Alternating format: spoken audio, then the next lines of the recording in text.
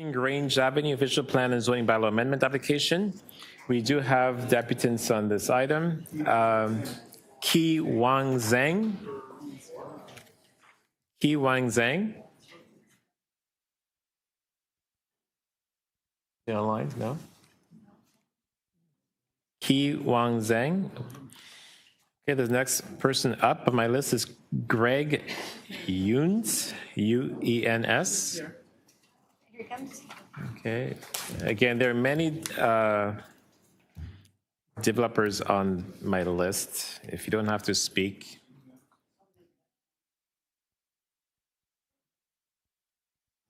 It's like Pardon? there's a resident who wants to speak. I was just going to make a point, Mr. Chair. There's some speakers today on the list that are coming in support of development applications, and it's the developer. And if there's no opposition and staff are recommending it, it would be great if they didn't need to make 3 minutes and then really 5 minutes. It's quite a busy day. So that would be my request through you to those developers that are here, that we're already supporting you through staff. Don't need to make a speech if you don't have to, please. It's good advice. Thank you, Councillor. There's 4 items that are of that nature. Maybe this is one of them. Go ahead. Thank you, Mr. Chair. My name is Greg Ewens from Patory Planning and Management here on 14 Grange. I just want to say a quick thank you to staff, Shaylin Costello, Willie McRae's team. Shaylin, thanks for all your work on this. I appreciate the collaborative efforts in making changes, getting this to a point where it's supportable. We support staff recommendations, and I'm happy to answer any questions. Thank you. Thank you. The only deputant here? Ki Wang Zhang doesn't want to speak? Yes, so come on up. 3 minutes, please. God. Snap that picture. Are you speaking? Okay, that's not the correct address. Okay, Councillor Deputy Mayor Malik, this is your item, item 20. Thank you very much. I have an amendment. It's just technical and provided to clerks. Okay. I'd like to move that. Thank you. Okay. All those in favor? Opposed? Carried. As amended. All those in favor? Opposed? Carried. Okay. T 34.21, 191 to 199 College Street and 74 to 76 Henry Street, official plan and zoning bylaw amendment application. We have 2 speakers, George Trainee. George Trainee. 3 minutes.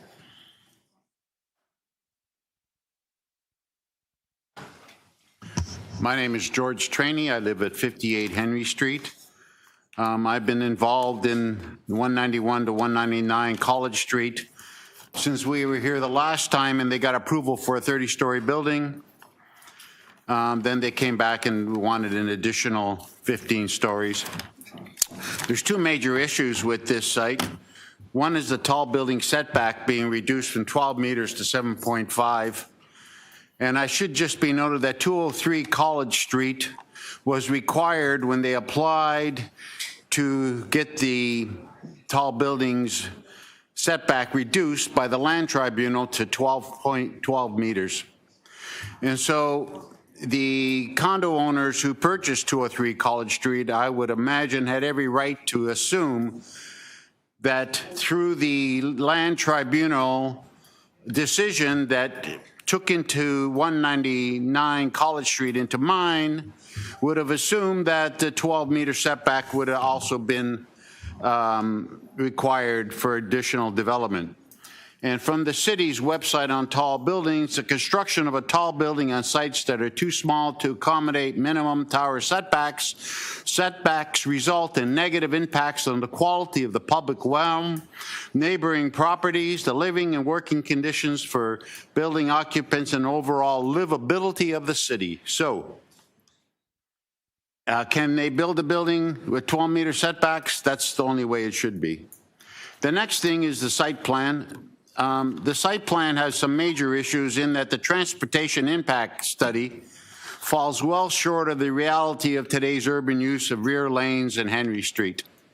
There is not one word, and I can be mistaken given the size of the study, of Uber-type pickups, or as the 210 people are noted for the daily, hourly entering and leaving the building, the number of Uber pickups,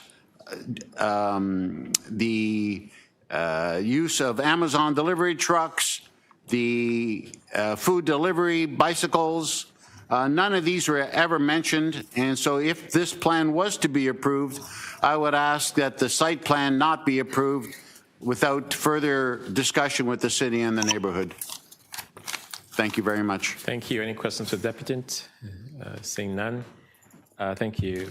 Next up is Brandon Simon.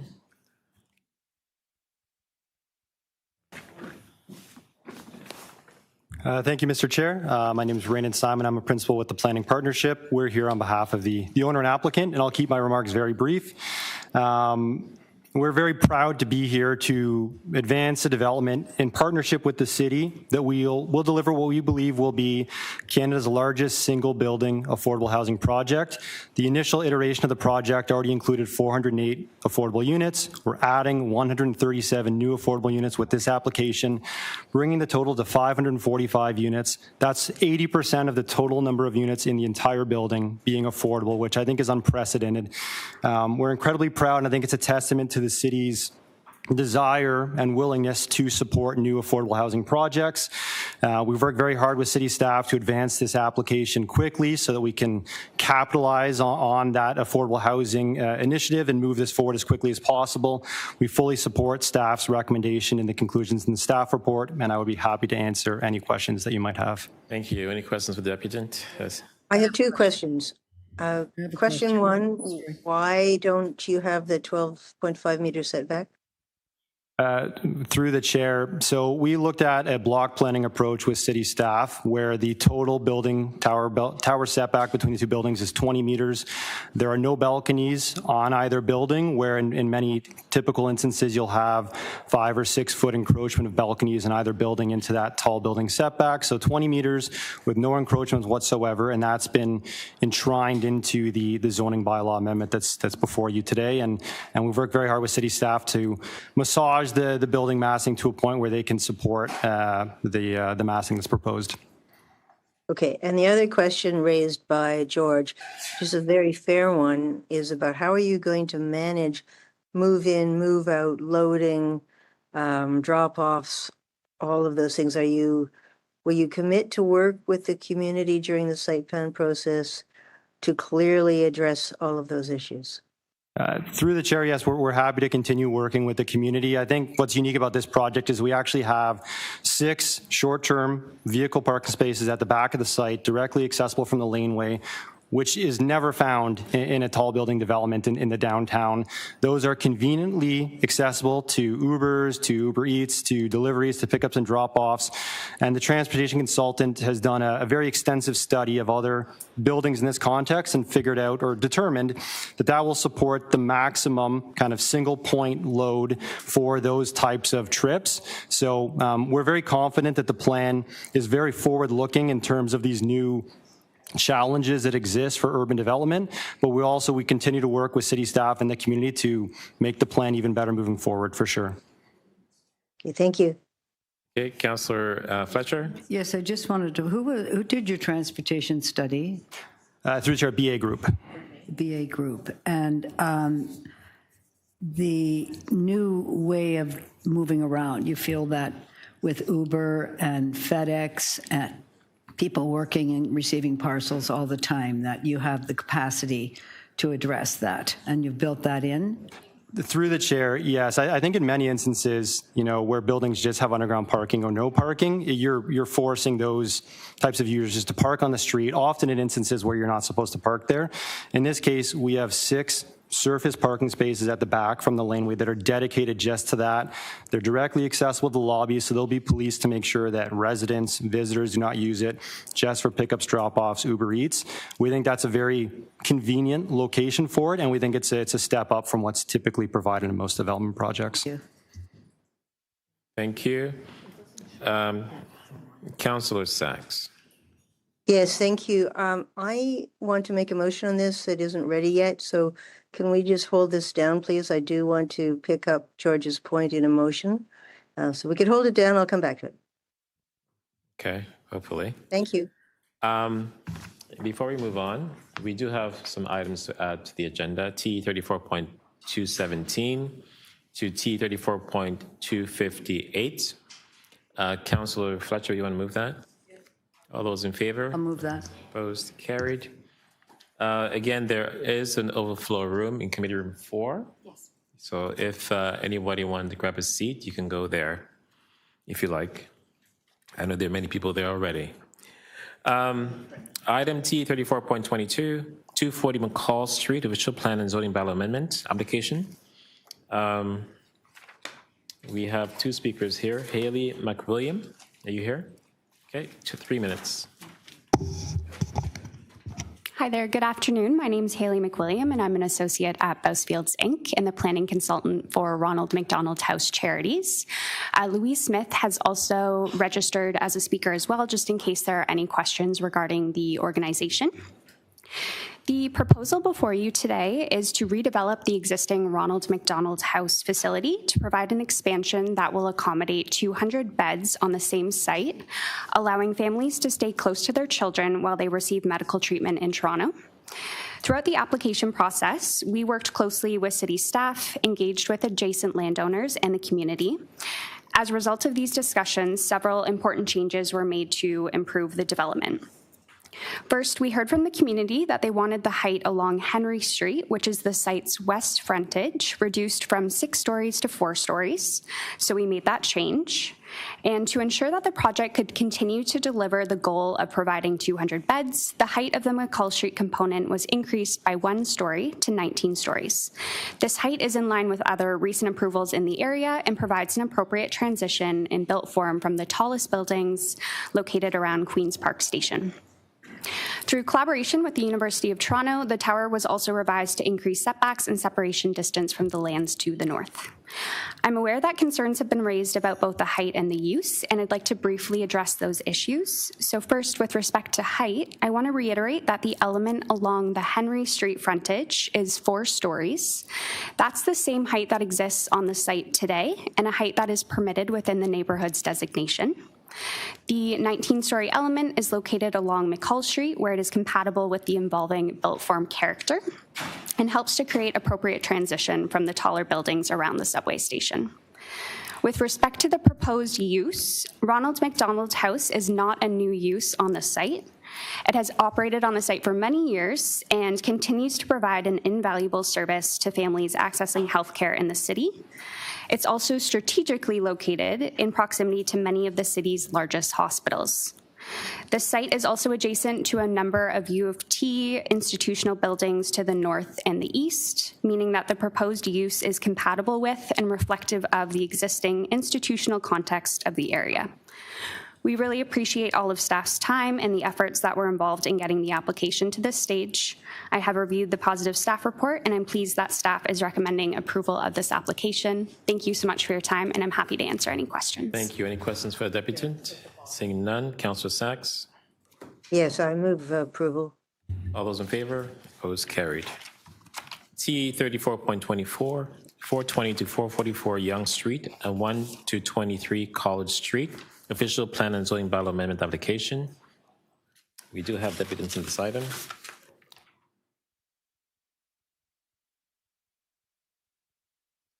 Sorry.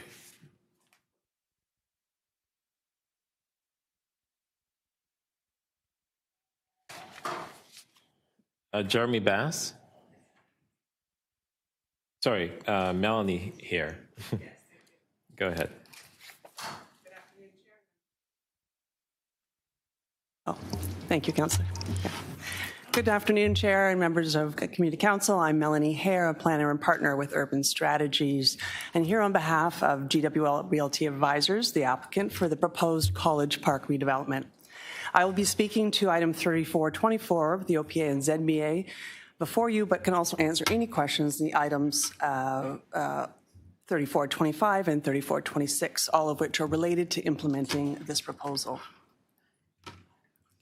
The subject site is literally located in the center of the downtown, the southwest corner of College and Yonge. It's highly transit supported and directly connected today into College Street subway. It's in a rapidly evolving context and area. The subject site itself is 1.1 hectares. It's the northeast portion of this block, and today shares underground parking and loading infrastructure with neighbors, as well as the TTC station, so a complex site. The site today has a long history of mixed use and amenities being provided. Originally in 1910, a bold master plan for the whole block envisioned a city in the block concept of mixed use and urban experience. The iconic Eaton's College Park street store was built in 1929 as the first phase. Over the past almost 100 years, uses have expanded and have been adapted, and today the site contains retail, commercial space, a food court, 210 rental housing units, and a sunken open space courtyard. The College Park redevelopment builds on the site's iconic legacy while proposing new uses, amenities, and housing to create a livable, contemporary urban experience. Overall, the proposal conserves and thoughtfully respects the heritage base building while introducing 3 towers on the site, 65, 96, and 75 stories. This vertically integrates new housing, retail spaces, childcare, and a boutique hotel, and also includes the 100% replacement floor area for existing rental units, totaling 260 rental replacement units. It seamlessly integrates with and improves the college parkland with 600 square meters of new on-site parkland dedication. And given this highly complex site and redevelopment, the project will be constructed in phases, starting with the North Tower, which will include the rental replacement. Since 2025, the proponent team has been engaging tenants, the broader community, interest holders such as the downtown Yonge Street BIA and adjacent landowners. The current proposal today has considered those inputs. Throughout the site plan and phasing of the project, GWRA are committed to ongoing discussions and dialogues. In my opinion, the proposal— Final thoughts, please. Yeah, we thank city staff for their partnership and collaboration over the last 4 years in bringing this important city building project forward. Thank you. Thank you. Any questions for the applicant? Seeing Yes, none. thank you. I do. Okay. Yes, my question is, I mean, your client is one of the largest residential landlords. What are you doing to assist the tenants that you're dem evicting? Thank you for the question. Through the chair, we have proposed a tenant assistance plan, which includes also special needs tenants provisions, and we will be working with city housing staff to deliver that. Are you, as part of that, looking for vacancies in your own buildings that you can offer the displaced tenants? That is part of the strategy, and we will look for those and also offer assistance in relocation and meeting all of the housing tenant replacement manual provisions. Well, I know you're doing what you have to do. My question is, what are you doing anything extra? We are committed to working with the tenants, as we've already met with them regularly, and we'll continue to work with them through the process to meet their needs. Any further questions? Thank you. Okay. No, thanks. Jeremy Bass? Does it matter where I sit? No, just turn your mic on, make sure the light is green. 3 minutes. Can you hear me? Oh, yes. Okay. Chair, committee members, and everyone else, honored guests. My name is Jeremy Bass, and I live about 30 meters from where this proposed development is going to be. I live in Ward 11. And I have several major issues with this proposal. So I'd just like to share some lived experiences from having lived in that area for 5 years and these lived experiences will demonstrate that the city has to make a decision whether to prioritize profits or people. Right now, the number of people living there is putting serious strain on all of the infrastructure, and I mean all of it. The subway station, at peak times, 10, 12 people deep, it can be 5 or 6 trains go by and that you can't get on, 20, 25-minute wait, and very crowded, and even when you do get on a train, very full. The schools, so I've taught in both schools that are closest to that area that would be designated TDSB Elementary and TDSB High School. In the TDSB High School, Jarvis Collegiate, students are required to eat their lunch sitting on the floor in the hallway because the auditorium can no longer accommodate all the people in the school, and in the elementary school, because of all the portable classrooms, there's a reduced area for play in the good season, and in the bad season, students have to put on their boots and coats to go to the bathroom, which means they miss valuable instruction time. So many towers in that area now that the cell phone reception in my apartment is so bad that there's maybe only 1 or 2 square meters where I can get cell reception. So if I'm having a heart attack and I try to call 911, I might not have time to find the 1 square meter that has cell reception to get help. So this could be a life and death issue. Too many towers in the area. The sidewalks are crowded, lots of distracted walkers bumping into each other while they're watching their cell phones, and high density on the sidewalks. The aisles in the grocery store overcrowded. It's just, this area is full. Right now, given the infrastructure, we've had water shutoffs because the water mains can't support the number of people. This is a question of prioritizing people or profits. Yes, it's very profitable for both the developer and for the city with an increased tax base, but for people, it's very bad. The infrastructure cannot meet the current needs of the current population of that square city block, let alone the 93-story tower that's already going up across the street with about 4,000 to 5,000 new residents that's already been approved and already in the process of being built. And you want to add 3 more towers, one over 90 floors tall and the other 60 and 70. Thank you. Please, if it's already broken, don't fix it. If it's not broken, don't fix it. But if it's broken, don't break it more. Please vote against this. Thank you. Thank you. Any questions of the deputy? Seeing none. Gian Pileri, 3 minutes.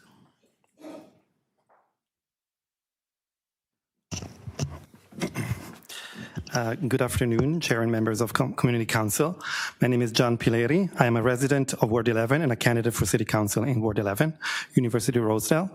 I'm speaking on items TE 34, 24, 25, and 26 together because these are not separate issues in practice.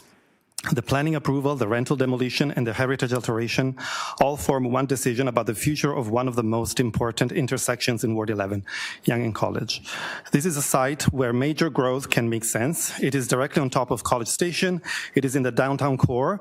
It already has a mix of commercial, cultural, residential, and transit uses. I'm not here to argue that nothing should change, but I'm asking committee not to treat this as a routine approval.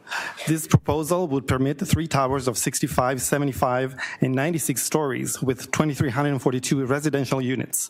It will demolish 210 existing rental homes and replace them with 216 replacement rental units. It will alter the designated College Park Heritage Building, including one of Toronto's major Art Deco landmarks. It also requires an official plan amendment because of impacts on the protected view corridor of City Hall and Old City Hall.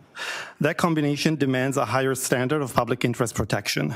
First, tenants need stronger, clearer, and more public accountability.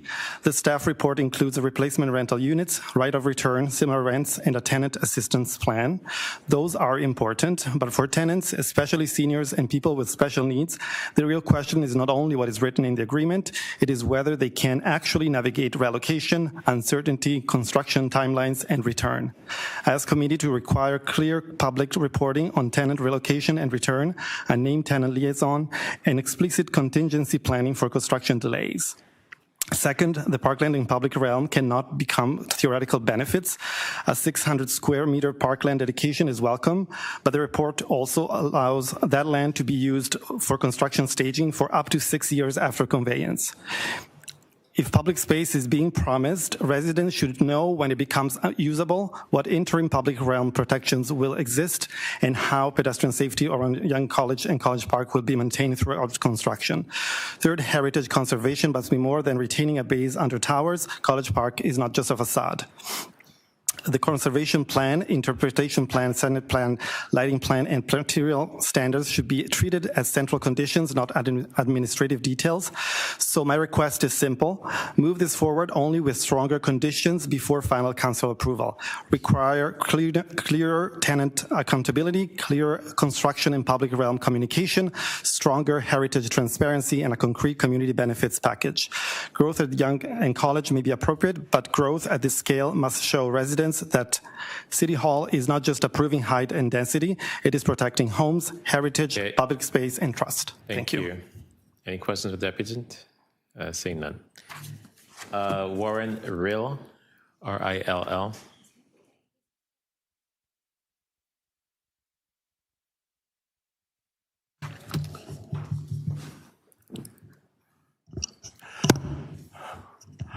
Well, I'm a tenant in the building. I like the idea, but building 3 high-rise buildings with them expecting us to live for 5 years and probably a lot longer somewhere else when a lot of us have memory problems, dementia, Alzheimer's, heart problems, and multiple other problems. I think that if they build, the last time they told us everything would be built by the year 2030.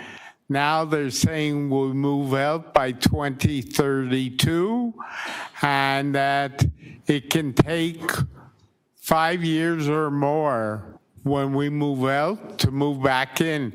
If we have problems finding our way around Toronto, just for myself, the Eaton wing of the Toronto General Hospital, a couple of blocks away, is very difficult for me to go to.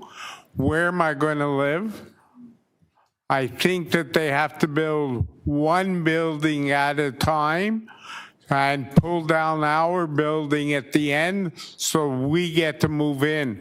When a person chooses a home, they choose the number of cabinets they want, the number of closets they want, everything what they want. We're going to have to take what they give us when we move in.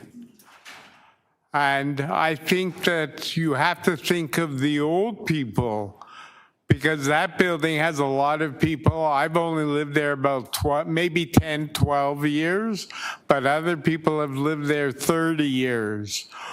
In our building now, we have 3 elevators for 10 floors of apartments, and now they're going to have about 8 elevators for 65 floors. What happens when an elevator or 2 breaks down? What happens when our escalators break down in that complex? It takes months till they fix them. I think that we have to have more meetings with the city, the council, and the developer and their architects, so we're going to be able to live for the next 5 years. I'm already stressed out because of the problem of moving, because I get lost. And when I get lost, I can be wandering in the city for 3, 4, 5 hours. Who's going to take care of me? When I rented the place, they told me that I could live there till I died. The name of the people was Gloria and Nancy, who were the managers there. Now they're telling me I have to move for 5 years, and before they told me I had to move for 1 year. It's not fair for old people. It's just terrible. I don't sleep at night. I have terrible dreams. And my 16 doctors, surgeons, and specialists can verify that. So I think that it's a great idea. I want the idea to happen, but it can't be that they kick us out for 5 years. Originally, they said we'd have to leave for maybe up to a year. And if we're old, then they have to put us in the right place. I don't plan. When I moved in, I did not plan on moving into an old age home. I don't want to. And that's what I'm going to have. And that's bothering me now. I really don't understand. I think it's great. It's all apartments. It's great because we need more apartments. Hopefully they'll be cheaper than they are now. But I appreciate you hearing me, and I'm sorry I'm not an eloquent speaker like the people before me. I'm stressed, and I'm worried about my life. Thank you. Thank you, Mr. Drill, for sharing. Warren, Thank you. Warren, Yeah? I just want to say I hear you clearly. We'll do everything we can to help. We'll be in touch after the meeting. Okay. Beg your Thank pardon? you. It's good to see you. We'll be in touch. Okay, thank you. Okay, thank you. And one more speaker is Shafak Hatif. Oh, okay. I'll get lost.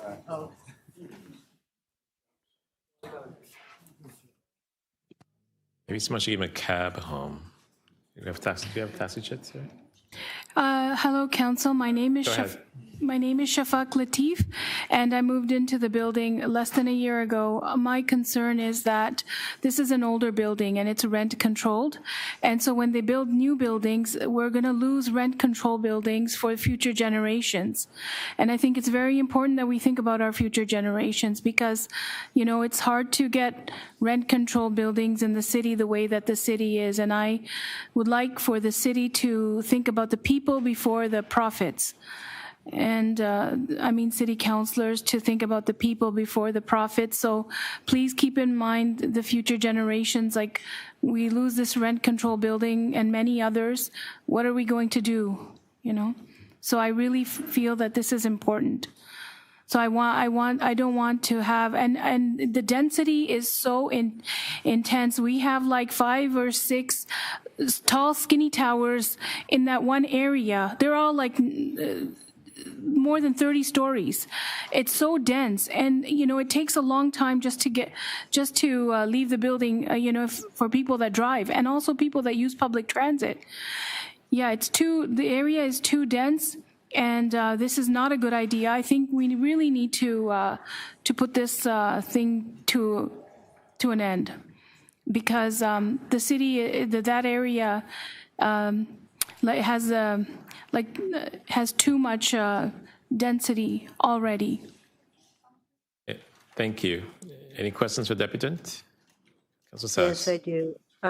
So you raised a good point about rent control. Have you had a chance to speak to our housing staff about how we protect existing tenants?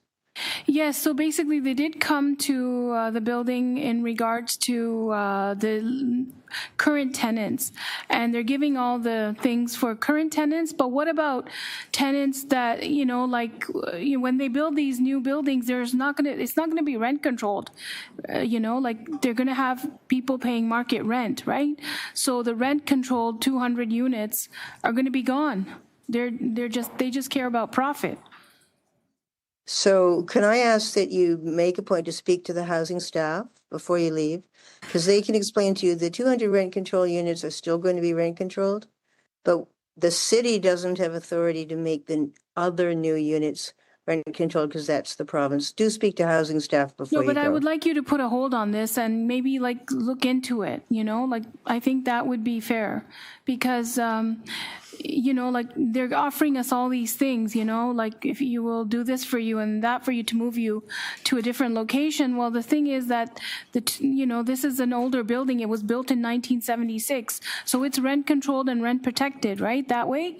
But once this is demolished, you know, like where are we going to get more for the future, you know, like And also the density in the area is too, you have to take a look at how many towers there are in that small area. The traffic is just crazy. Yeah, I hear you. Thank you very much for your comments. Yeah, thank you. If you have more questions, please speak to the housing staff. Thank you. Thank you. Point of order, Chair? You cannot have a point of order from the gallery. Do you want to speak to the item? I don't know if we can have a recorded vote on this. You Well, cannot- I want to, You can make that request. Only members of council can do that. I have questions of staff. Go ahead, Councillor. All right, thank you. So to staff, you've heard the deputants loud and clear about the enormous crowding in the area. Why do you think there is adequate infrastructure in this area to support so many new people when it's already very crowded? Through the chair, staff have reviewed the proposal, including the potential impacts on sewer capacity, TTC infrastructure, and are satisfied that the technical studies submitted with the application demonstrate that these impacts can be appropriately accommodated. In terms of school boards including TDSB, TCDSB also have reviewed the application, and they will continue to provide input through the site plan process. Conan, can you specifically address the TTC issue?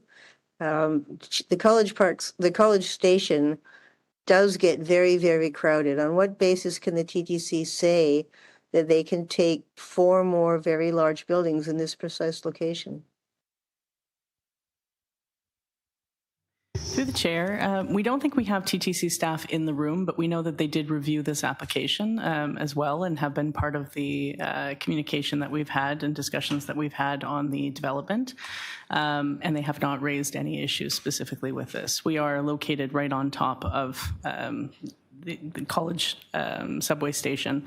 And I think that, again, we will try and get TTC staff in the room if you have further questions, I think, specific to that. I do have further questions, and yes, please. And in terms of the question about new units not being affordable, is that something that the city can do anything about? Through the chair, new market units, the city does not have control over the rent.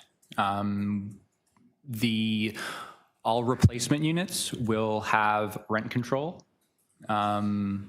through at their varying degrees of affordability. And there is also, I'll leave it at that.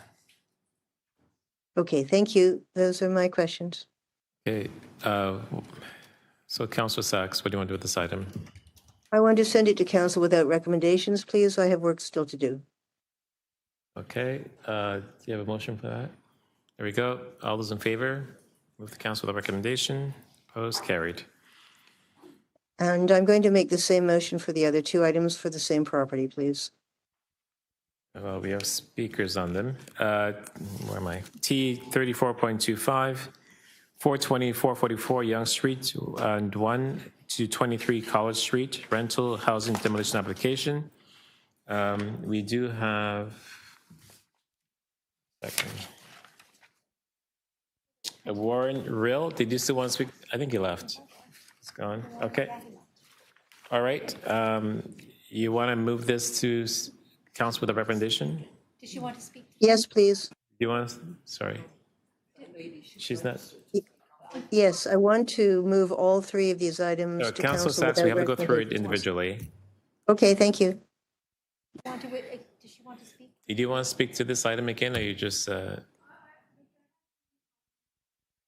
You're registered to speak on one item. Did you want to speak on the related item as well, or just on the one item? I just want to let everybody know that, we need to protect the areas, there are too many, it's very dense. That part of the corner is really dense in population.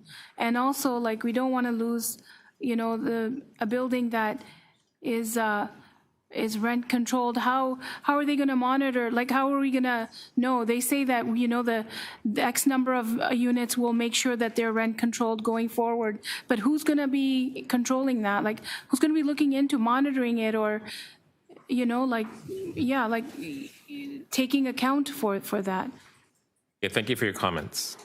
Can you put the motion on the screen in regards to deferral to send to council without recommendation? All those in favor? Opposed? Carried. Thank you. T 34.26, 420 to 444 Yonge Street and 1 to 23 College Street, College Park. Alterations to a designated heritage property under Section 33 of the Ontario Heritage Act, an authority to amend an existing heritage easement agreement. Council Sachs wants to refer this to council without recommendation. Can you put the motion on the screen, please? All those in favor? Opposed? Carried.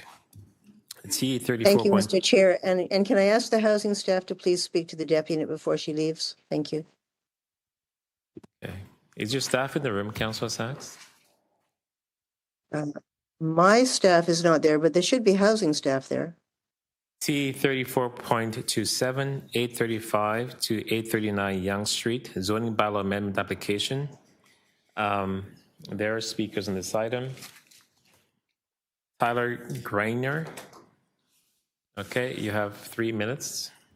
Good afternoon, Chair, members of Community Council. My name is Tyler Grenier. I'm a planning partner with Bousfields, the applicant on behalf of Canadian Tire. My remarks will be brief. The proposal before Community Council today is the result of collaboration not only with city staff, but with the Greater Yorkville Residents Association and the ABCRA.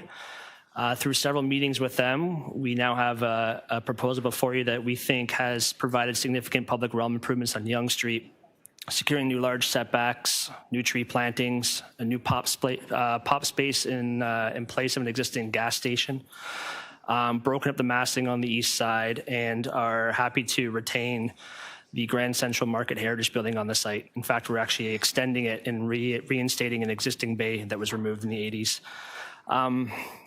The proposal provides a significant amount of non-residential in the form of retail, which would allow Canadian Tire to return to the site in a larger form. Very quickly, with respect to the letter submitted by JIRA and ABCRA, they do have a recommendation in there for us to continue to consult with them through the SBA process, which our client is more than happy to do. And finally, last comment, I just want to thank Arbor Glen Apartments. They provided a communication recently. We've had a chance to respond in written form to their concerns and requests, and our client is happy to continue to meet with them through the process. With that, we support staff's positive recommendation report, and I'm happy to answer any questions. Thank you.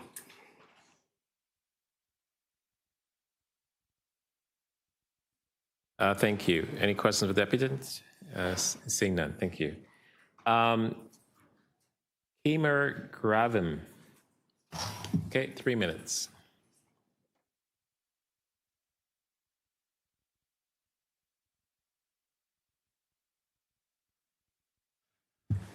Good afternoon, Chair and Community Council members. My name is Kamyar Gavam. I own and live in a unit at 825 Church Street, which is directly beside the proposed development. The proposal includes 2 high-rise towers, 40-plus buildings, connected by a 10-story podium. The podium extends towards our building and will be only a few meters away from it. This structure will not only fully block our view, but it will also block the natural light reaching our units. Our windows will end up facing a large wall just a few meters away. I'm concerned about what life will be like once these buildings are completed. It will greatly impact our quality of life, and I'm also worried about potential safety and fire access concerns. I would like to ask the developer to reconsider and remove this extended podium section.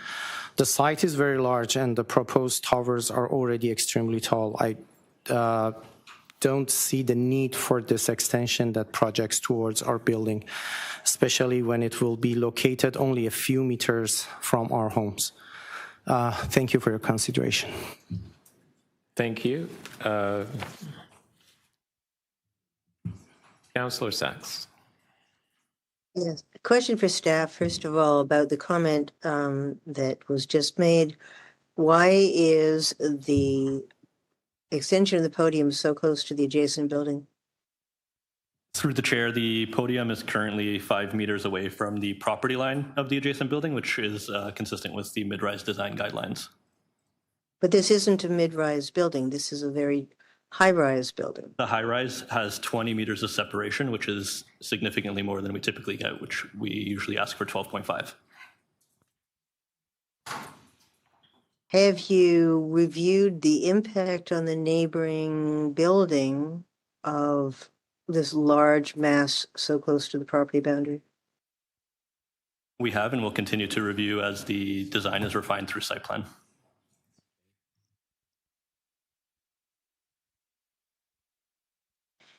Again, in terms of infrastructure capacity, this is a large number of additional people being added to an area which is already being intensely redeveloped.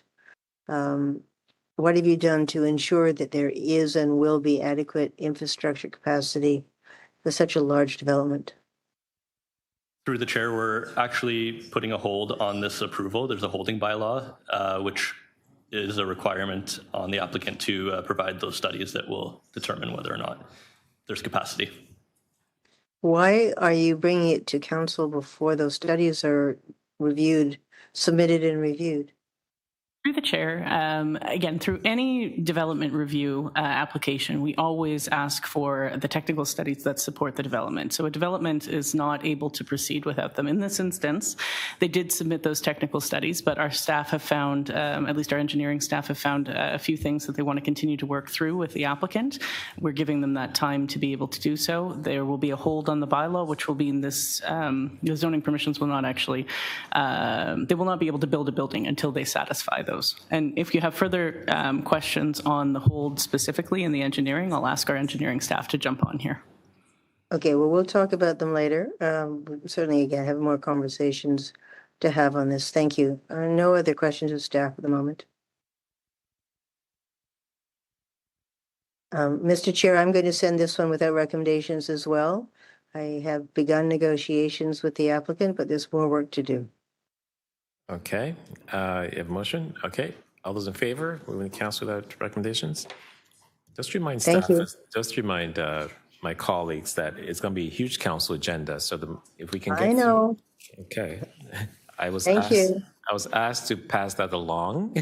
Okay. Doing as much as we can. Thank you. Okay, I'm going to go through the new items now.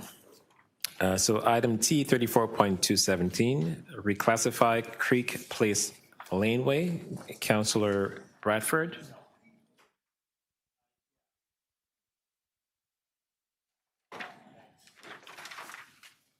I'd like to move the recommendations in my letter, please. Okay, all those in favor? Those carried.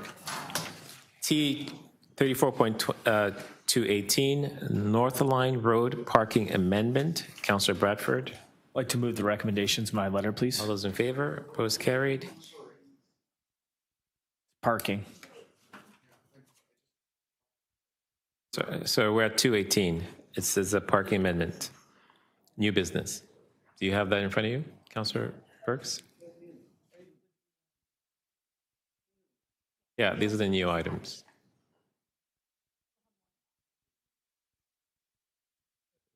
We're just trying to. Yeah. Are you okay? Sure. You could. These are the new ones I was doing, but I could hold off until everyone has a chance to take a look at it. Mr. Chair, we have some deputants that would like to get a better sense of whether they are going to get, whether they should wait today. So are we, if we're doing the new ones, I'm a little challenged by that myself. So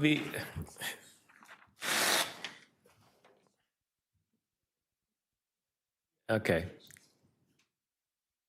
So we've divided the agenda in half. We're doing all the statutory items today, which is a requirement by law. So we're going through that now.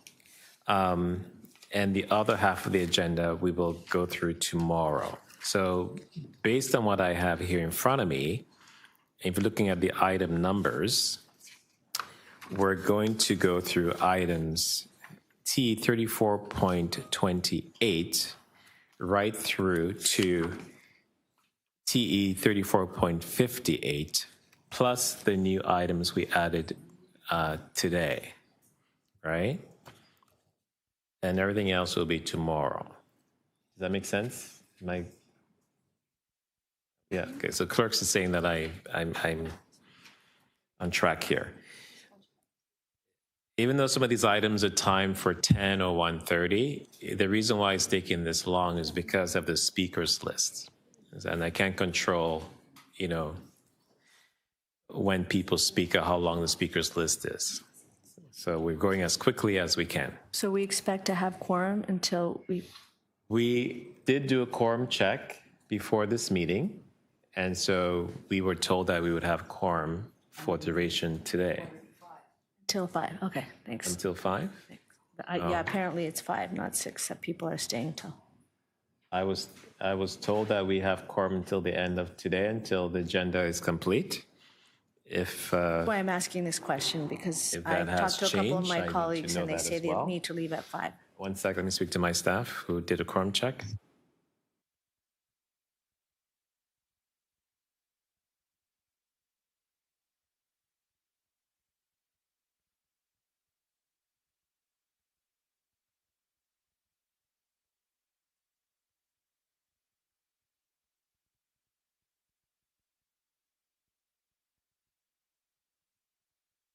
Well, based on the feedback I'm getting from my staff, I was told that we would have quorum till the end of the agenda. But if we can get through it, if we lose quorum, then we'd have to continue tomorrow. Okay? Okay, so I don't want to waste any more time. We're in item 28. To 28. Okay, T 34.28, 148 to 158, and 162 Sudan Avenue zoning bylaw amendment application. We have 3 speakers on this item. Lily Galisi. Okay, and there's also Tony Galisi.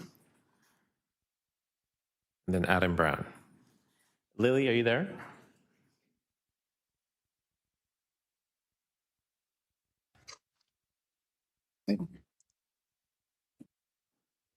I think you can talk. Hi there. Can you hear me? We can. Go ahead. You have 3 minutes. Okay. Awesome. Thank you very much. Good afternoon, everyone. My name is Lily Galliese, and my family owns and resides in a condo on Lillian Street, which is next door to the proposed building at the address you mentioned. We've vehemently opposed this massive development on several issues, which I will address here. Number 1 is the population density and the traffic congestion.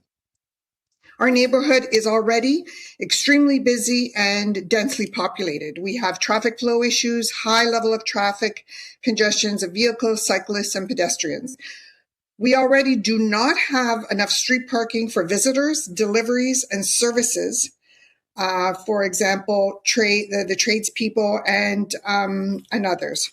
And so to approve such a huge, massive development of 53 stories with 640 dwelling units, it is our opinion that is absolutely ridiculous, let alone with only a handful of parking spaces.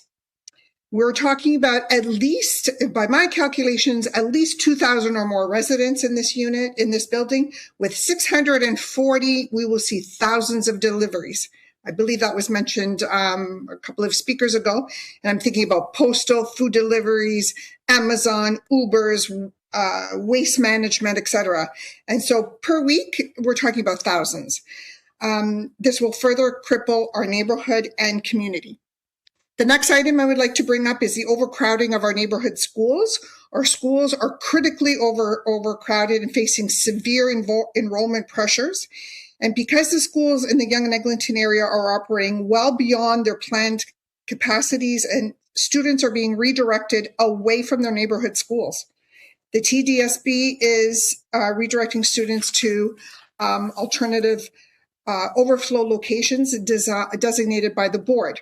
So my children at 11 Lillian at the present time without this building cannot attend their own community and neighborhood school. The third item I'd like to bring up is the parkland and green space. The developers are saying that they have a parkland proposal to this plan, which calls for 173.9 square meters of parkland. If that's the definition of parkland, I don't know. Somebody needs to go back to the Webster's dictionary, because that translates, for those of us that are old enough to know, the imperial system, about a piece of lot that's 30 feet by 62 feet, which is the size of a small to a medium-sized backyard for a home, let alone for a building of this size with thousands of residents. And my other concern is the vehicle traffic analysis. Apparently the report in March of 2000... Wrap up, please. You're at time. Sure. The report, the traffic report, is not our reality. We have near collisions and people traveling on incorrect, one-way streets in the opposite direction. And anyway, okay, thank you. Those are my concerns. Thank you. Is Tony Calisi speaking as well, or you've spoken on his behalf as well? No. Yes, I'm here. I just wanted to highlight. I'll try to get you back on time. Okay, go ahead. I appreciate the opportunity. My name's Tony Gallese. I was born and raised in Toronto, and this has been a very interesting day. We joined you at 9 a.m. My major concern is the parking. 11 Lillian has parking for the units and 16 guest parking with 98 units. This proposal has 640 units with no parking and only 10 guest parking. As a previous person was saying on a Church Street, they had 6 places for Ubers and that. I think that's a great idea, but that's cost, and I understand that. I was really interested to hear some of the councillors talk, and I'm paraphrasing. So when Councillor Perks talked about some decisions the city has made in the past and made people rich, and bad decisions were made, and we don't want to go through all those. And then Councillor Bravo talked about some of the decisions led to real estate becoming a stock market. And if you think of it, that's what this is. When 68% of the units are 1-bedroom or studios, this is not for families. This is for investors. It's typically for investors, and hence they think they don't need the parking. Parking is at a premium. In our condo, when we first moved in, people were renting out parking for $200. Now it's over $500, and people are desperate. It's Hunger Games to try to park on weekends in the neighborhood. So if you allow this to go forward, and you can't, I don't know if you can allow the unit owners to park on the street, because I don't know where they'll park. It's a big issue. And lastly, I wanted to quote Deputy Mayor Malik, who just said, "The preservation of a neighborhood character as a core requirement to any growth and development coming forward. Having a building of 14 stories next to a building of 53 stories makes no sense." We can get into all the models that the city people have. The analogy I would use is this. You can read all the books you want and watch all the movies you want about Venice, but if you don't visit Venice, you don't live it. And as the people young in college can tell you, it's crazy. Try getting on a subway at Yonge and Eglinton. Thank God the Crosstown works, and it's great. It's going to help. But going south and north, especially south in the morning at Eglinton, it's a zoo, total zoo. Thank you for your time. I really appreciate it. Yeah, thank you. Adam Brown.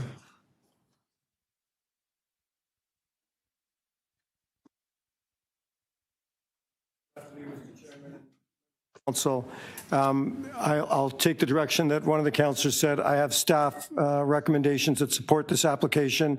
I want to thank planning and housing staff in the councillor's office for facilitating a very fulsome public process. We've done the replacement of the rental units, and in addition, we facilitated not only the dedication of land for parks, but we facilitated the expansion of that park in the future, which we think is a great positive benefit to the area, and happy to answer any questions you may have. Thank you. Any questions? Seeing none. Councilor Matlow. I have a motion. Okay, motion. You want to speak to it? No, with the item. Move the item? Okay. Okay. All those in favor? Opposed? Carried. T 34.29, 148. Mr. Chair, on a point of order before we go to the next. Oh, yes, sorry. Yeah. Councillor Perks wanted to reopen T 34.217. Yeah, we very quickly jumped to items that we had just added. Yep. And frankly, I didn't catch it. It went by too fast. But there's some irregularities about this item, so I'd like to reopen it and put it back on the agenda, and we can get to it when I've had a chance to ask staff some questions. Okay. All those in favor of reopening? Opposed? Carried. Item 218, did you want that open as well, or just? Yes.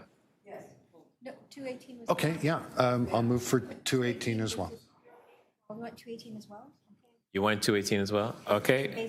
Motion to reopen 218. All those in favor? Opposed? Carried. Yeah, thank you. For 28, we didn't do item as amended.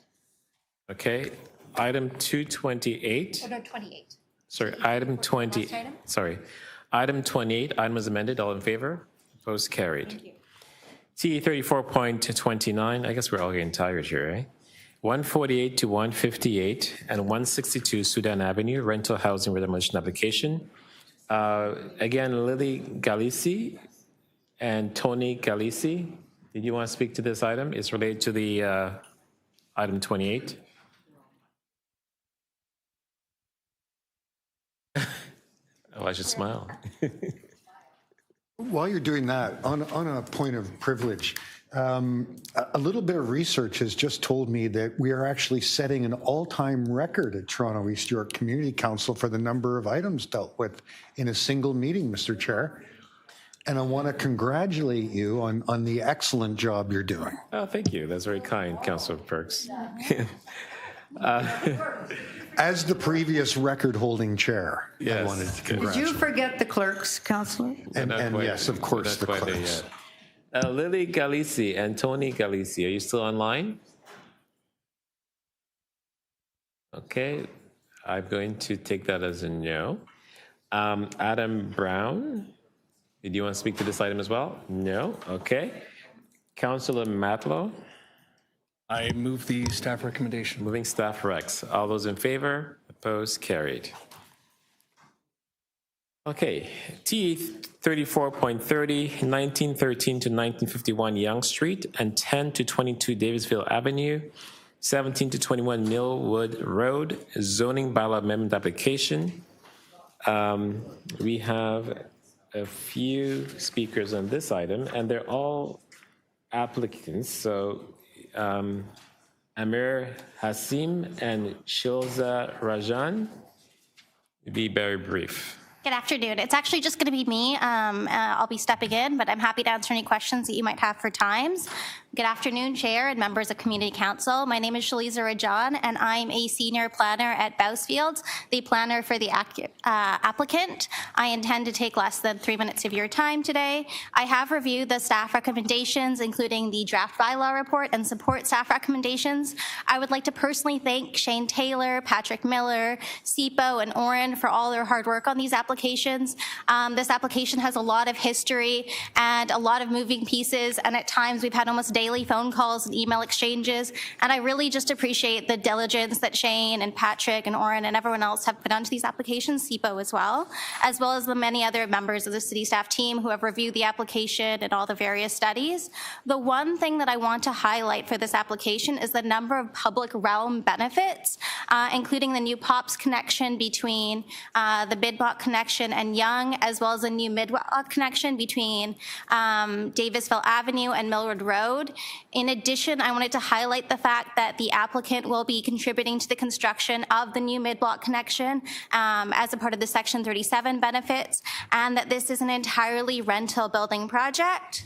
And once again, very grateful to staff. Thank you so much for your time, and I'm here to answer any questions. Thank you. Any questions for the applicant? Seeing none. Councillor Matlow. I have a motion. Okay, motion. I move with the item. Okay, all those in favor? Opposed, carried. Item is amended. All those in favor? Opposed, carried. Thank you.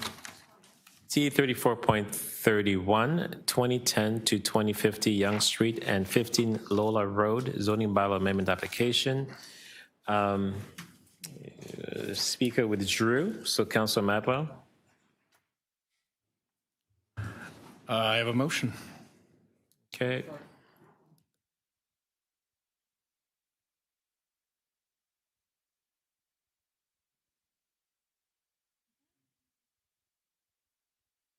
With the item. Yeah, I'm just waiting for it to come on screen online. Okay, all those in favor? Opposed, carried. Item is amended. All in favor? Opposed, carried. T 34.32, 1075 Bay Street official plan and zoning bylaw amendment application. We have a few speakers on here. Tom Kai, 3 minutes.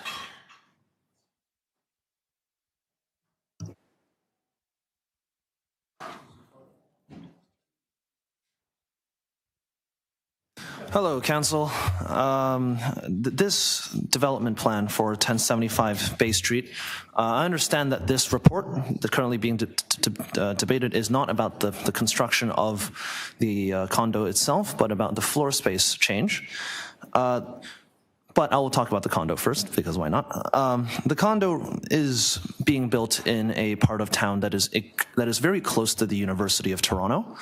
And because of its proximity to the University of Toronto, there's abnormally high rent prices in those regions. Alongside 1075 Bay, there's 1080 Bay, 65 St. Mary, 85 Charles, and other condos that are for basically students to live in, which already are going unfilled due to the incredibly high rent. Building another condo of the exact same style is not going to help the rent case in Clover Hill, but obviously we're not here to dispute the condo, we're here to dispute the change of floor space. The report wants to change the commercial floor space from 12,000 square meters in that building to 1.8 thousand. It is a full 90% reduction in floor space for that building in a part of Toronto that is already seeing the closure of many small businesses not being able to afford floor space. So I am urging this council to reject this report and to keep the 12,000 square meter floor space so that small businesses in Bay Clover Hill can flourish using the increased amount of floor space available to them. I'm sure that they could fit another few condo units in that extra 10,000 square meters. But in a part of town where condos are going unrented and unsold, we do not need that. What we need is places for small businesses and social spaces for gatherings, because that site actually used to be the location of the Firkin on Bay, which is a very popular pub for students. Now it's being demolished. And with the new available floor space, maybe it can make a resurgence. But with what is currently been given at 1.8 thousand, there's no possibility for any sort of small business to readjust there. So I urge the report to be rejected. Thank you. Thank you. Any questions for the deputant? Seeing none, thank you. Edward B. Charles. Edward B. Charles.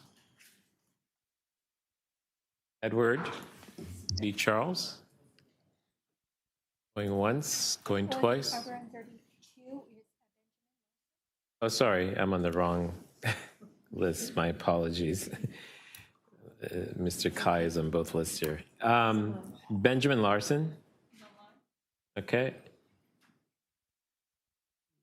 Hi, can you hear me? You can. 3 minutes. Go ahead.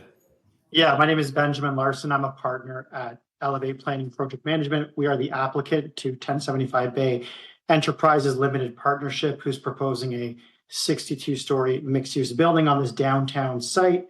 The site is set within a context of 4 PMTSAs, as well as several varying types of non-residential uses in close proximity. It's worth noting that there is a previous approval on this site that included a robust $9 million Section 37 package. Through this application before you today, that package is being preserved, and within that package, $3 million was earmarked towards affordable housing in the ward.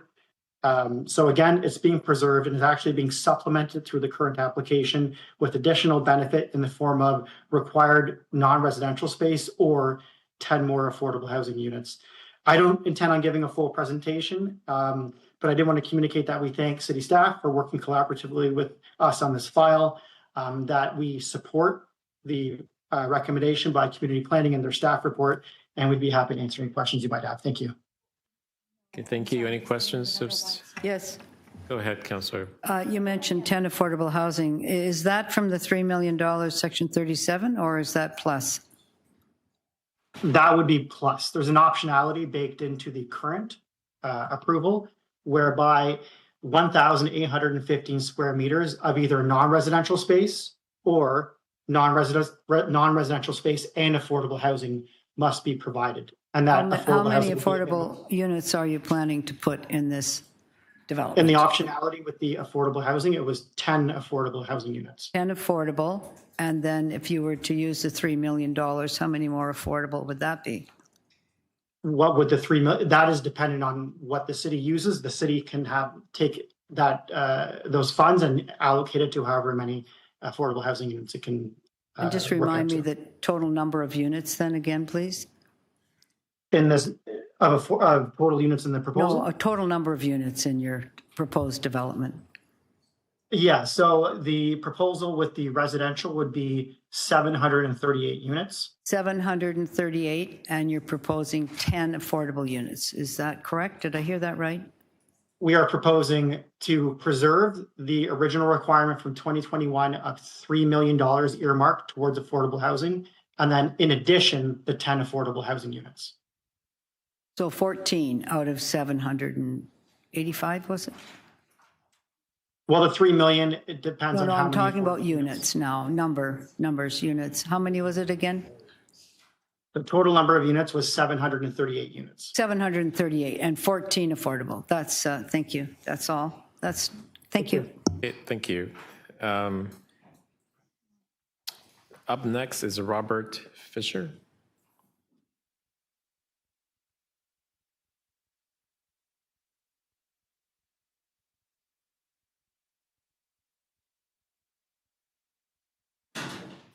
Three minutes. Make sure it's green. Okay, there, I guess that's better. Yes, my name's Bob Fisher. I'm the treasurer of the St. Nicholas Housing Cooperative. I think there may be an error in the, I think it was called a corporation, what I saw online, but we are a cooperative. We've been in this on Inkerman Street, which is immediately south of the Bay Street address. We're celebrating our 40th anniversary. We have provided rent geared to income housing for 40 years, and it's a very successful example of what can be done. We request that the proposal that affordable housing be included in this application be mandatory, and that otherwise we do not support its acceptance. Our own situation is that we would like to be designated as the developer or the manager of whatever affordable housing is provided. This would be useful for our challenges with a aging population, because we are a small building with no elevators. This is a real challenge for some of our older members now. If we had space in this new proposal, then the elevators would provide access for people who no longer can navigate stairs. The other larger issues are the sense of community that I think we have achieved in the area over the 40 years. This is still a pedestrian-friendly enclave, which are of diminishing supply in Toronto, given the incredible boom in mega high-rises. And we would wish to preserve that, and stability is key to that sense of community, which Toronto benefits from, and which Toronto should strive to preserve in the policies that govern new applications for buildings. The other aspect that I think would support our case for being designated as the provider of rent care to income housing is that we will have to endure 2 or 3 years of construction hell. Building a building of this size will impact our, there'll be dirt, there'll be noise, there'll be street traffic, which is no small thing to endure. So that would be some compensation if we could be designated as the entity that Your final thoughts, please. services the new proposal. Okay, thank you. Any questions for the deputant? Go ahead. Is there a construction management plan? It's a lovely big building right beside your small co-op. Sorry, construction management? Management plan for noise, dust, and everything else that you're aware of. We haven't seen one. I know that there was, that the developer of the Bay Street proposal and the 25 St. Mary proposal, which is immediately north of us, that there was some discussion there that it was equally tall, and 25 St. Mary's, it was an equally tall building, and the impact of the two buildings going up together would really strain the resources of the streets. So what these two developers, how they have coordinated, I do not know. We have not been informed of what their plans are. Thank you. Okay, thank you. Thank you. Thank you. Dawn Bocada? She was here in the morning session. We were spelling each other off, so her remarks were, I incorporated what her remarks would be, and we've submitted a more detailed written proposal, which I guess are part of the minutes now, and I'd urge people to read them because there's useful information in them. Thank you. So quick questions of staff. Is there a construction management plan for this development? Through the chair, my name's Derek Wolfo, City Planning. At the moment, we don't have a construction management plan, but as part of the site plan application, we anticipate we will see one then. Okay, thank you. So there will be one. Okay, thank you. I'm going to move there's an amendment to this item. It's really around the parking permit piece. All those in favor? Was carried. Item is amended. All in favor? Carried. Sorry, what was the amendment? It was for the permit parking. Oh, okay. Here. T 34.33, 137 to 149 Church Street and 18 to 20 Dalhousie Street, zoning bylaw amendment application. I'm going to move the amendment on this item around public permit. You post it.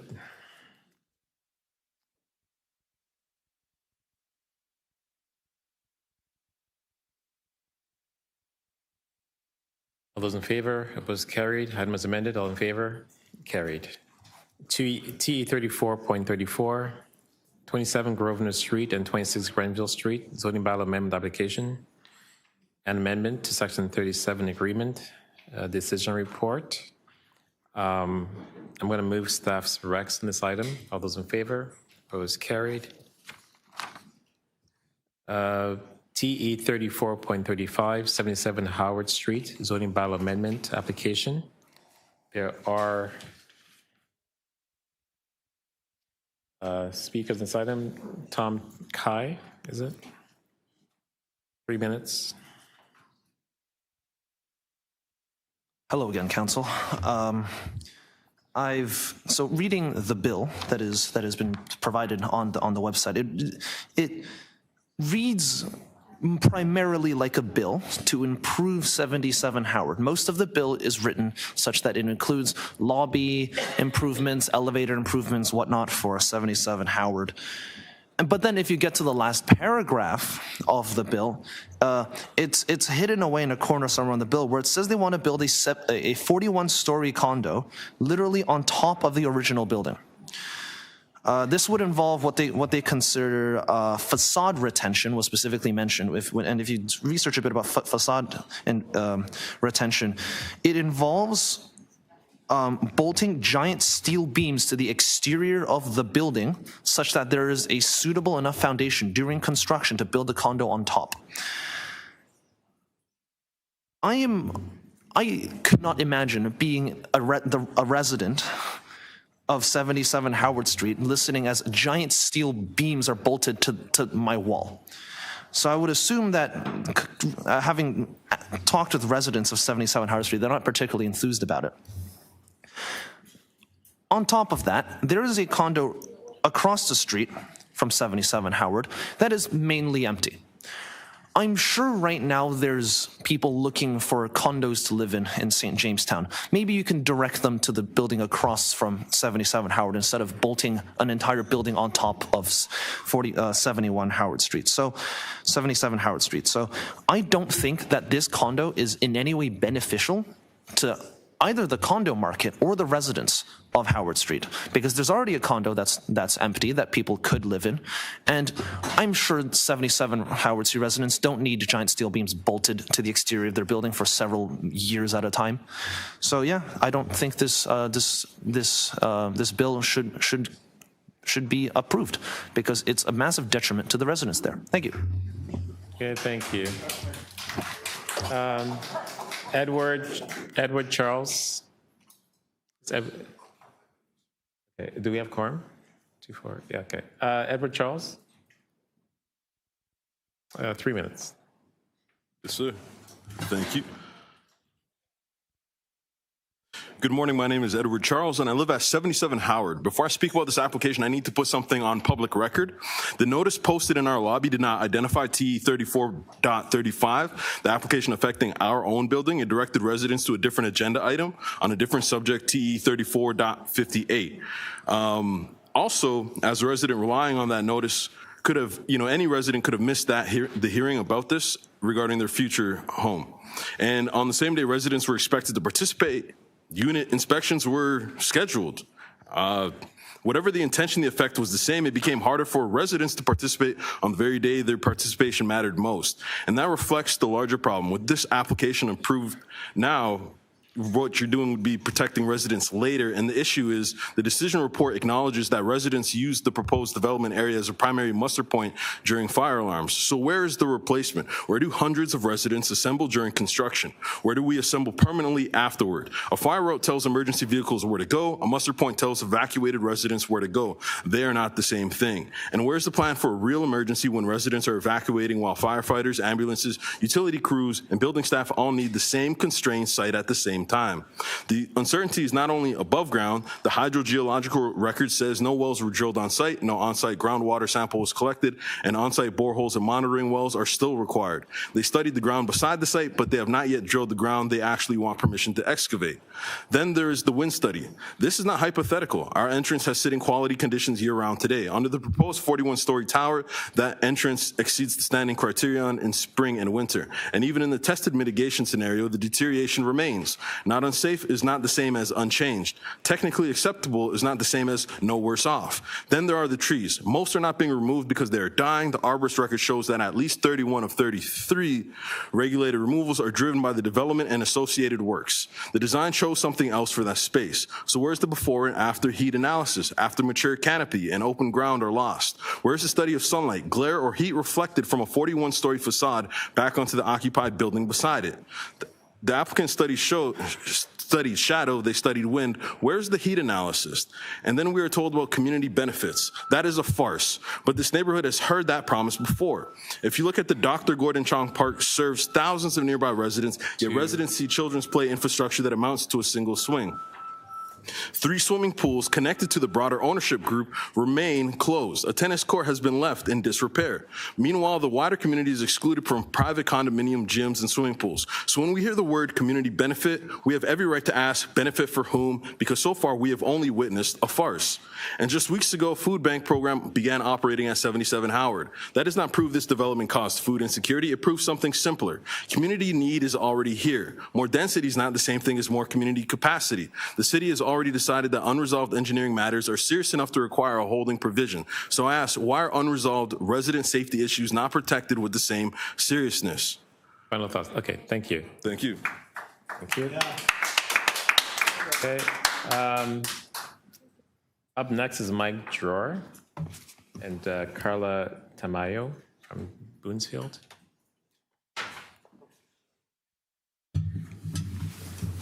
Good afternoon, members of Community Council. I'll just confirm Carla Tamayo is not going to speak. She was here just in case I had to run out for another meeting. I was going to, and for the record, my name is Mike Drawer. I'm a partner and a land use planner at Bassfields. I'm a planner on behalf of Great West Development, and I just want to make clear in response to Mr. Kai's earlier comments, there are no beams proposed. This is not a new building on top of an existing building. This is an infill development with a new building next to another building, so it is an infill development in an apartment neighborhood. Also, this is not determined to be a condo development. It very well could be a rental building. There has been no determination yet on the tenure, but I will note that Great West, the developer, is an experienced operator and owner of rental buildings, so it very well could be a rental building at the end of the day. With respect to Mr. Charles's comments just about some of the items noted, from a fire safety perspective, the building will be designed fully to Ontario Building Code requirements, which will ensure that there are appropriate fire safety precautions and measures taken into consideration. Those will all be worked out in the later process. There's currently only a rezoning application, but there will be a site plan application, building permits, and so on in the future.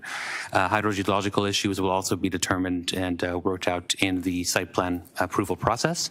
And with respect to wind, there's been actually multiple wind studies conducted on the site in multiple iterations in order to ensure that there are safe wind conditions, and we are continuing to work on those wind conditions through the site plan approval process. With respect to community benefits, the application will bring forward both a new public park, which was expanded from the original proposed 604 square meter size to 713 square meters through the addition of a portion of the CBC as in-kind contributions of 37% of the 4% CBC contribution would be provided as an additional parkland to expand a park at the front and to ensure that the loss of kind of private green space at the front of the building would not be a burden on existing tenants of the building. We've also added a number of three outdoor amenity areas on the site, which include both at the rear of the building, the existing building, on the side of the existing building, and between the two buildings, which will be shared between both new and existing tenants. We've been engaged with the tenants and surrounding community throughout the process, including providing tenant notices, a dedicated project email to allow for tenants to provide us with feedback. We participated in a city-led community consultation meeting, an additional tenant meeting that was led by the applicant, and gathered feedback from tenants through a tenant survey, and have made various revisions to the application through those through the feedback that we gathered. I'll just finish by stating that I want to thank the planners on this file, in particular Stefan Pasakira and Paul Johnson, for a collaborative process, and we want to confirm that we agree with and support the staff recommendations for approval. Thank you. I will start off. So again, just for staff to confirm that there's no steel beam being attached to the building. I'm not quite sure where Mr. Kai read this from, but just confirm that is the case. Sure, Stefan Pasakira, Community Planning. This is a infill development. It's a separate building being constructed on the site. It's not being constructed on top of the existing 24-story building. Okay. And so were this applicant to be contested by the city at the OLT, can we guarantee that the improvements in recommendation 11 would survive the appeal? In an appeal situation, elements of the project that have already been previously discussed are subject to being changed. There's no guarantee that it would sort of come out on the other side of the appeal as it's been established right now. So, right now we do have a list of sort of improvements to the existing building, and if there was an appeal, we wouldn't be able to fully speak to them. Okay. And also, too, in regards to the changes to the Planning Act from the province, and more specifically Bill 60, is Toronto, that area of the downtown core, is it not considered transit-oriented neighborhood?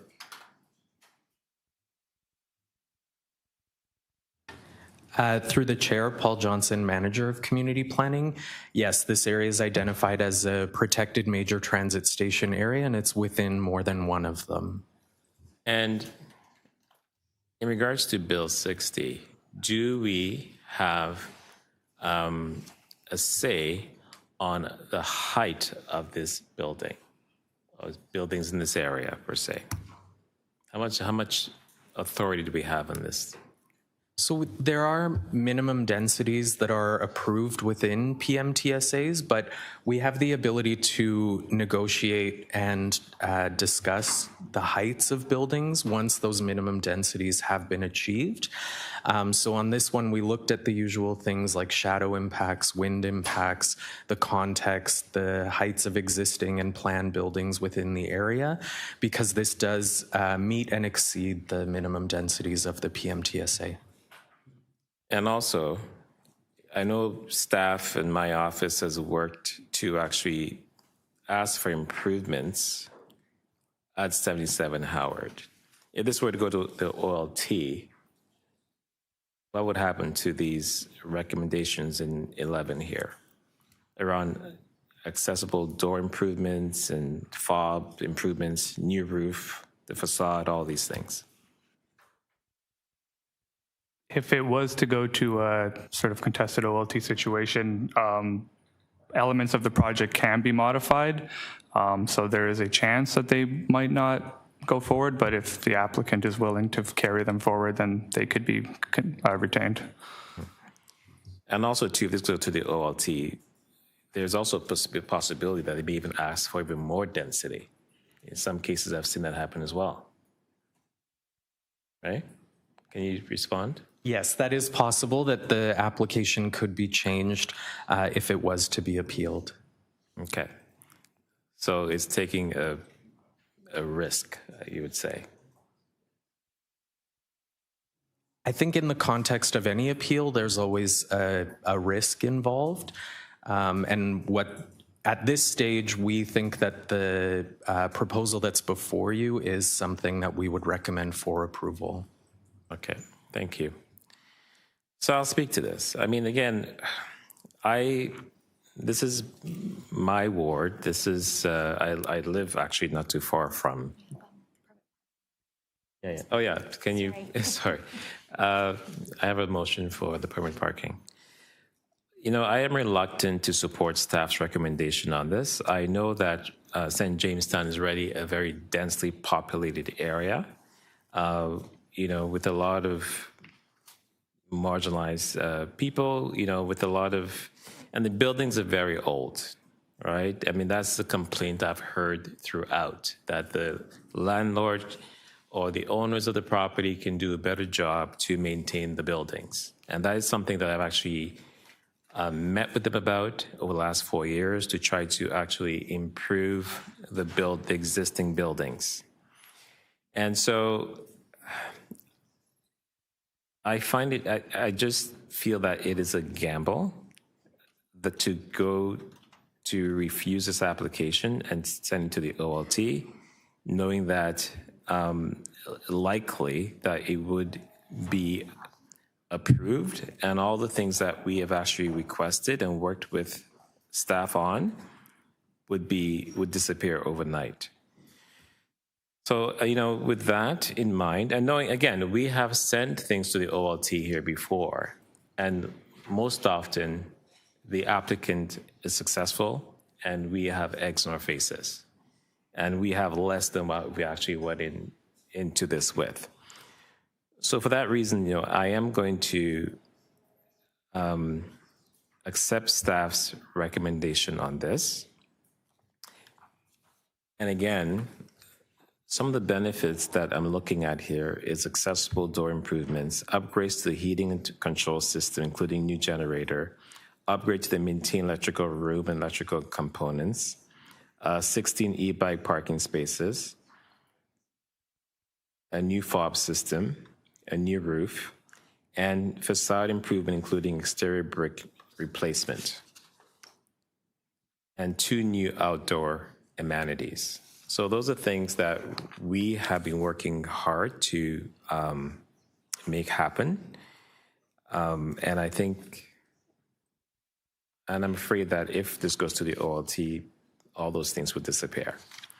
So for that reason, I'm going to support staff's recommendation on this. So all those in favor? The motion, opposed, carried. Item as amended. All in favor? Carried. The next item is CE 34.36, 30 to 34, and 38 to 40 Huntley Street, 112 to 124 Isabella Street, and portion of 1 Mount Pleasant official plan and zoning bylaw amendment. There are speakers on this item. 36. Lori Payne. Again, you're the applicant, so please be brief. Good afternoon. My name is Lori Payne, COO and EVP of Development for OGDC. OGDC is the applicant for the development proposed at Huntley and Isabella. I know your agenda is very full. My remarks will be very brief and happy to take questions. First, we support City staff's recommendations as set out in TE 34.36 and also the following item 34.37. The only other thing I'd like to say is that the approval process for this complex project has been exceptional, with a decision reached in just 6 months. Staff across all city divisions have reviewed our submission with the utmost professionalism and have been available to discuss ideas and help resolve issues. In particular, I would like to commend the hard work of Daniel Kolominski, our file planner. We would also like to thank our neighbors, local community members, and Councillor Moyse for their thoughtful and constructive feedback. We look forward to working with the city and the community in the next phases of work. Okay, thank you. I'm going to move staff's recs on this item. All those in favor? Opposed? Carried. Oh yeah, sorry. Permit parking. All those in favor of the amendment? Opposed? Carried. Item is amended. All in favor? Carried. TE 34.37, 30 to 34, and 38 to 40 Huntley Street, and 112 to 124 Isabella Street rental housing demolition application. I'm going to move staff's recs on this item. All those in favor? Opposed? Carried. TE 34.38, 30 to 32, and 38 to 40 Huntley Street, 122 to 124 Isabella Street, alterations to all attributes on designated heritage properties under Part 4, Section 33 of the Ontario Heritage Act, and authority to enter into a heritage easement agreement. I'm going to move staff's recs on this item. All those in favor? Opposed? Carried. TE 34.39, 90 to 94 Isabella Street, zoning bylaw amendment application, decision report. I'm going to move my amendment for parking permit. All those in favor? Opposed? Carried. Item is amended. All those in favor? Opposed? Carried. TE 34.40, 164 to 168 Isabella Street, official plan and zoning bylaw amendment application. There are speakers on here. Tom, Kai, 3 minutes, please. Hello again, Council. So I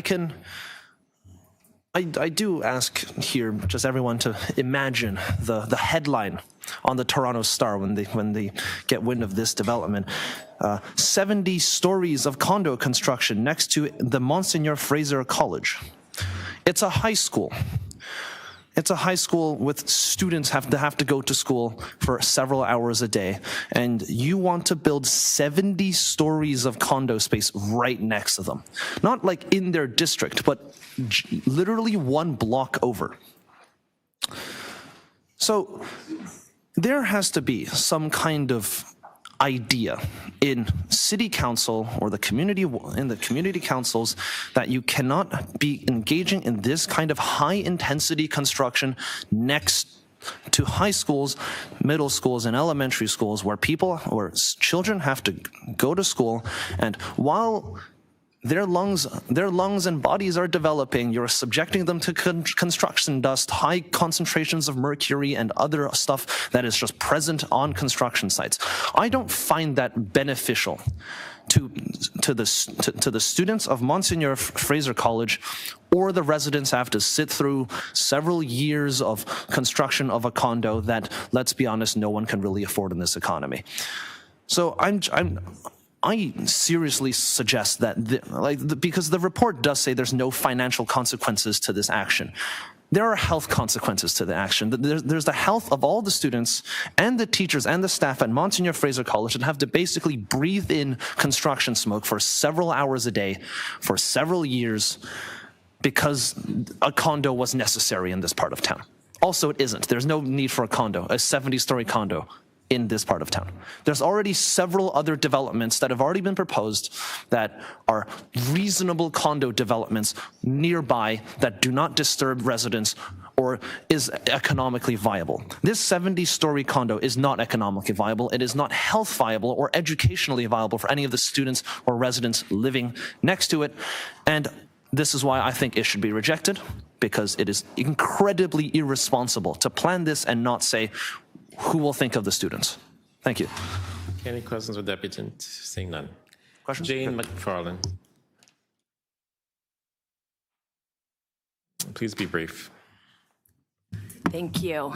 Good afternoon, Mr. Chair, members of committee. My name is Jane McFarland. I'm a planner, partner with Weston Consulting, representing the applicant for the OPA zoning bylaw amendment 164-168 Isabella Street.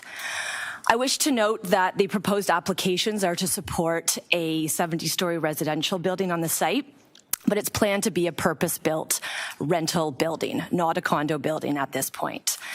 The proposed new building will also conserve the 2 existing heritage buildings on the property. In addition, we've held 2 tenant meetings with the existing tenants on the site in the last 6 months.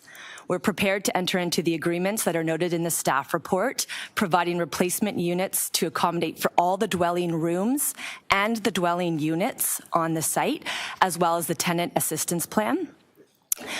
I wish to state that I agree with the recommendations of the staff report and the supplementary staff report to approve the applications for this building.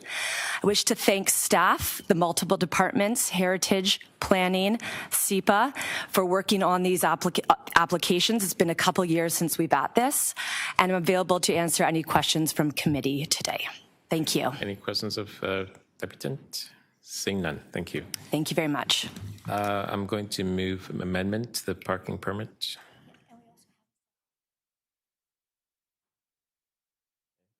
And there's a separate staff report as well. There's motion. All those in favor? Opposed? Carried. The staff report? Supplementary report. Is it? Are you going to? We're on number 40. Sorry. There we go. All those in favor, opposed, carried.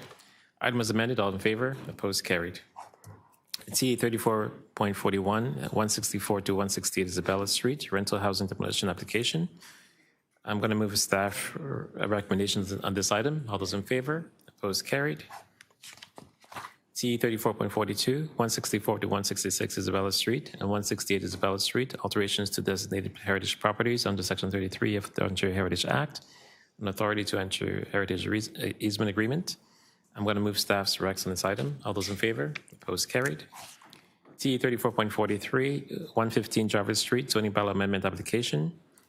There is a speaker on this item, Mona Al-Shariri. She has to be removed. Okay, wonderful. I have an amendment for parking, permit parking. All those in favor, opposed, item as amended, all in favor, opposed, carried. Thank you. T 33.44, 79 to 81 and 93 Ontario Street, zoning bylaw amendment application. We have speakers on this item. Arthur Grabowski. Are you here? Okay. Are you the applicant? Be brief. Thank you, Mr. Chair, members of committee and the public. My name is Arthur Grabowski. I'm a principal at the Planning Partnership. We are the planning consultants representing Colonia Truehand under a numbered company for the proposed 16-story purpose-built rental development at 93 Ontario Street. The site is located in walking distance to 2 Ontario Line stations. It will introduce 98 purpose-built rental units. I'll keep this brief and would just like to note that that we are available to answer any questions as they rise from the committee or the public. Thank you. Thank you. I have amendment for the parking permit. All those in favor, opposed, carried. Item is amended. All in favor, opposed, carried. TE 34.45, 64 to 66 with Wellesley Street East and 552 to 570 Church Street official plan and zoning bylaw amendment. We have one speaker, Gary Switzer. Are you here? Withdrew. Okay. I'm going to move the parking permit amendment. All those in favor, opposed, carried. Item is amended. All in favor, opposed, carried. T 34.46, 64 to 66, Wellesley Street East and 552 to 570 Church Street rental housing demolition application.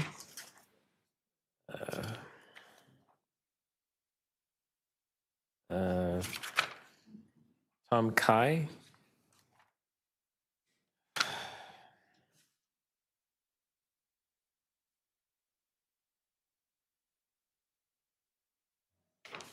So I came here a month ago to depute about the sneaky D's, and I brought up an analogy saying, "Hey, Councillor Moyes, if you're pedestrianizing Church Street, it'd really suck if they demolished everything on Church Street to build a condo there, right?" Well, now you're building a condo on Church Street, and I'm wondering if this plan is entirely, again, necessary at this point in time, especially considering the demolition of an incredibly not only historically relevant building on 64 Wellesley Street, which is the Wellesley Apartments, but also the very much important World Pride murals on 66 Wellesley Street. I am not entirely sure if there is a need for this condo building construction, especially considering that the pedestrianization of Church Street is very much in line with the Church Wellesley's neighborhood vibe of small business, local pubs, local eateries, a few shops here and there that sell various trinkets. And we are demolishing a lot of these to build condos. So I'm going to say this again a month later. What's the point of pedestrianizing Church Street if you're going to gradually demolish everything that makes Church Street and replace it with condos? So I don't think this condo is necessary. I don't think it is beneficial. And while there are no direct financial implications of demolishing demolishing the Wellesley Apartments and the small businesses, as given by the report, there are massive implications for the culture of Church Wellesley. There's massive implications for the Pride community, because the World Pride murals that were very much prized for Church Wellesley has now been demolished. It's not mentioned in the plan that they want to restore said murals, and I will talk about the murals in the 34.47, which is the heritage mention. But anyways, the implications of the demolishing of 66 and 64 Wellesley Street will mean that Church Wellesley, which is, I believe, the heart of Toronto's culture, will now be missing a piece that is very important. Because when you go to Church Wellesley, you get off Wellesley Station and you walk eastbound, and you see the beautiful murals, the beautiful World Pride murals that people so much associate with Church Wellesley. What will they see there instead? Another construction site, another demolishment, and another condo that has no bearing to the culture of Church Wellesley whatsoever. It's not necessary. Please reject it. Thank you. Mr. Kai, I do have a question for you. I know we go through these very quickly here at committee, but are you aware that for the last 3 to 4 years, we've had many public consultations on this particular application, among others, but if we're going to talk about this application, are you aware that we have been working with the neighborhood association, been very much involved in this application? Do you know the history of any of these applications that you're speaking to, but this one in particular? I know. So, from my understanding, well, firstly, when this was proposed, I was 16, so it would have been a bit difficult for me to depute amongst adults in the room, obviously. But my issue is not essentially with the history of this deputation. I've not been made available for all of these deputations, and I always thought that someone would come and depute this instead. And so, well, I brought it up with the Toronto Preservation Board to ask if specifically at the World Pride murals, if you want to build your condo, build your condo. It's kind of the direction the city is going at this point. But my question is mainly about the World Pride murals and how it seems that there has been no plan. If this has been a 4-year development, that is actually more concerning, because in none of these 4 years has there been any plan to even discuss the World Pride murals, other than we will take a picture of said murals and save it on a TIFF image. That is the extent of the attempts to preserve the World Pride murals for this report. Okay, thank you. That's my concern. Thank you. Thank you very much. I'll just speak quickly to this. Again, this has had extensive public consultation with the community. We've actually had about 3 iterations of the drawings as to how this should actually look. We've had the supports of the Church Wellesley Neighborhood Association, the BIA, and others. So again, this is not done arbitrarily by myself or the applicant. It's been done with consultation by others. Anyways, what item am I on? 46. I'm going to move staff's recs on this item. All those in favor? Opposed? Carried. T 34.47. 64 Wellesley Street East, alterations to a designated heritage property under Section 33 of the Ontario Heritage Act and authority to amend the heritage easement agreement. 47.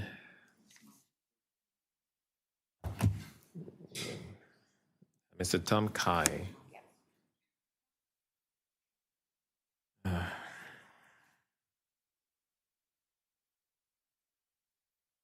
Hello, Council. I think I'll just continue where I left off. But this is mainly discussing the World Pride mural. A few weeks back, this exact site was deputed by the Toronto Preservation Board, where they invited people to go and depute, chaired by Julia Ratty, and we had a discussion about the importance of not just 64 Wellesley Street, because 64 Wellesley Street is the official recognized heritage site, because it is a World War II, pre-World War, interwar architecture style building. It's very important to the grander history of the region. But however, I brought up to the Toronto Preservation Board that there is more, that while the World Pride murals has not been officially given as an official heritage designation, because obviously the World Pride murals were actually quite recent. Nevertheless, it should be given enough recognition in the plan that the World Pride murals, which is very much important to the Pride community of Church Wellesley and Toronto Centre, that it should be preserved. So I brought it up to the committee, and one of the developers were also present. The developer, being present, said they are actually quite amenable to the idea of including the murals into their original design, but they cannot confirm it unless discussed with, their team. The Toronto Preservation Board thus has concluded that the Toronto Preservation Board has very much been very receptive to the idea of including the World Pride murals and their recreation on the new condo building. Because if you want to build your condo, build your condo. However, it goes to say that in the new report that has been given the amendment does not involve anything that actually will preserve the World Pride murals. Despite having the recommendations by the Toronto Preservation Board, despite the developers also being relatively amenable to the idea, there was no mention of anything that you are going to do to preserve the World Pride murals. Because right now on the report, it remains said that the World Pride murals, the only preservation of the World Pride murals will be a TIFF image, a TIFF file, on a computer somewhere, on a USB drive somewhere for future use. There's been no mention whatsoever of said recreation of World Pride that was made to be relatively amenable by the Toronto Preservation Board. So I understand if this council has a very much a platform to develop more condos in regions, fine, go for it. But the World Pride murals is not something that is not going to get massively overridden by the Ontario Land Tribunal. And thus, this specific deputation, I am specifically asking that the City Council recommend to the developer and include it in the bylaw that they must recreate the World Pride murals and include it in part of the design and the facade. Because the Toronto Preservation Board, they liked it. The developer representing them, they liked it too. So please, listen to the committees that report to this Community Council and include the World Pride murals onto the facade, because that's what makes the entrance of Church Wellesley so great. Thank you. Thank you. All right. I'm going to move staff's recs on this item. All those in favor? Opposed? Carried. Thank you. T 34.48, 237, 249, and 251 to 253 Victoria Street, Visual Plan Amendment Application. Michael Bissett, you withdrew. Okay. I'm going to move staff's recs on this item. All those in favor? Opposed? Carried. T 34.49, 65 Uquin Street, zoning bylaw amendment. Councilor Fletcher? Where's Councilor Fletcher? Okay, I will hold this item for her. T 34.50, 34 to 50 Southport Street, Visual Plan and Zoning Bylaw Amendment Application. We have a number of deputants on this item. First up is Darius Engineer. Okay.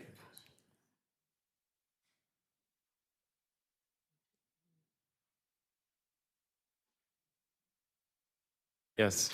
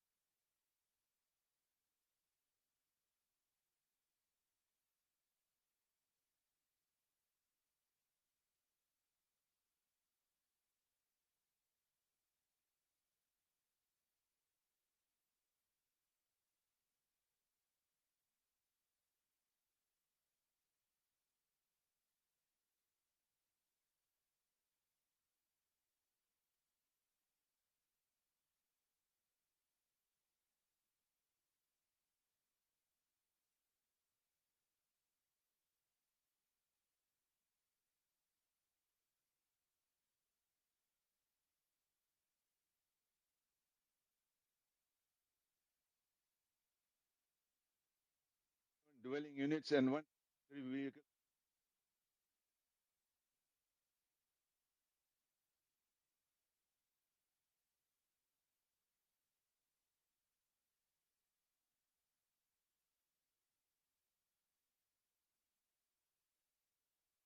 Thank you, sir.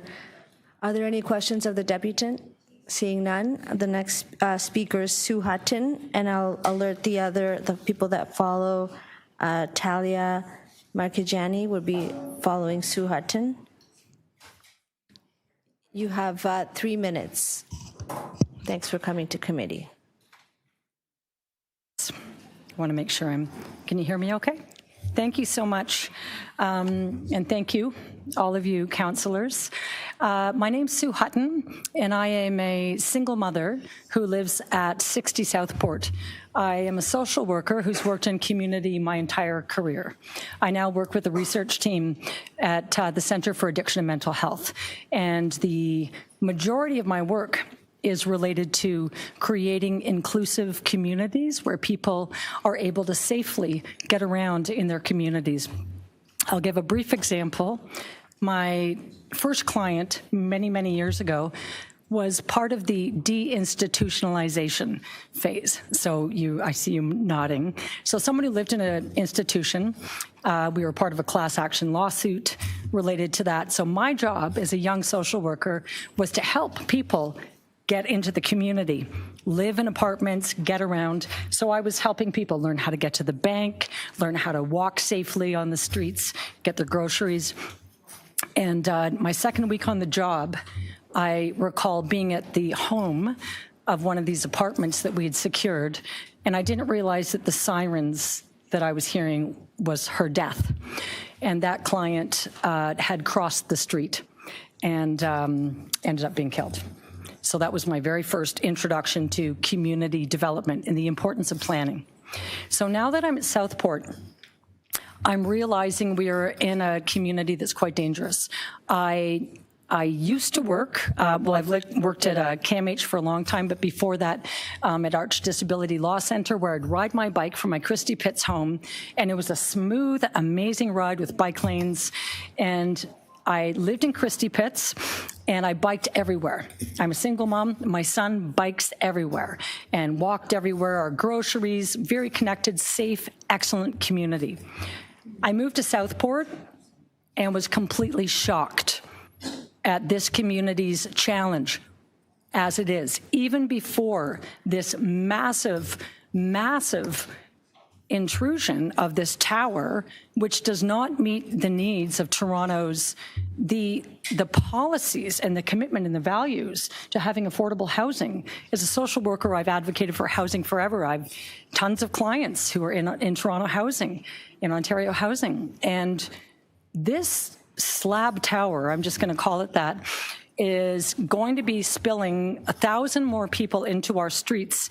And I have not been safe to actually cycle around the way I used to. I work at Center for Addiction and Mental Health 10 straight seconds. down. Thank you. I want to say the vision for the future that the City of Toronto advocates for, Vision Zero, and the official plan. I think that all of you, and I've read so much about the incredible councillors, I know you uphold this. Please don't approve this. Please allow safety and infrastructure to be built first. Thank you. Thank you. Are there any questions? Seeing none. I'd like to remind members of the audience that however you feel about things, there's no applauding, but you can do jazz hands. Welcome to committee, Talia Marchigiani, and then after that is Sabrina Bataglin. You have 3 minutes. Welcome to committee. Good afternoon, Chair and members of Council.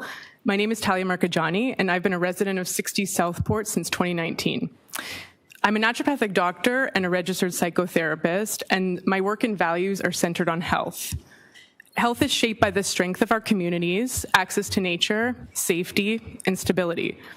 We know these conditions improve mental and physical health, they strengthen child development, and they help people live longer and healthier lives. Toronto's official plan recognizes this. It emphasizes walkability, parks in the public realm, complete communities, and a sense of place. Southport Street is a 2-lane local road without so much as a crosswalk.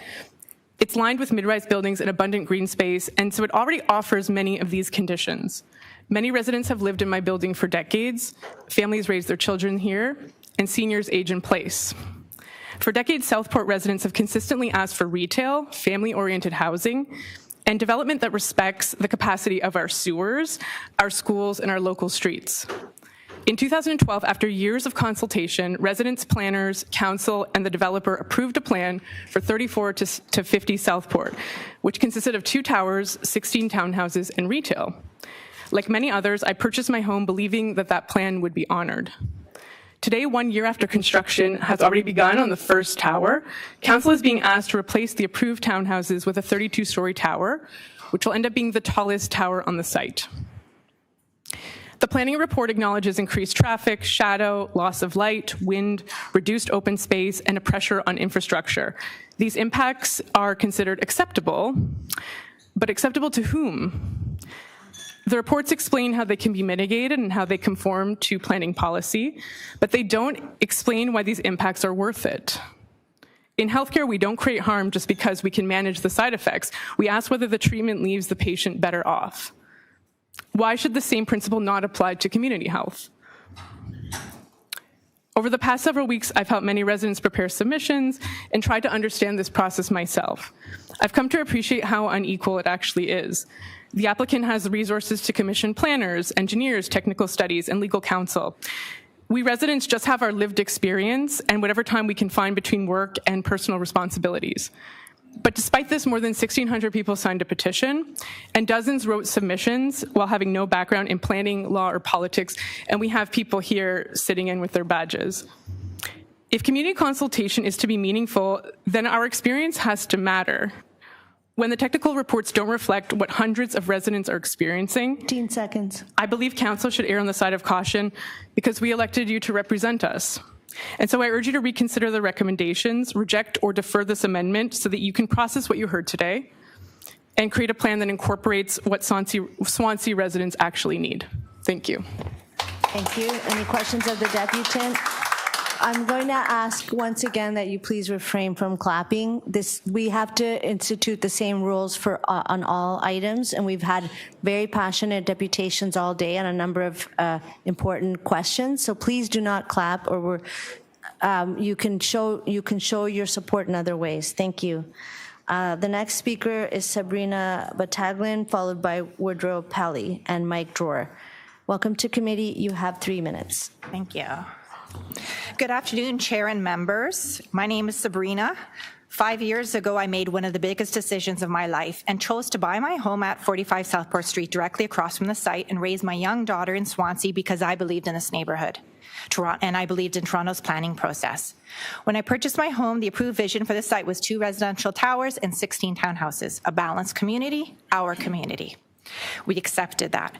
Today, I'm asking you to uphold the planning principles and the public trust that led to the approval. Planning decisions don't just shape buildings, they shape communities. Residents should be able to trust the approval plans won't later become something fundamentally different without a compelling public planning reason. I'm not here because I oppose housing. Toronto needs housing and growth. But good planning is measured by not how much density can fit in a site, but whether the final community is better than the one that was approved. You're deciding whether replacing the approved community with a substantially larger one creates a better planning outcome. This is not a minor amendment. Many residents, myself included, made important life decisions based on the approved vision for the site and to build their lives here. It replaces 16 approved townhouses, the tallest building on the street rising about the length of a football field standing upright is proposed. It also relies on shared parking, servicing, and access shaped through multiple approvals. This isn't a refinement of the approval plan, it's a different community altogether. I respectfully ask, what planning objective is improved by replacing 16 approved family-oriented townhouses with a 32-story tower? If the application had originally posted 3 towers, would it have been approved? Since March, I volunteered hundreds of hours helping residents understand this proposal and participate in a planning process through community meetings, Facebook group, and neighborhood outreach. Our community petition has 1,600 signatures. While a petition isn't a planning argument on its own, it reflects the breadth of the community concern this proposal has generated.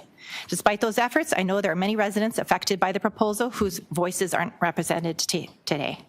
The message was consistent. They support the community that had already been approved. The plans. The city's own report acknowledged the sanitary sewer capacity has not yet been confirmed. And as a parent, I respectfully ask, why should council approve a significant increase in density before confirming the infrastructure needed to support it? Planning staff has requested less surface parking, more landscaping, but the applicant, advised those changes were no longer feasible because portions of the underground structure had already been built. Should previous construction decisions determine today's planning outcome? They have emphasized the importance of creating complete family-friendly community. However, removing townhomes that are suited to families and replacing it is not necessarily family-friendly. Seconds. As well as the fact that there is no affordable housing, considering the high market pricing and cost per square footage for this build. So I'm asking you, this is not about growth, it's about the balanced community that was approved, and we would like you to have a better planning outcome. 2 towers, 16 townhouses, a balanced community, what we already proposed and approved.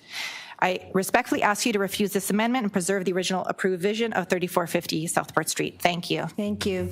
The next speaker is Woodrow Pelly, followed by Mike Drawer and Shaliza Rajan. Welcome to committee, sir. You have 3 minutes. Hello, my name is Woodrow Pelly. Can you hear me? Thank you. I live at 20 Southport Street, next door to the proposed 32-story Building C. Building C must not be built. You have already approved 2 towers, Building A and Building B, 26 stories and 29 stories, 16 townhouses, and 10,000 square feet of retail space. This is quite enough development for Little Southport Street. Building C is a menace waiting to happen. Almost 65% of the proposed Building C units start at 450 square feet, not suitable for families. There is limited public transit for Southport. There are no retail, health, or community services. The only park space is a small patch of public land with no recreation facilities at the north end of Southport Street. Southport is a quiet street that is home to many elderly people. More young families have moved into the area, especially for the two-bedroom apartments. We do not even have a crosswalk so children can safely cross the street to go to school. With Building C, there will be approximately 2,000 more people living on Southport. They are in addition to the 2,000 or so people who will live in Buildings A and B. In total, we can expect upwards to 4,000 people more on our little Southport Street. And let's not overlook that many of these 4,000 people will own cars and have pets. That's a lot of additional space for one little street. Also, two official city documents about the density at Southport seem to be contradictory. The Swansea Secondary Plan, which came out this June, says 34 to 50 Southport Street can have a maximum building floor space of 4 times the lot area. Presumably, there was a logical reason for that. Now let's look at the recommendation from our ward's Community Planning Department. The approval of the proposed tower results in an overall site density of 9.93 times the area of the site. In other words, the director says it's okay to build a condo with floor space almost 10 times the lot size, even though the official plan says otherwise. So let's look at some numbers. 15 seconds. Building C is 10 times the size of the land it's perched on.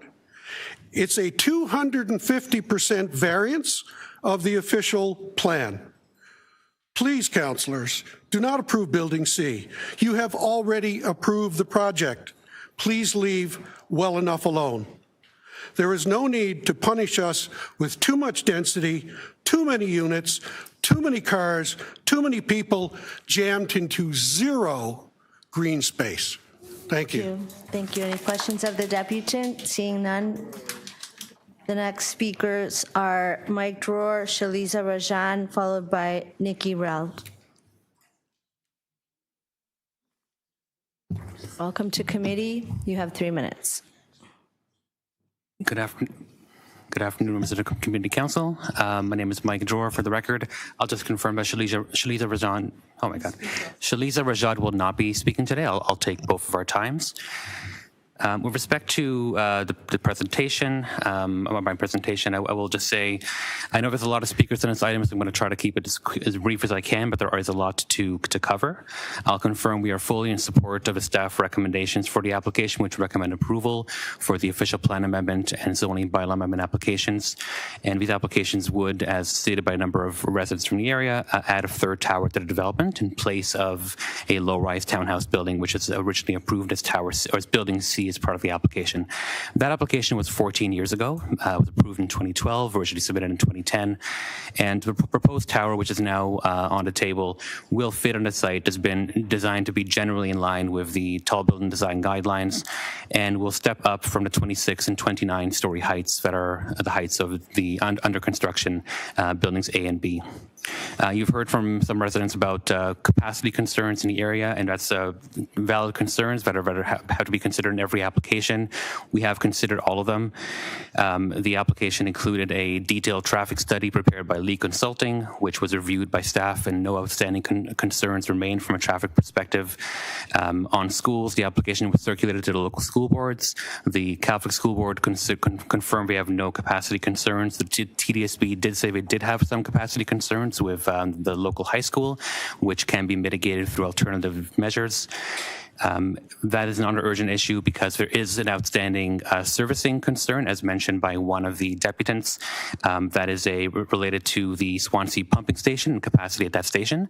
And to deal with that capacity issue, we are proposing, and our staff have proposed, and we are accepting of a holding provision that would require the city to undertake work related to that pumping station to ensure that there is sufficient capacity prior to the application being able to be brought forward and to actually utilize the zoning permissions that are being hopefully approved today. Finally, I know that there's been some concerns in the past about structural damage from construction.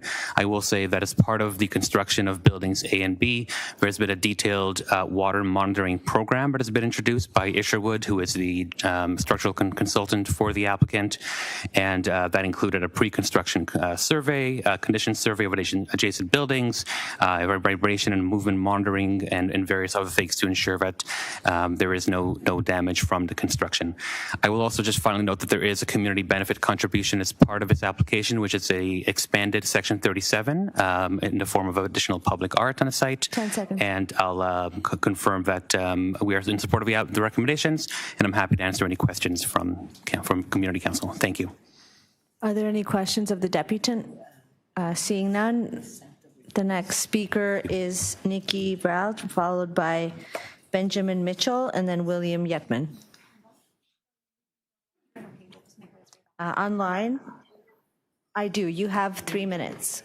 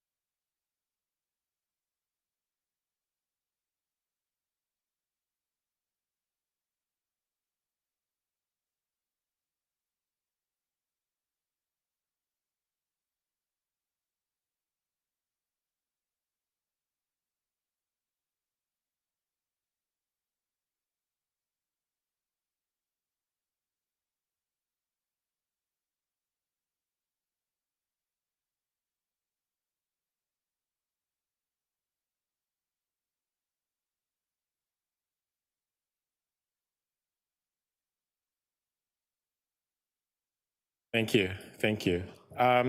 We need to pause for a second because people on YouTube cannot hear. So can you let us know when this problem has been resolved? There's no volume on YouTube. And we need to be as transparent as possible. And thank you, Councilor Bravo, for holding the fort. Appreciate it.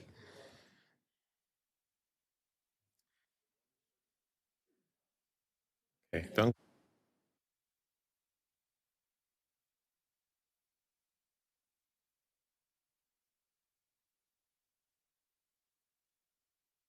Okay, we're back on. Okay.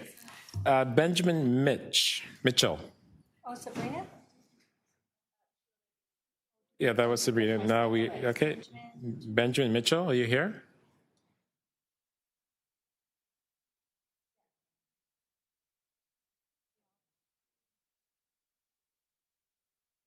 Yes, we have you. But next is Benjamin Mitchell. Okay, no Benjamin. William Yetman. That's me. Thank you very much for the opportunity, Council and Chair, to address you. I live at 60 Southport Street and am one of the directors on the condo board. I speak for myself today, not for the board, but there are some concerns that overlap with the interest of 60 Southport. We are the building most affected by this proposed amendment, being right next door. I moved in 2012 with my 3-year-old daughter to a great neighborhood. I remember the vacant lot next door and understood it was going to be redeveloped with housing and retail. I thought by the time my daughter was in high school, maybe she could get a part-time job there. She'll be graduating high school next year. So far, there is a foundation next door. This is to illustrate what our neighbor at 34 has already prioritized. This has been a vacant lot for 20 years in the name of seeking profit. This proposal in 2012, mentioned earlier, was bitterly opposed by our neighborhood, fought all the way up to the OMB. The density in the Swansea secondary plan was set at a maximum of 4 times the lot area. The proposed amendment is arbitrarily crossing that out and changing it to 6 or more. For what reason? I've seen an email sent on behalf of Councillor Perks to concerned members of our community saying he's not a planning expert, and I admit neither am I. So that means we have to trust the planning experts. However, there are some inaccuracies in the work by the planning experts. In the report for action, if you look at attachment 10, that is labeled looking east, but it's actually looking west. You can see the Humber River behind the proposed tower. Attachment 11 is labeled looking west, but it's actually east. You can see Grenadier Pond.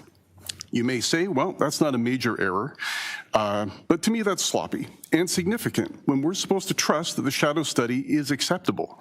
If a reviewer isn't clear which way east or west is in relation to our building or what direction the sun is shining from, then I don't find their assertions very credible.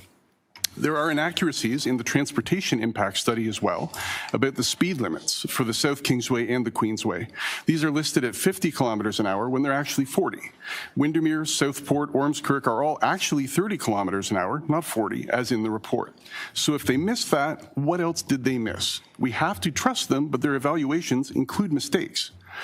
The shadow study is concerning, as the south side of 60 Southport is going to be shadowed already by the buildings approved at 34. The new proposal takes what little area was not shadowed during the day for most of the year and puts the south of the building into shadow at least 4 hours or more when you look at the shadow study on March 21st. Those are already short days. I'll skip further down and say, would this project get built at Bloor and Jane? No, it's unacceptable there. Why is it here? I'm not against development. People do need good housing, but this proposal is not good housing. It makes housing that's already there demonstrably worse to live in. If townhomes aren't profitable enough, then perhaps a smaller tower. Okay, thank you for your time. Any questions for the Deputy? Saying none. Thank you. And thank you for the jazz hands. I appreciate it. Thank you. Tammy Zamudio. Tammy Zamudio. There we go. 3 minutes. Yeah, turning green. Can you hear me now? There we go. Thank you. Yeah. So thank you so much. Thank you for your time. I'm a resident for 60 Southport. I've been living there for 4 years. And I just want to emphasize that you have already received you have here all the list of facts demonstrating how approval of this third tower affects our community. And I think the big issue is the proposed density. So the developer is trying to fit too much into a small piece of Can you hear me? The developer is trying to fit too much into a small piece of land, and that will create many of all these problems that we are raised.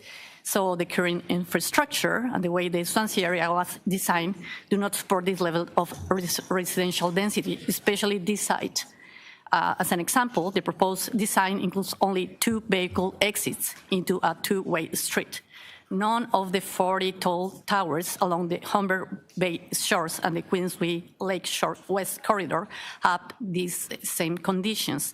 They have at least 2 exits connecting to 2 different streets or avenues, and then they have still experienced traffic issues. The traffic study does not fully consider the impact of all these 3 buildings together with the surroundings development. It does not explain how much high volume of these vehicles could be safely evacuated in a case of emergency, and then with all the rest of the neighborhood. The site's characteristics do not support safe and efficient traffic flow. We raised these concerns months ago, yet the study was approved without addressing them or providing any clear answers. So my question is very simple. Why, despite the evidence and the concerns repeatedly raised by our community, does the application continue to move forward? And why we have not received clear evidence based on answers to the concerns we have raised? So, we support new housing and thoughtful intensification. However, we oppose this application because it goes beyond the community plan that was previously approved for this site. And we believe it will be have a negative long-term impact in our neighborhood. So we are here just to please ask you for your support. The residents who live in this area will have the consequence every day. The developer is just only a temporary stakeholder who will just leave when the project ends, while our community will be left with all these long-term consequences. So please help us. You are the only one that can help us. We are just a bunch of people trying to be heard. So thank you for your time. Thank you. Any questions of the deputy? Seeing none. Roy Donaldson? Online.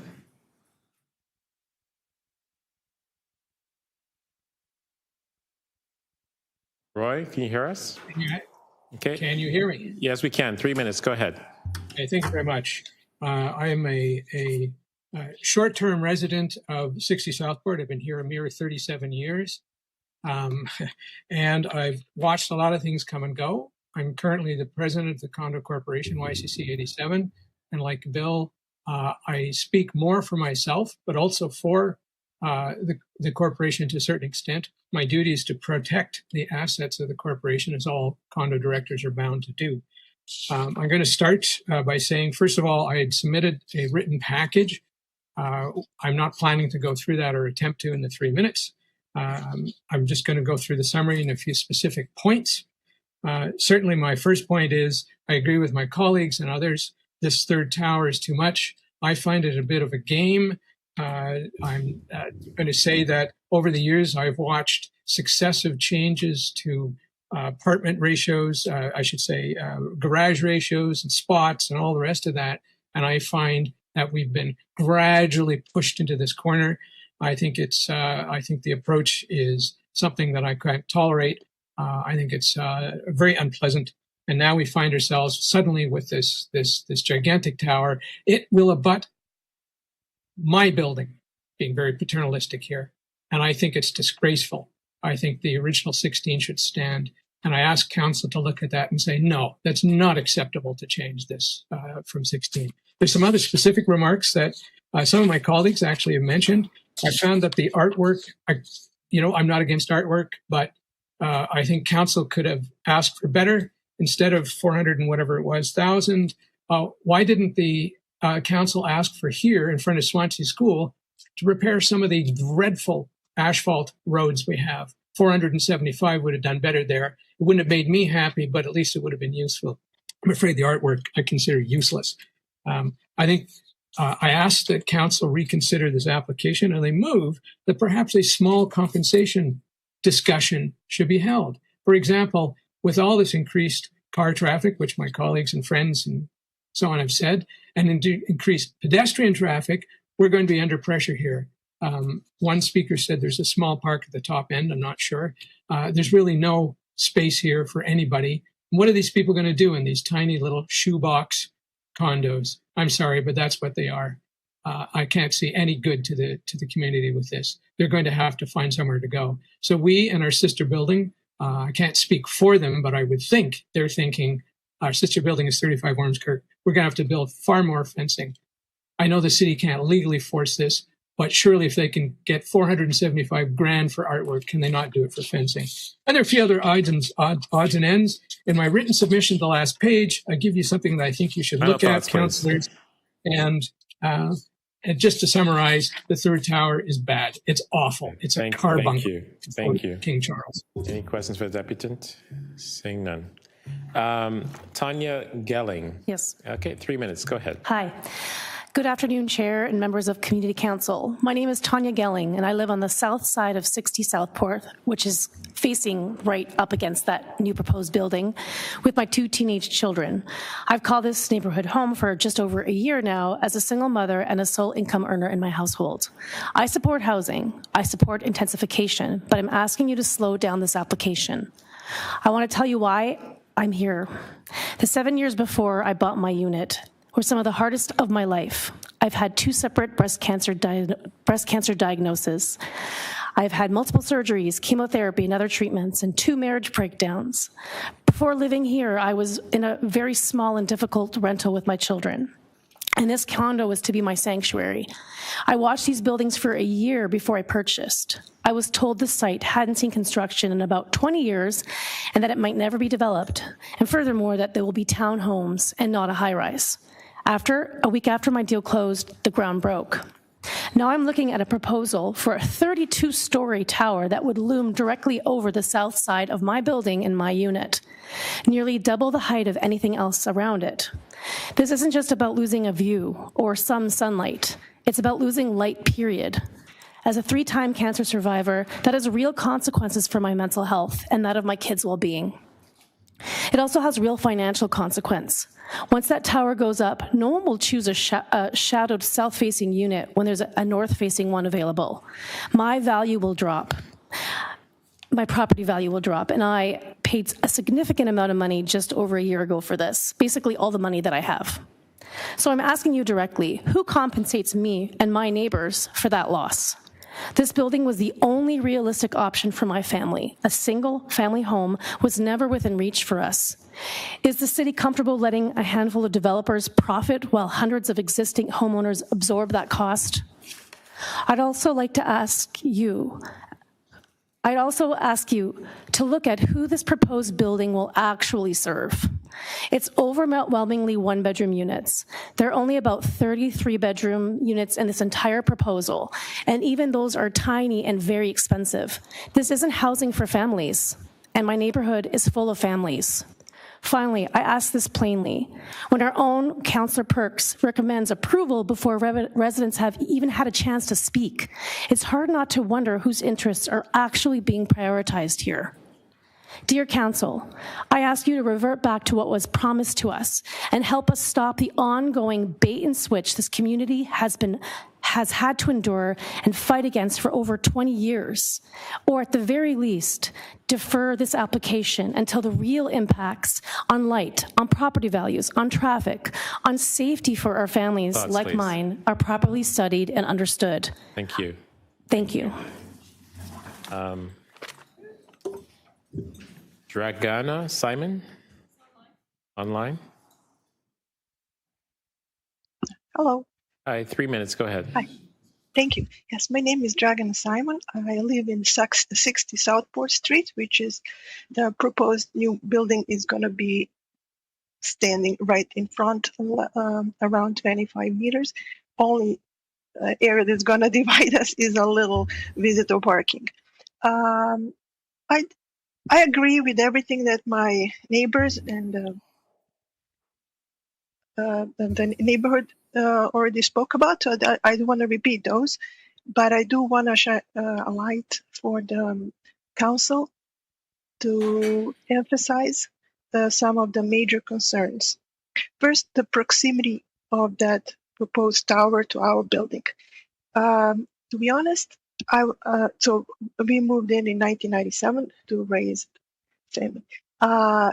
When the plaza that was before was closed with signs that going to be redevelopment, and that was back in 2004. It never happened until a year ago. So it took more than 20 years for these things to happen. Why?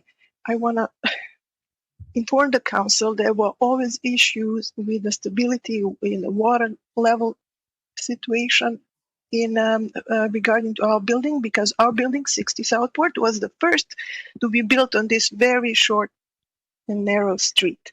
Our street is around 100 meters, almost like a soccer field, less long.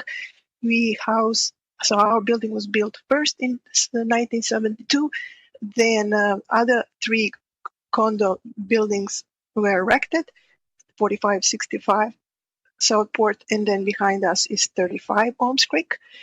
And then Swansea Village, which are only 6 to 8 story high, and all these already affected our stabilities. And now proposing and building this two, and now proposing third one is going to be tremendous. So see how the planner or investor spoke 3 or 4 spots before me, how they already have things monitoring. None of the, I watched throughout the entire council meeting today, none of the proposed buildings are mentioning that we're going to be doing stability checks and water levels. But see how in this case they mentioned that they're monitoring that. That's because they know there are problems and they're monitoring. So what if problems do arise? Would they close and conceal the constructions? Who's going to pick up the damages? What if damage occurs and they're not able to continue? So these are all the concerns that we have. Okay, Safety, community feel. Thank you. Thank you very much. Thank you. Any questions for Deputant? Seeing none. Adam Shalabi. Yes, good afternoon, everyone. I want to begin by saying that I'm not opposed to development, nor am I opposed to density, but density should not be measured only by the number of homes we build. It should be measured by the quality of the life we create for the people who live there. The City of Toronto's official plan speaks repeatedly about creating complete communities, communities where residents can meet their daily needs within walking distance, where housing is supported by services and transportation. Those principles have been guiding planning policy for years. My concern is that this site has gradually moved away from that vision.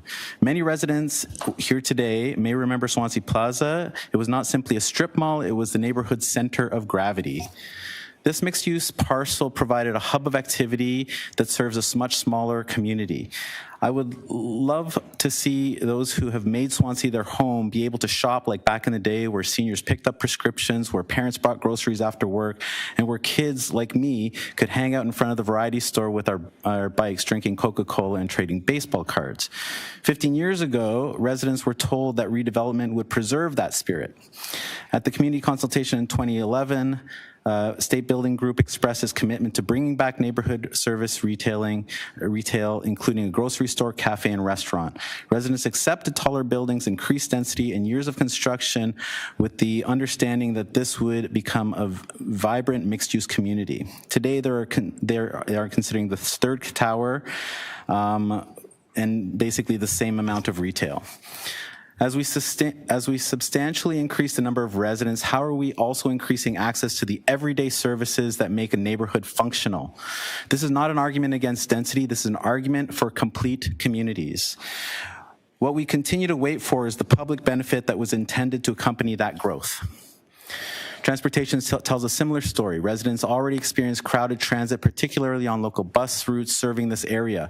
While transportation studies assess road capacity in intersections, they cannot fully capture the lived experience of residents who depend on public transit every day.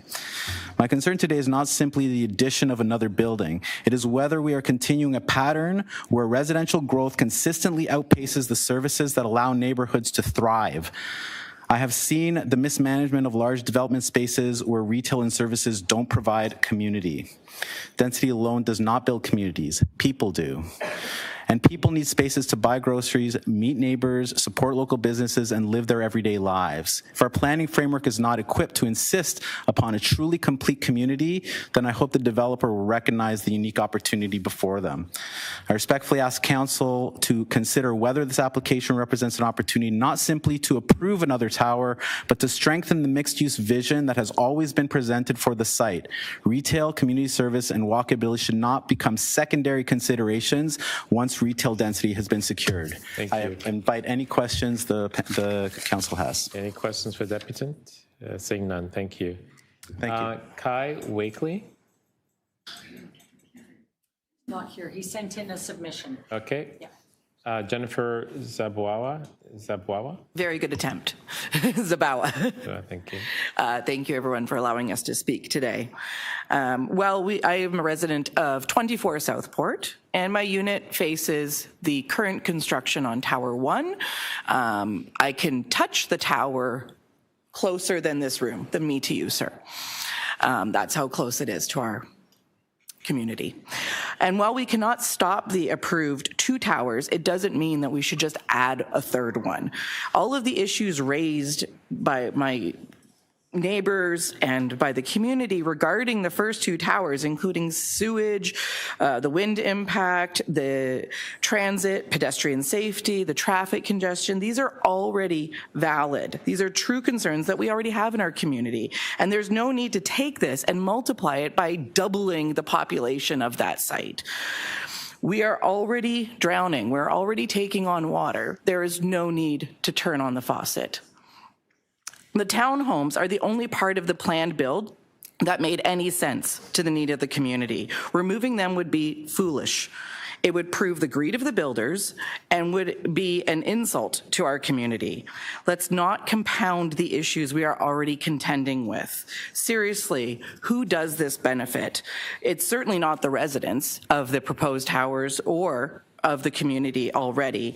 Selling the serenity and community vibes in their brochures and then doubling the volume of residents seems completely like a bait and switch. It's snake oil sales tactics and it shouldn't be happening. We need appropriately valued housing for expanding families. Anyone who will pay more than $500,000 for 300 square feet doesn't want to live in Swansea. They want to live next to the Rogers Centre. They want to live downtown. They're selling downtown living in a suburban environment.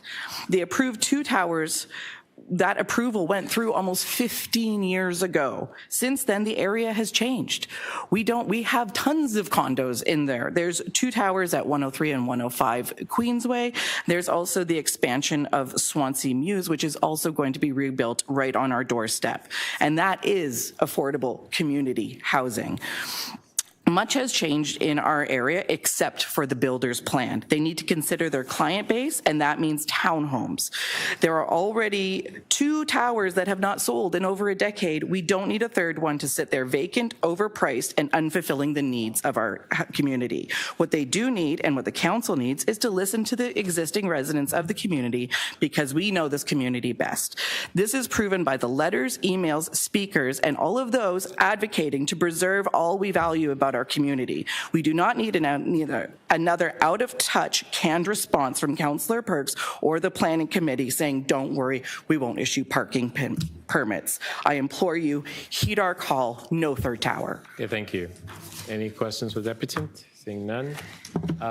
Adele Bonus. Adele Bonus. Going once, going twice, going 3rd time. Veronica Nguyen.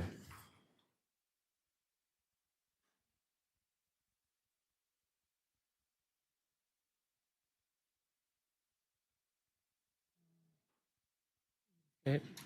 3 minutes. Make sure it's green. The light is green. Okay, thanks. Okay. Good evening, nearly. Yes. My name is Veronica Wynne, and I'm president of the Swansea Area Ratepayers Association, but I am also a very long-time resident of 35 Ormskirk Avenue, and of those 44 years or 45 years that I've lived there, I have served as about maybe 35 of them on the board of directors. So I know what condos do, and I know what this city does, or should do. Anyway,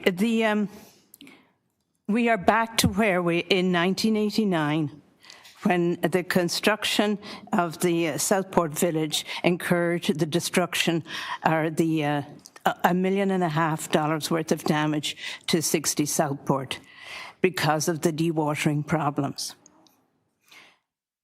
We are still incurring the dewatering problems.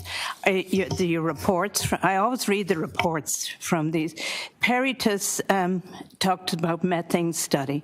The methane study says further structural agitation beyond the levels of 2021, that's when his study ended, will disturb the methane gas and will not be covered by the direction of this study.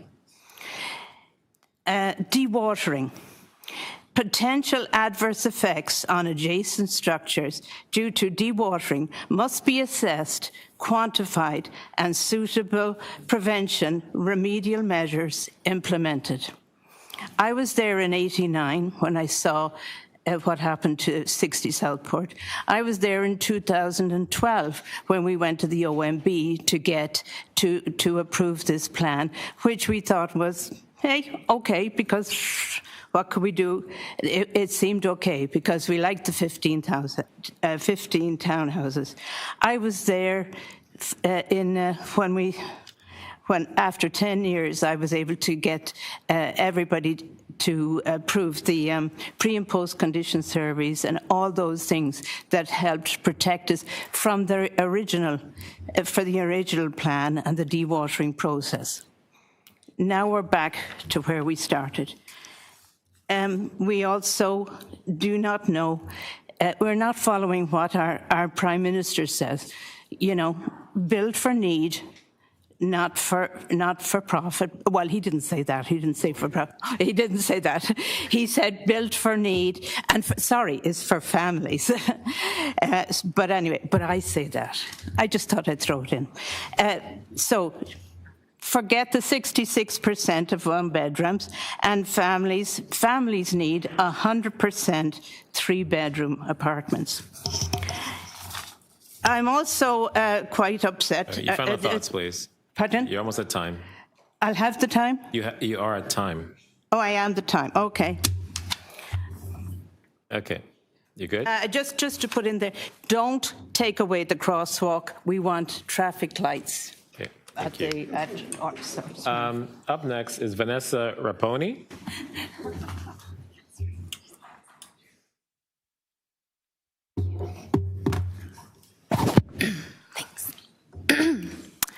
My name is Vanessa Raponi, and as a resident of Ward 4, Parkdale High Park, I am deputing today to encourage the committee to scrutinize this application critically.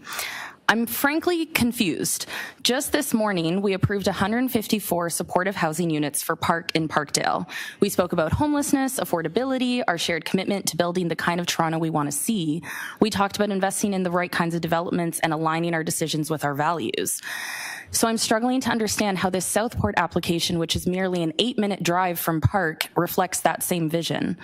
This 32-story condominium development is seemingly exclusively catering to a luxury crowd, with a $500,000 public art investment attempting to offset the inclusion of any affordable units in the 397 new units being developed. Yes, $475,000 sounds like a lot of money, but a single 2-bed unit will be sold over $800,000. This feels like an insufficient compromise. The proposed condo amenities include a pet spa and a sports lounge. Meanwhile, residents have been advocating for basic neighborhood needs, better retail access, better transit connections, and safer cycling infrastructure.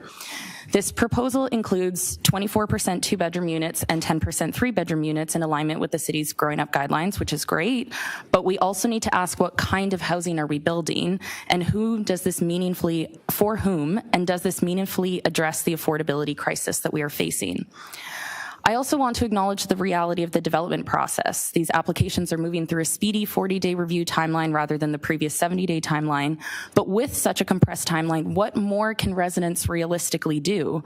When is the moment that the public has a meaningful opportunity to influence the outcome of a major development? The residents of Swansea have organized. They showed up in February at the consultation. They gathered a petition with 1,648 signatures, submitted more than 94 letters, and there are over 24 residents here today with printed badges and everything. Many of them have been collaborating as a group on the wording of their deputations because almost for all of them, this is their first time deputing at committee. What is the point of the hours and hours of their work in organizing if the decision has been made to dismiss their concerns before they've even spoken today?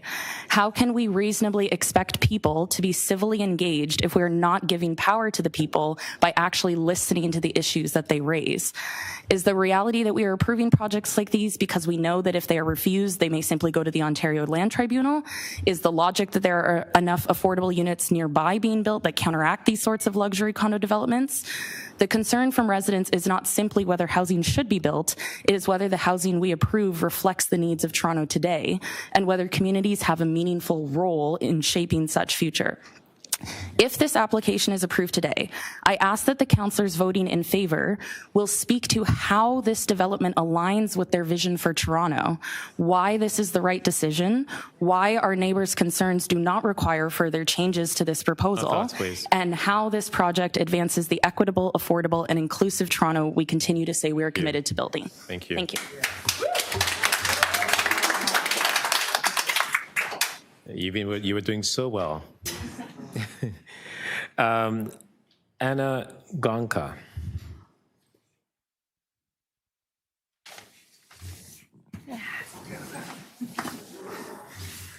3 minutes.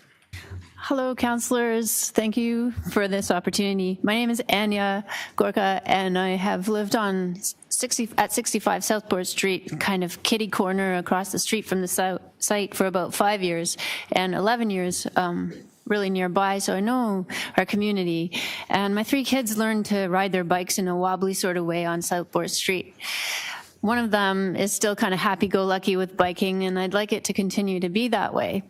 As we listen today to the deputation, and I'm glad it was highlighted that it's looking like 24 out of 25 deputations were kind of against, which speaks volumes to the fact that we've never been properly surveyed about what's needed in the community.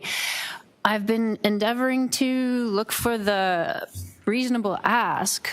Of course, I do think Building C is too much and that we can wait till November for renegotiation here. That would be the best here because it's too destructive to the community to create such a surge of density, especially given the recommendations which seek to remove long-term parking places. And it's Vision Zero I'd like to protect today. When you are taking $1,100 or for the long-term spaces or $552 to remove bicycle parking for cars, then we know that what's being induced is car-based living. So the ask would be maybe, if you can't just postpone this to November, to make that expanded Section 37 fund, $475,000, more of a safe streets fund or a mixture of both, because we know that plop art is for the developer, and we have so much of it already. At the gateway to our community, there's a bronze sculpture for whatever was destroyed, a coyote or a canoe in vice grips. And it takes a lot of space, and children won't really play on it because their parents are dragging them across the street at one of the busiest intersections in Swansea. So that's at 15 Windermere, just paces from where we live, and across the street from there at the next condos. So rather than having more plop art on the street, maybe we could have traffic calming Islands, bioswales, which would help with stormwater. And we're facing a hang time of 12 days from Billy Bishop Airport expansion, and we always get combined sewer, stormwater in the lake nearby at the Humber River. We're very close to Lake Ontario is the site placement. So could we on the fly workshop an adjustment to one of the recommendations, at least at this point? If you must for some reason include building C, which please do postpone it. Thanks everybody. Thank you. Any questions of deputant? Seeing none. Ryan Tayale. 3 minutes. Hello? Yes. Okay. The green light on? Yes. Okay. Can you hear me? Yep. Splendid. Hello, I am Ryan Tawele and I live in 60 Southport Street. And I'm here to discuss the strain on Southport Street as it is. Every single day that I have to go to school, I'm either fighting for a spot on the bus, and if I don't get it, I'm running to school, or waiting on the bus that ends up showing up 15 minutes later than when the school should start, or I'm driving with a friend of mine and I'm sitting in traffic. And this is without the extra 400 units. When my father fractured his hip, he had to wait 18 hours for an ambulance. 18 hours. He had to sit there in agonizing pain, waiting for an ambulance to show up to take him to the hospital. Is that what should be happening? So I would like to say, is there really a reason to be having such strain on such a small 2-lane street when, and if that's the problem, why would we want to have more units? Should we not be figuring out the problems we already have before tacking more onto the issues? And there's also I know people have discussed this, but safety. Every day I have to run across a street. It is a 2-lane street, but there are a lot of traffic, as I've mentioned. I have to run across and hope I don't get hit by a car when I want to go to school. I have to, time. This shouldn't be happening. We can't even have traffic lights or a crosswalk or a crossing guard or anything. So please, Council, I urge you to think, will adding 400 more units in a massive development that was never called for help the problem, or will it just make it worse? Thank you. Ryan. Jazz hands only, please. Slobodan Kozovalik. 3 minutes, please. Can you hear me? Yes. My name is Slobodan Kosovalic. I live in 35 Ormskirk Avenue for 26 years.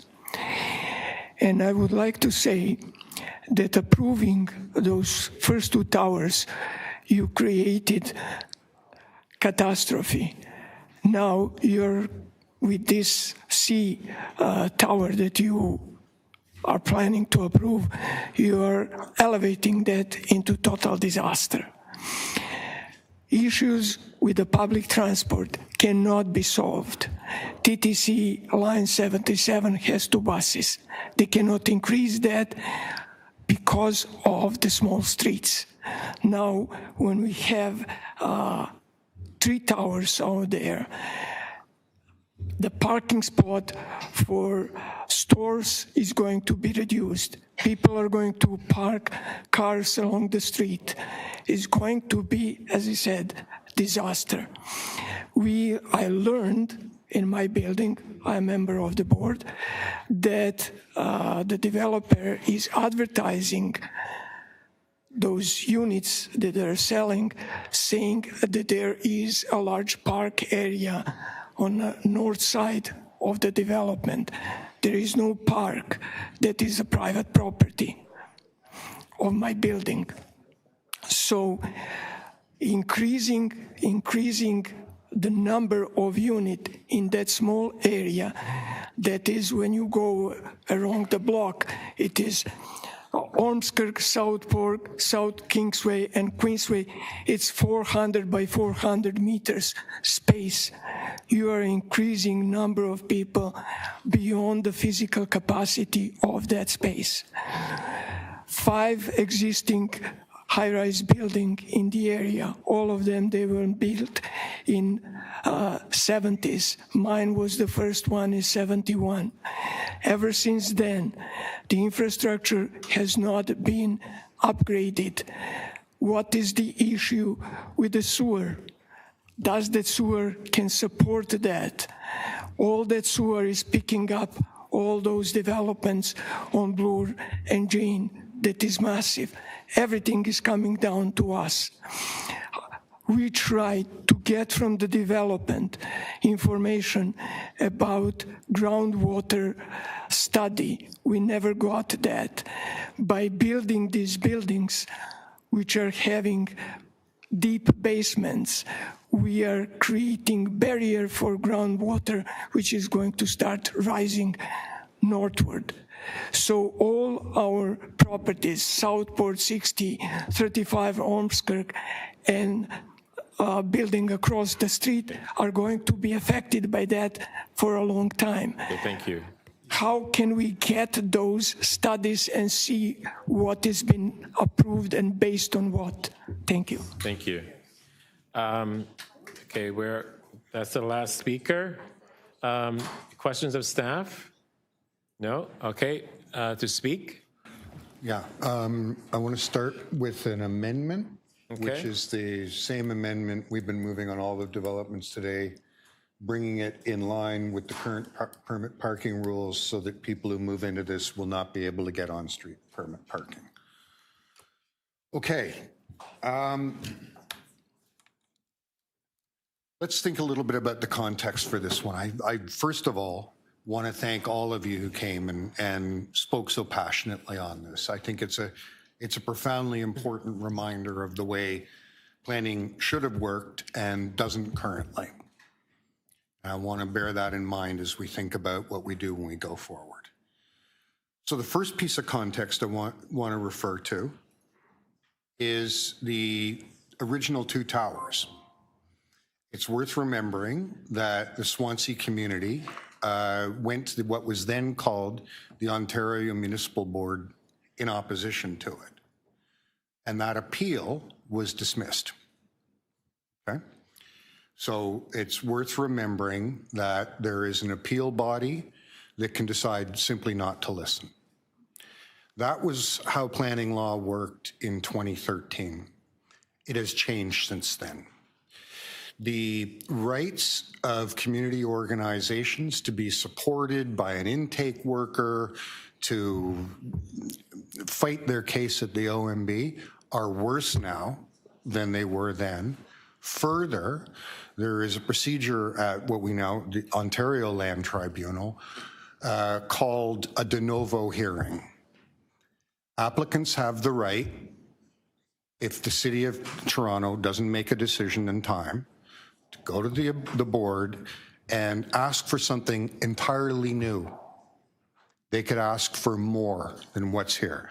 And if you've seen the behavior of this particular landowner over the years, incrementally asking for more is a pattern. So by this council voting it down, we set up a circumstance where they just go to the tribunal and they have the right to ask for still more. That's a piece of context. A second piece of context, and again, this speaks to changes that the current provincial government has made in planning law. One of the later deputants, Veronica, who I've worked with on a number of applications over the years, and the Swansea ratepayers. We had one, you mentioned it, 103, 105, the Queensway, at Queensway and Windermere.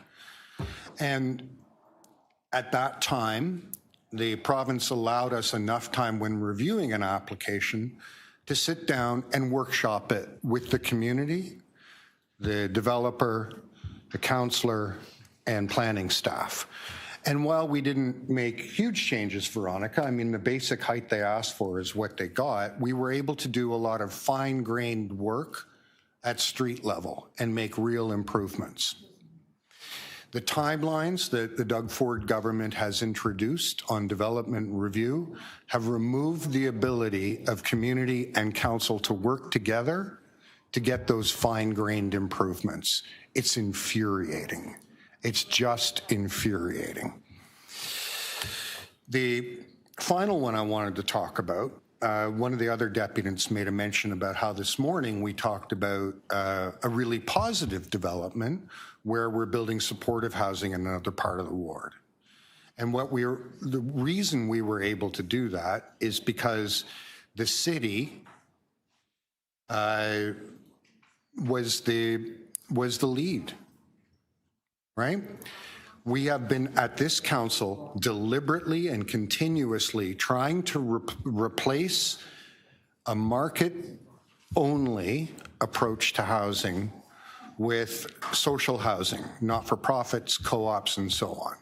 But we haven't been able to put the brakes on the speculative investors or the legislation that the province has put in place to give them pretty much free rein to do what they want and to disempower you and disempower us. And the consequence that hurts the most about this is when I started doing this work, community and city council were allies working together to get real public interest solutions when development came in. But the current provincial government has stripped us of every tool, and it now holds a big stick over our heads, where if we don't follow the planning rules that the province has imposed on us, the developer takes us to the tribunal and makes the development worse.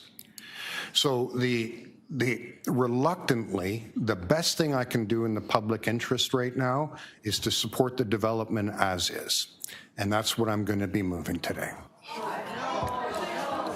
Chris? Okay. You want to move moving staff's recs? All those in favor? Opposed? Carried. T 34.5. Okay. Next item, please. T 34.51, 1439 Bloor. Sir, if you want to speak to the councillor, make an appointment. He can talk to you further about it. See, we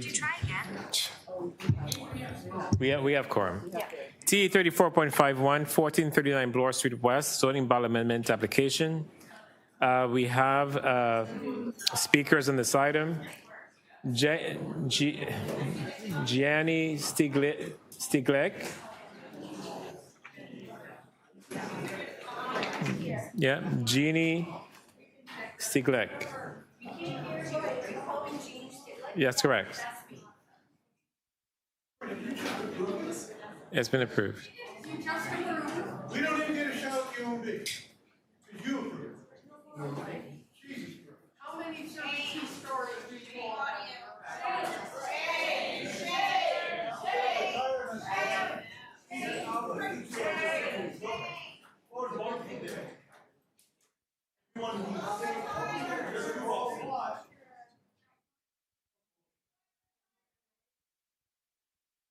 Okay, you have 3 minutes. Go ahead. 100 in my word. Hello, can you hear me? Yes, go ahead. Okay, my name is Jeannie Stiglek. I'm a resident. Can we just give just a little moment? Okay. I would like to be able to hear. Jeannie this is a Ward 9 item. Thank you. Okay. Thank you. Okay, My name is Jeannie Stiglek. I live in Ward 9, and I'm here to talk about this plan at 1439 Bloor Street West that has nobody to actually protect it or speak for it or speak against it. So my presentation is going to be called The Good, the Bad, and the Ugly, because I know it's been a long, hard day. So here's the good. Location, great. 1 minute walk from the UP Express, 5 minute walks from TTC Dundas Station. Fabulous location. Secondly, pet relief areas, very good. I think it's about time that there is some, sir. Okay, that there is some attention paid to pet relief areas. Going back to the great location, I'm moving on to bad. We've just heard, I think it's Gordon Perks, talking about how the province wants certain things done. One of the things the province wants is rapid building and mass building near existing transit. I've mentioned 1 minute walk to UP Express. I have mentioned the Dundas station. So why does this plan have space for 128 cars? There should be 0 cars. I'd like this plan amended to represent the fact that it is meeting the provincial guidelines and being close to transit, and therefore there is no need for 122 cars, which will increase the congestion, which is already bad between Lansdowne and Roncesvalles, and will get worse once Brad Lamb's condominium goes up and 2 other developments in the area. So that's one of the bad. Now I'm going to move on to the ugly. The structure. This is a glass and steel structure that faces predominantly south and west. It is scorching in the summer, and it is an icebox in the winter. And this architecture leaves much to be desired. If the planner is here, please speak up, because it is not appropriate structural material for this area, which receives full sun exposure, which gets me to my last point, which is about energy efficiency. The proponent has opted, according to the EQ report, to opt for the least efficient energy system possible for this proposal. There were 3 offers outlined in the report. The proponent is going for the cheapest, which means the least energy efficient, and that should not be encouraged. So I invite you all to come visit the spot with me so you can see what it really looks like, how hot it really is, how close it is to transit, and then make up your mind to ask for refinements. One final thing, Josh Matlow, I need to talk to you about another item after this. Okay, thank you. Any questions for the deputant? Seeing none. Tony DiFranco. 3 minutes. Good afternoon, Chair and members of Council. My name is Tony DiFranco, and I'm the lead of development with Jackie Planning. I'm also the applicant who's representing the landowner for this property. So it's good to be here this afternoon, this evening. First, I just want to confirm that we do support the recommendations from the staff report in terms of the approval. We've worked collaboratively with staff over the past 12 months to reach this point. We're excited about this project because it represents the kind of development that we need at a major transit node. The site is literally at the doorstep of the Bloor GO station. It's been vacant for a number of years, and what's being proposed here is a 33-story purpose-built rental apartment building. There's a number of community benefits that are being delivered as part of this project, and so I just want to touch on those very quickly. In addition to being a rental project, there are also 6 affordable housing units that will be secured as part of this project through the community benefits charge, and those will be secured for 40 years, which is actually a longer period of time than what we commonly see. The other really critical element of this project is the road widening that's going to be delivered as part of the approvals. The widening is intended to correct the design of the intersection at Perth and Bloor, which currently is challenged and has problems from a functional perspective. So by providing the land dedication, the intersection can actually be properly redesigned. So we're committed to delivering that land to the city. The other element of this is also a land that will be conveyed to the city to support a new connection to the West Toronto rail path. So we're also excited about that. Overall, the proposal will give back 13% of the site to provide necessary community infrastructure. So overall, we do see this as being a good project. It meets all of the kinds of things that we like to see in terms of planning and complete community building. And maybe just to address some of the previous speakers' concerns, I think in terms of parking, there are 3 levels of below-grade parking. That is something that we certainly can and will revisit at the site plan stage. Currently, we're still working through the zoning bylaw application. And I think what we're trying to do is fine-tune the amount of parking so that the units can get leased out, because there will be some tenants who will require parking, but certainly we don't want to over-provide parking either. So there's going to be a potential fine-tuning of the parking there. And then in terms of some of the comments around architecture and energy, I just want to, I would say that those are more detailed site planning matters that we don't really get into the weeds at the zoning stage. And so I think, they're good comments, and they're ones that we can think about once we do file a site plan application. Okay, thank you. Thank you. I was just going to ask a couple of questions. So you are confirming then that you are willing to revisit the question of the numbers of parking spaces, and that the questions about the green standards and that we can no longer enforce the green standards that we had passed at the City of Toronto since the provincial government's legislation, but you would be willing to consider the materials and the carbon emissions and just the heating in winter and cooling in summer challenge? Through the chair, yes, Councillor. I think through the design process, we'll look at those both more closely. I think that's absolutely something we would do through the site plan application. Thank you. Okay, thank you. Councillor Bravo. Yes, I'll just speak to say that I will be holding this project to the words that we've just been shared. We also share some concerns in my office about the amount of parking. I will mention, however, that there are certain voices in the community that want to see more parking because they think that people will expect to drive.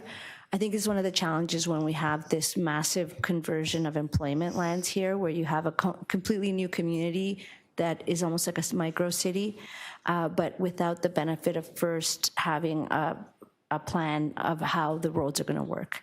And so we do have a high intensity of transit in this community, all different kinds of options, and including other forms of active transit, but there's still the challenge of parking, et cetera, and just the width of the roads there. It's just incredible. It really is difficult and difficult to navigate right now.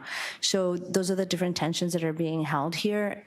It's one of the challenges of springing up a lot of housing which we need, and I'll highlight that rental housing is very appreciated. The affordable housing units are appreciated, but I want to agree with the deputant that this proposal actually includes pet amenities, which are crucial because we have so many social challenges right now with the expectation that there will be potentially as many dogs or as pets as there are units in a building. And where will these dogs relieve themselves? And where will they run around? And where will they, it really is creating a kind of social challenge, particularly if we think about the new park that's going to be there. We do not want to see those kinds of confrontations, human to dog confrontations that exist in other neighborhoods. So I just wanted to share those comments, particularly since our deputant, Jeannie Stiglitz, took the trouble of spending most of the day here. Thank you.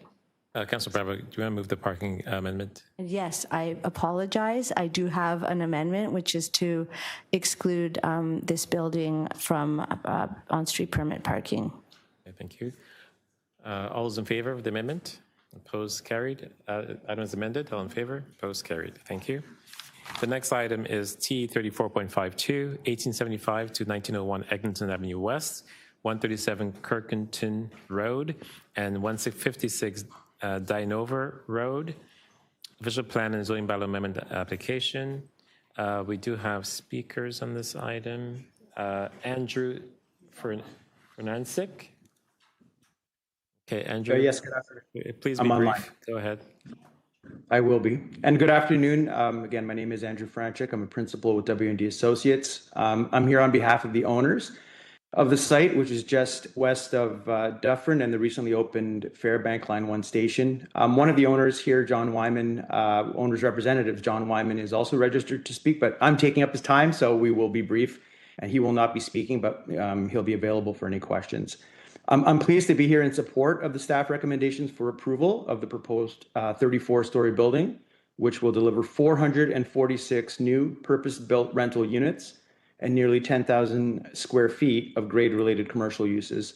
But very importantly, it will also include a new pop space at the corner of Kirk Newton and Eglinton, also a major road widening along Eglinton, which will be used primarily for a new pedestrian space and wider sidewalks, and very importantly, a brand new public laneway that spans the entire block from Kirk Newton to Dinever that will be 6 meters wide and entirely public. Another more detail about the project is provided within our presentation, but it's not something that I want to share right now, just given the very, very long agenda that you have. So if there are any questions about that, I'd be happy to post it and run through it. Just lastly, I'd like to thank staff for a very productive working relationship that we've had with them over the course of this project, which was the last few years. So I'd be happy to answer any questions you might have about the project at this time. Thank you. Thank you. Any questions of the deputant? Seeing none. Hannah Cook?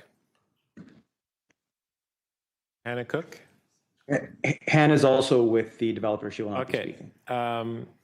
Deputy Mayor, sorry, who's this? Councilor Bravo.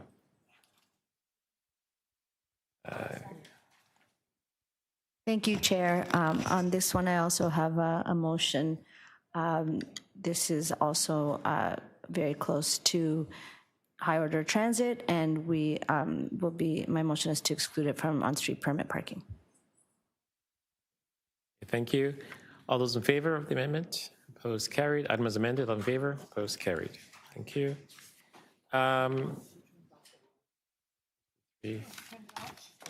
Councilor Sachs, are you still with us? I'm here. Thank you. Okay, thank you. You are quorum, just so you know. I'm here. I'm sorry I got sick this morning, but I'm here.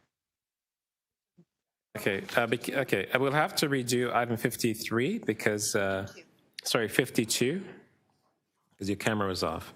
T 34.52, 1875 to 1901 Eglinton West, 137 Kirkwinton Road, and 156 Diner Road. Official plan to amendment. All those in favor? To amendment? Opposed, carried. All those items amended. All in favor? Opposed, carried. Thank you. Okay. We're now doing item 50. Let's actually do new business. So T 34.249 to T 34.254, moved by Councilor Bravo. All those in favor? Opposed? Carried. Thank you. We're now going to item 53, T 34.53. Sorry, Mr. Chair, before you go on, I had a minor amendment for 191 College Street. Could I put that? Could we deal with it now? That was 21. She held out.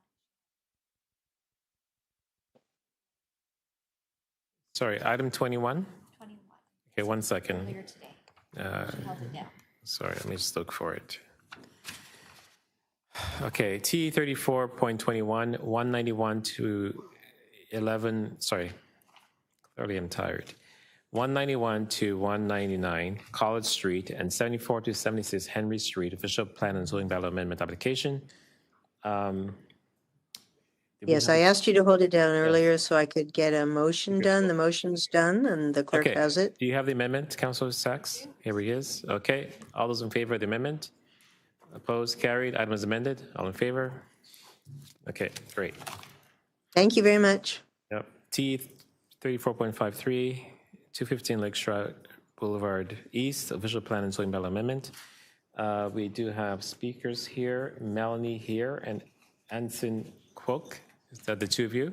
Okay, go ahead. It is, sir.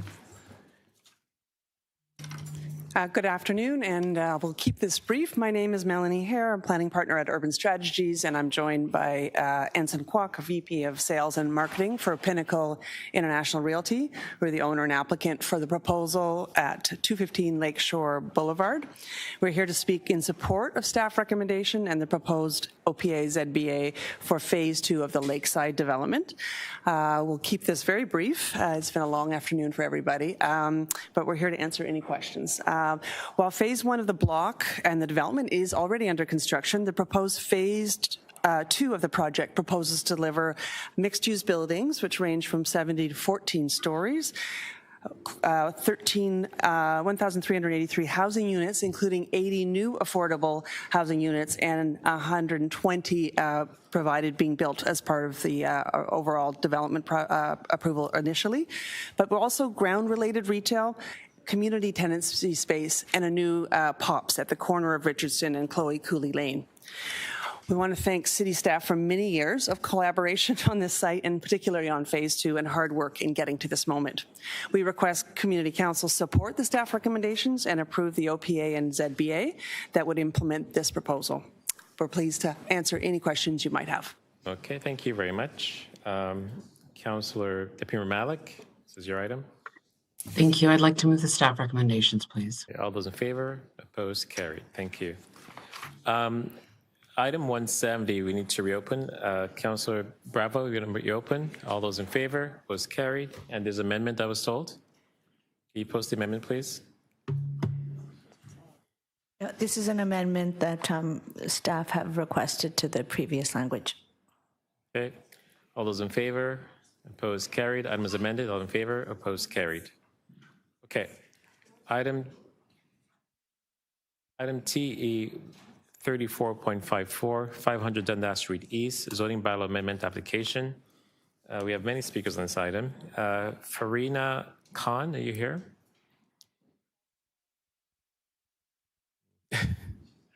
Really? Oh, Lord. Farina Khan? Online? I am here. I'm here. Can everybody hear me? Yes, go ahead. 3 minutes. Great. Good afternoon, Chair and members of the Community Council. My name is Farina Khan. I am a resident on Sackville Street in Regent Park. Thank you, everybody, for hearing me today. I know it's been a long day, so I do kindly ask for everybody's undivided attention for these few minutes. I've lived in Regent Park for nearly 10 years, and let me be clear, this is not an opposition to development in Regent Park. Regent Park is one of Canada's most successful revitalizations. My concern is this one application that departs sharply from the secondary plan and the precedent that it sets for every block that is yet to be built in an area that is being intensely developed. Since the May 21st community meeting we had here, I've studied this proposal in depth along with my neighbors who you will hear from shortly. And with all due respect, I need help making it make sense. Let's start with the height. The secondary plan sets this block at 8 to 10 stories. This new plan asks for 35, more than triple the planned height. That is not an adjustment. It is a full departure from the plan.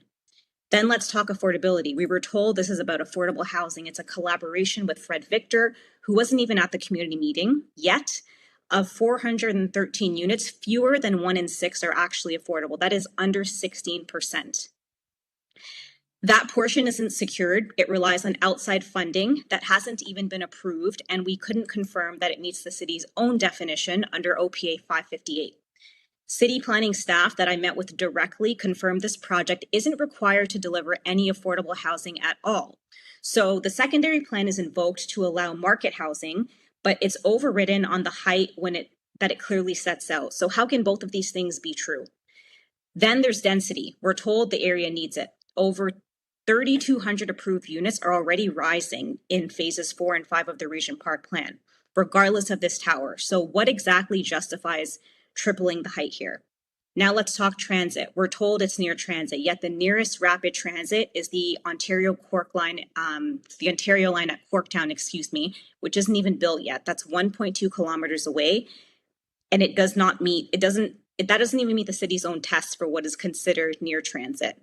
Now, this is the part I find the hardest. In our meeting with the city planner, we were told directly this is moving faster than a typical approval ahead of the election and the summer recess. We were promised at the city meeting that we'd hear from Fred Victor before any decision was made. We had one community meeting on May 21st, and now we're at this decision meeting today. Can't make it make sense. Finally, the city has the time and resources to push this through. Community members don't. We work full-time jobs. We've been door knocking. So how do we reconcile a planner telling us plainly that this is rushed against what a diligent process should look like? My ask is do not approve this today. Send it back with the plan that Regent Park was built on. Mid-rise height, a real podium, a real setback, and give this community the consultation it was promised. Uphold your planning principles. I'm not saying no. I'm saying let's build the right building. Thank you. Thank you. Next up is Vanessa Gillian. Are you here? Online? Okay. I am. Okay, Can you hear me? Yes, 3 minutes. Go ahead. Good afternoon, Chair and members of Council. My name is Vanessa Guillen, and I'm a resident of Regent Park. I'm speaking today in opposition to the proposed 35-story, 413-unit tower, 500 Dundas Street East. Let me also start by being very clear. I support housing, I support affordable housing, and I support Regent Park's existing master plan. What I do not support is approving a major departure from the coordinated phase planning approach that has guided Regent Park for more than 20 years, particularly without a compelling justification and without meaningful community consultation. My first concern is height. The site is currently zoned to permit a maximum height of 30 meters. The applicant is seeking approval for a tower approximately 114 meters tall that would almost quadruple the permitted height. My second concern is the lack of planning justification. There has been one community meeting. At that meeting, the discussion focused heavily on the proposed 65 affordable housing units. However, in the city planning draft zoning bylaw amendment posted 2 days ago, the affordable housing commitment being secured is a minimum of 6 affordable rental units. 6. Residents are left asking a reasonable question. If the proposed affordable housing component is central to the rationale for this application, why is Council being asked to approve the additional height today while this component remains dependent on future funding, future agreements, and future implementation? Affordable housing is important, but potential future unenforceable affordable housing is not, by itself, a planning justification for quadrupling the currently permitted height. My third concern, and what I believe is the most important issue before Council today, is cumulative growth. This application is being evaluated against today's Regent Park. That is the wrong benchmark. In July 2023, Council approved the updated Phase 4 and 5 vision for Regent Park. That approval already permits approximately 3,246 additional residential units that have not yet been built. These includes 633 rent geared to income units, 637 affordable housing units, 1,976 market units across multiple buildings and towers. I want to repeat that because it matters. Regent Park is already expected to absorb 3,246 additional residential units. If planning believes Regent Park can absorb an additional 413 units beyond what was already approved, residents deserve to see a cumulative impact analysis. My fourth concern is transit. The applicant repeatedly describes the site as transit supportive because it is located on Dundas Street East and served by the 505 Dundas streetcar, but residents know the reality. The Dundas streetcar is at capacity now. It does not have a dedicated transit corridor. During rush hour, it is crowded, delayed, and stuck in traffic. The nearest existing higher order transit is Castle Frank, which is 1.9 kilometers away. The closest future subway station is the Ontario line at King and Berkeley, which is 1.2 kilometers away and many years from being built. Thank you, Vanessa. You're at time. Thank you very much. Can I just finish my point? I'm very sorry. We're being strict with the 3 minutes. Are there any questions of the deputy? You weren't with the other speakers, but I think that the decision is more than one building. It is about whether the planning framework. The next deputant I have is Siddhartha Mohan Sakamuri. Hello, can you hear me? Yes. Welcome. You've got 3 minutes. You can start as soon as you're ready.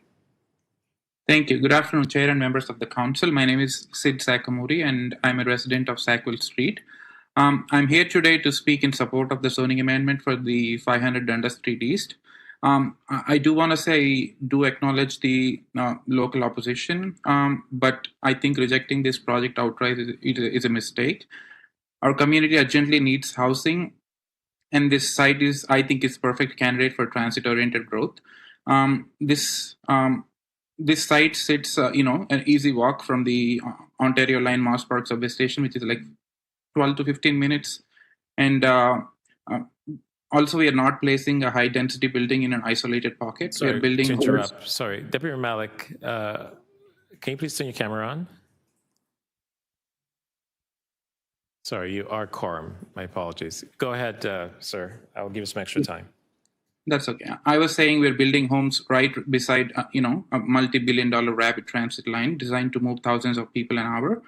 And the city's own planning guidelines explicitly direct us to maximize residential density within major transit station areas, MTSAs.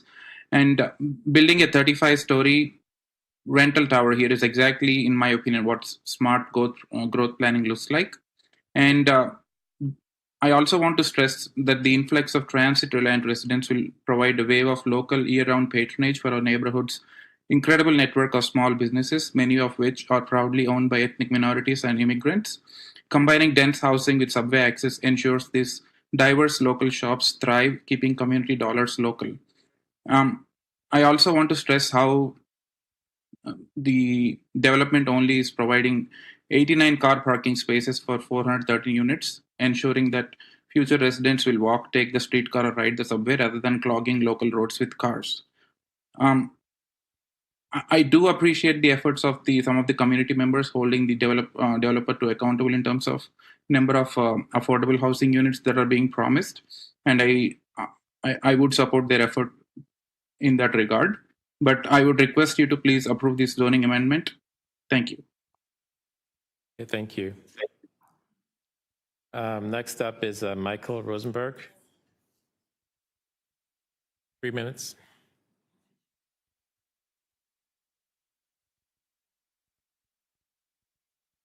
If it's green. All right. Okay, I'm Michael Rosenberg. I organize some groups in the area of Regent Park. So I wanted to speak to this item because I want to talk about the planning process. Large parts of Regent Park were developed at a lower density than this.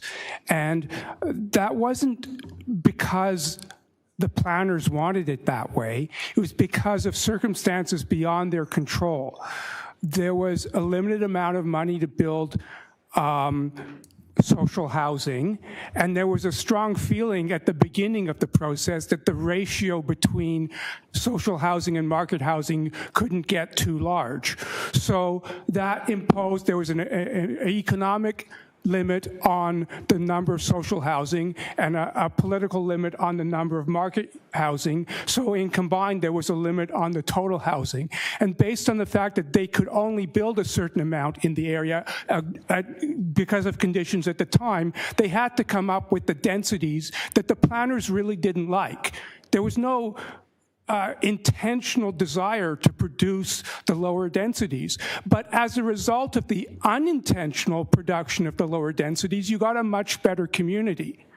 Because when you have that smaller building envelope, you can do a lot more with it. You can have more open space. You can have more space between the buildings. You don't have to have as large a podium, etc. So we actually got good design because the planners were not able to get what they really wanted. And then as time went on, more and more opportunities opened up for the planners to get what they wanted. There was some additional money for more building. There was less political constraint on the number of market units.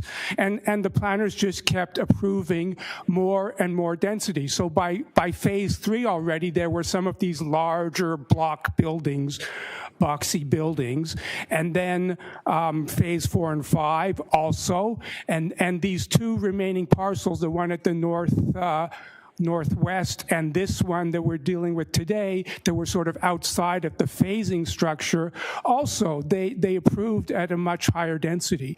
But the point is, that's what the planners really wanted all along, and it's not good planning. The medium density that Regent Park was built at against the wishes of the planners because of economic and other constraints is actually, that's good planning. And we need to spread out that density throughout the city rather than building at the densities that planners actually believe are correct, which are not in fact correct. And that's, the planners have always been, for the last 25 years, been basing their theories on something called new urbanism. Thank you, Michael. And that means that they don't understand that you can do better with lower densities, medium densities. There's much better forms of planning than new urbanism. Thank you, Michael. Thank you. Thank you. Up next is Clay Jansen.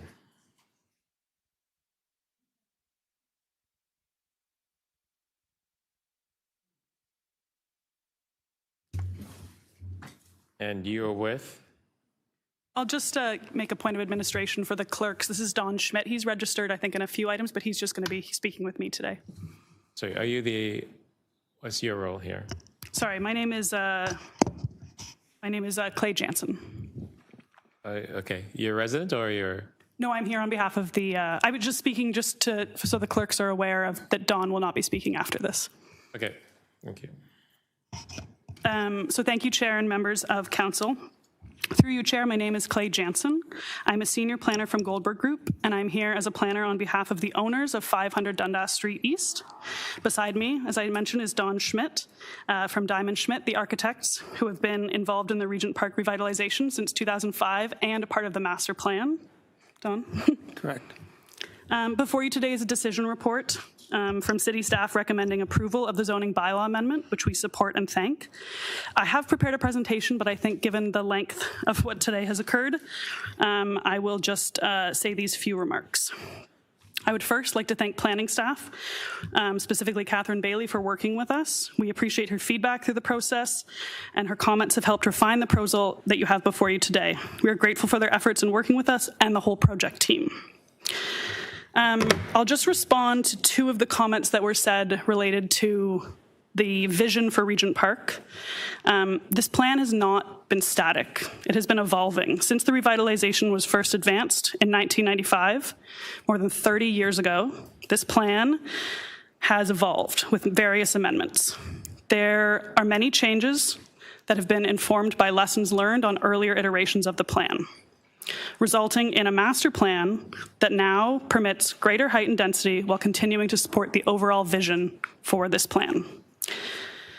I would also like to thank, we also have appreciate the value and the important feedback that we have received from the community members. It has informed some of our decisions, and we remain open to speaking with them as the process continues. Lastly, Daniels, Toronto Community Housing, the development partners on this project, and friend Victor, who is our affordable housing partner, are here in the audience today behind me, and we would be happy to answer any questions. I'll just say one last comment about the affordable housing component. A big part of this approval is the fact that we can now apply for funding to get this affordable component happened. So that is an important part, and we'd be happy to answer any questions that you might have. Thank you. Yeah, thank you. I do have a few questions. So does the Regent Park, set my time, does the Regent Park secondary plan allow for a tall building on this site? It does. There are many tall buildings that already exist within Regent Park. There is a 22-story building right immediately beside us, kind of kitty corner. There has also been recent amendments in 2003 and 2004 for phases 4 and 5 that are permitting heights up to 38 stories. So that is now approved. And when phases 1 to 3 of Regent Park were being planned, some land was planned for social housing and some land was for market housing. Was the 500 Dundas Street planned for social housing? Thank you for the question. Through you, Chair, this site was originally envisioned for just market housing. So the Daniels and TCHC saw an opportunity to partner with an affordable housing that was awarded to Fred Victor. And in doing so, they are now striving very hard to get this funding for this affordable component that will make up a significant number of units in this building. So, okay. And how many affordable units are they trying to get into this building? 65 units, which will be in the podium of the building, the first 5 floors. 65 units. 65. And is achieving some amount of social housing, 500 Dundas Street East, relative recently development? Is it recently? Sorry, I misunderstood. Sorry. Is this a recent development? Because initially it was a market for market only. Oh. And so you've decided just recently, Daniels and TCHC, to actually add this component of affordability to it. It's not required. Right. But this has been in the works for a number of years, but it has evolved since I believe 2004. There was different iterations, and I think this has really come together with bringing Fred Victor on as a partner and being a partner that can deliver this type of housing in the past, and is what they're looking for today. So yeah. Okay, thank you. Thank you. That's it. Up next is Milad Arzad. Okay. Hi, can you hear me? Yes, go ahead. 3 minutes. Okay. Good afternoon. Thank you for giving me the opportunity to speak. My name is Milad Arzad, and I'm a proud resident of the beautiful Regent Park community. I'm here today to respectfully oppose the proposed 35-story development at 500 Dundas Street East for the following reason. We all know Regent Park did not become the vibrant neighborhood it is today by chance. It's the result of years of careful planning, engineering, public consultation, and a shared vision. The original plan created a balanced, walkable community with the sunlight, open spaces, and thoughtfully designed buildings. That plan has been reviewed multiple times, a very recent one at the end of 2024. And each time it was approved and reevaluated to the benefit of the Regent Park people. The proposal in front of us departs dramatically from that vision. The original plan calls for an 8 to 10-story mid-rise building on this site. Instead, the developer is asking for a 35-story tower on a very small property. This is not a minor adjustment. Remember, it's the fundamental change to the plan that residents relied upon when choosing to live in Regent Park, either to buy or rent. Also, like everybody, I support affordable housing. However, affordable housing should not be used to justify setting aside a carefully developed plan framework. Most of these proposals consisted of the marketing units, and we should not sacrifice a good planning principle under the banner of affordability and allow them to add another 30-story just to justify 5-story affordable housing. It is also important to remember that the phase 4 and 5 of the Regent Park development are already approved and will bring more than 3,000 additional homes in the area. Significant growth is already planned. This proposal adds even more density without clearly demonstrating that local roads, school, parks, transit, and community services can accommodate it. Just want to highlight the proposal includes only 89 vehicle parking space for 413 units, where all those are parks going to park in an already congested area of Dundas. I'm just going to make my statement short because I have some question at the end by hearing all what's happened today. So finally, our community had a very limited time to respond. However, us residents organized an online petition that gathered more than 500 signatures in just 10 days. Given more time, many more residents would have had the opportunity to make their voices heard by signing this petition. I support responsible development and affordable housing, but growth must respect the plan. Let's uphold the Regent Park original plan that residents were promised. And now here's my question. So hearing other cases here, like in Southport, when I heard that at the end, if we don't approve anything, it's going to go to LT. So my question is, why we are spending time here? What's the power of council here, and what we can do? Can we modify the plan? Can we delay it at least to get some more answer? This is the real question I have at the end of the day. Thank you. Thank you. I do have one question for you. Millard, so are you aware there is a plan partnership with Fred Victor to create 65 permanent affordable housing units on this site? They, through the meeting we had, this is what we have been told, but they said this is not been secured yet because they have to push through this application first, and then they go after getting the fund approved. So what's the guarantee after this they can secure those funds? There is no guarantee on that yet. Okay, thank you for that. And are you aware that without providing this approval for a 35-story building, the chances are we will lose that opportunity? Yes, I'm aware of that, sir. But again, the question is that what we are willing to sacrifice, because part of my statement was that this 35-story is going to actually cast a significant shadow on the streets of Cole and Oak behind it. There are 3-story buildings. Furthermore, once the phase 4 and 5 are complete, further building will be built on the north side of the Cole and Oak Street. So all those 3 stories will be casting white shadows permanently and will depreciate their units significantly. So we are making a bunch of other groups of people poorer to make other people richer for the market value to bring in the affordable houses. So I think the plan is so rushed. It's less than 2 months since the first public hearing, and not all the aspect was considered. We are not opposing this to that level. I'm just asking to reconsider it and give it more time to discuss and consider all the aspects. Thank you. Up next is Miguel Avila Velarde. Are you here? Miguel? Yes, I am. Hello, Chris. Hello, everybody. Okay, 3 minutes. Go ahead, Miguel. Yes. I live in Regent Park for 17 years, and most of my time I spend time asking the developer Tridel and the landlord TCSC about the future of 500 Dundas 3Ds. Fortunately, in the year 2022, I was able to convince Daniels, that opportunity to create a housing co-op in Regent Park, in the revitalization of Regent Park.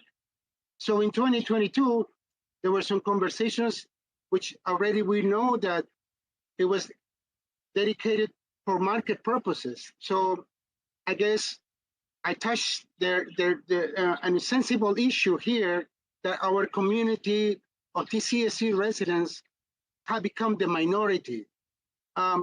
So Statistics Canada says that in the year ahead, 14,000 residents will call Regent Park home. And 30% of the residents are from the founders, the people who live here for over 50 years or more.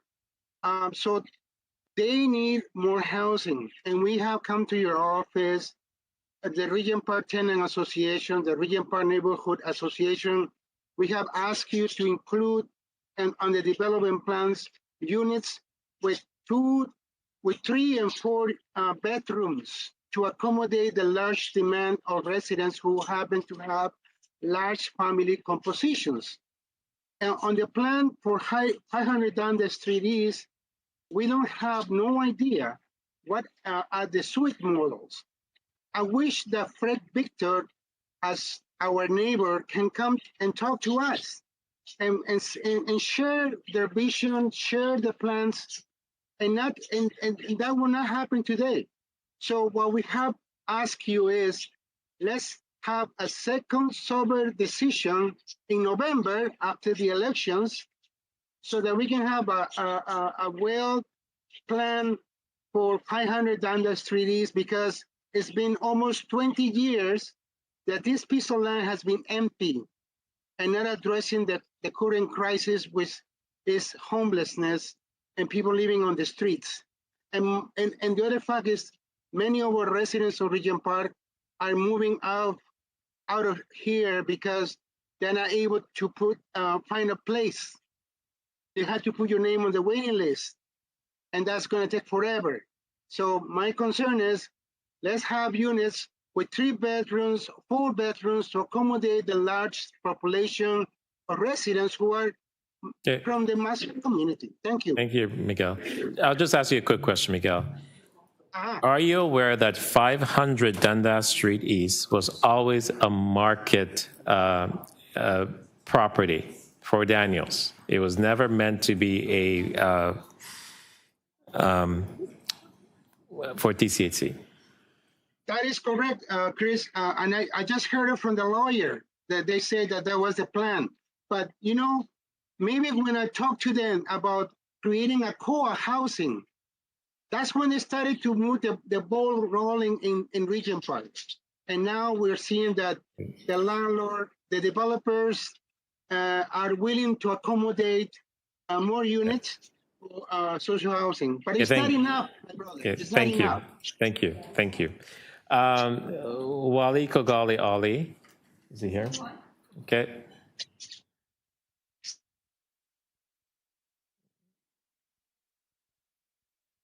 Is Waleed here?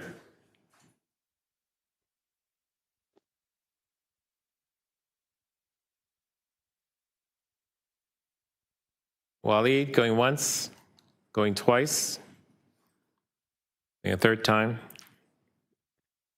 Okay, Morgan Sharp. Morgan Sharp online.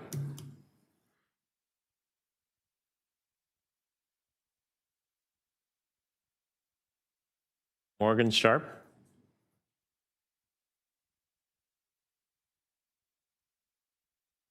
Going once, going twice. Morgan Sharp. Okay, Mark Richardson. Online. Mark, can you hear me?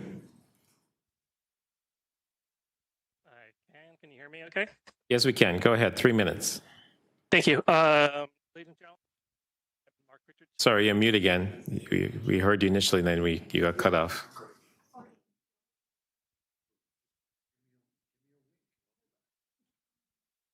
Can you hear me now? Very faint. I support this. Okay. All righty. Okay. We got we give it a big thumbs up from housing now. You need to go ahead with this. All righty. Awesome. Thank you. Okay. I do have a few questions of staff. So there's one more. Where? Not on my list. Not on my list. Oh, sorry. Oh. Egan Zhang. Okay. 3 minutes. Go ahead.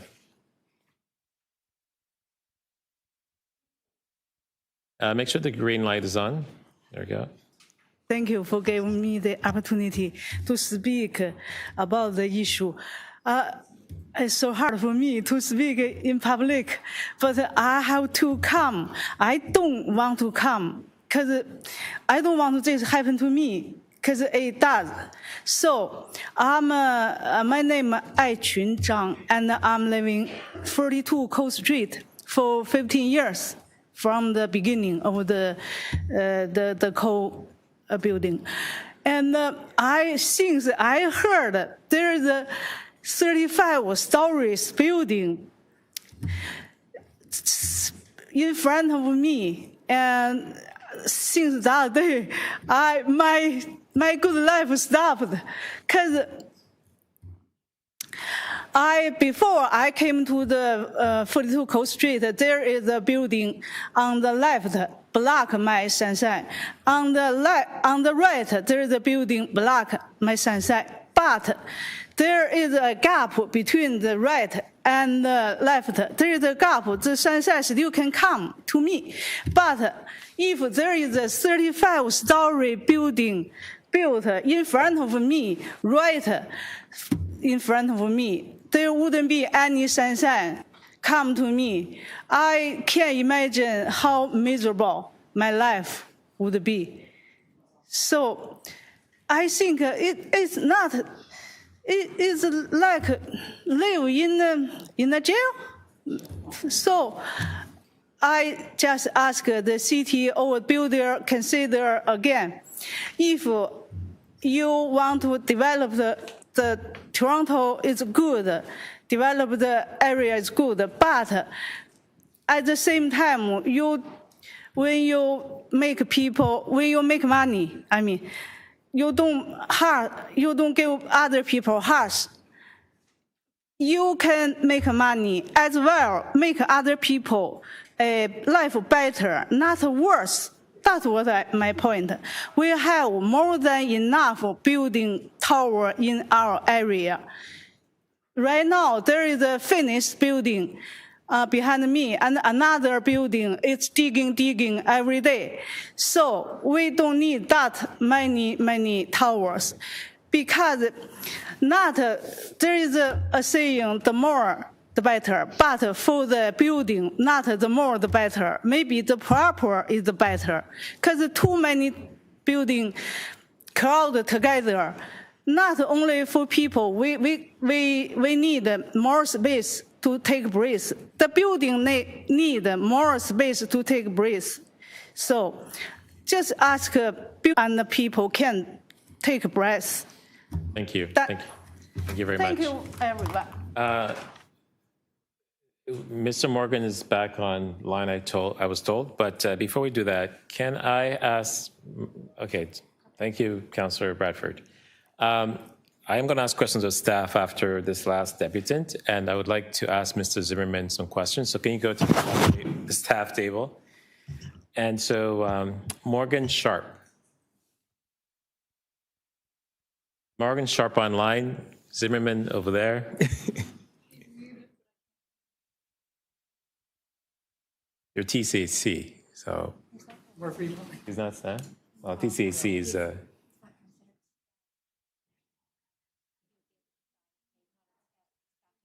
Okay, well, actually, you know what?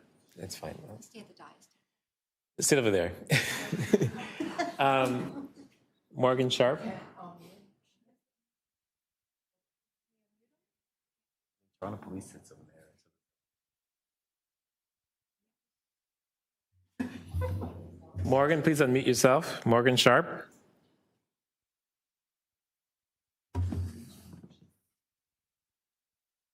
Mr. Morgan Sharp, can you hear me? Okay, well, you'll have to, you could write a submission and we could add it to it. Okay. I was just saying to staff that, when Toronto Police and other agencies are here, they get to sit at the staff table, so I don't know why TCAC cannot. But anyways, I digress. I do have a few questions for our staff. Either Mr. Zimmerman can answer or planning staff can answer. So can you elaborate more on what Fred Victor's intentions are for this site? Through the chair, we have an agreement to work with Fred Victor to deliver 65 units of affordable rental housing on the site. Okay. Has Fred Victor applied for funding from Build Canada Homes, to your understanding? My understanding is that they have been in negotiation with Build Canada Homes, but they cannot submit a formal funding application until the site is zoned. Okay. And if City Council refuses to defer this item, what happens to that potential Building Canada Homes funding? If this item is deferred, yeah, we would be to a later date. We would be unable to apply. My understanding is that the funding is heavily subscribed, and we're not sure when we would be eligible to find funding for the site in the future. Okay. And there was a 3-phase evaluation with Daniels and Toronto Community Housing. Was a co-op model or Indigenous operator considered, and why was Fred Victor selected over them? Yeah, there was an open call for proposals. We received a number of applications from community groups, including some within the Aboriginal community and the co-op housing community. Fred Victor was selected as the preferred proponent for a number of reasons, not the least of which we thought they have funding that they can bring to bear on the project, which is going to make it possible. And they have a great program. They have a track record in the community, and based on the evaluation, they emerged as the best suited candidate for this development. Okay. Okay, thank you. I'll speak to this item. So this property, 500 Dundas Street East, has been talked about it actually predates me. And so when I first got elected, I've been talking to Daniels and TCC about this file for a long time. We've made many inquiries that we've explored, the co-op option, the indigenous housing and supportive housing piece. I mean, Miguel has been central to that discussion as well, because he's always in my ear telling me this is what, he'd like to see. And we have tried every possible avenue. It's not lack of trying. I'm not satisfied with the proposal the way it is. I mean, I don't want a 35-story myself. I am very familiar with the community, even pre-redevelopment. I live very close by, and I've seen the community transform over the last 25 years. And so talking to the residents, I know some of the issues they have, their concerns. They've confided in me. I understand that, and even still, there are still people who are not properly housed in Regent Park. And affordability still continues to be a problem, right? And this is why, we've made adjustments to phases 4 and 5 to increase density for affordability. And as staff mentioned, this has always been a market property from day one. When Pam McConnell was councillor for the area, that was always determined to be a market property. And so this hasn't changed.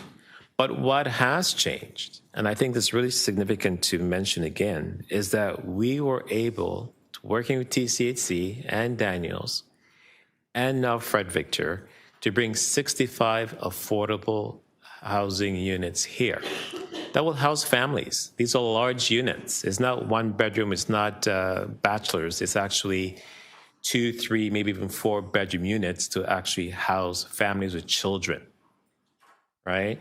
With their own key and properly housed, which is really important. I would hope not only for me as a counselor and for the counselors around the table, but I would hope for the community as well. It's not because people are housed now that, we should actually keep others out. I mean, that is not really an inclusive model for me.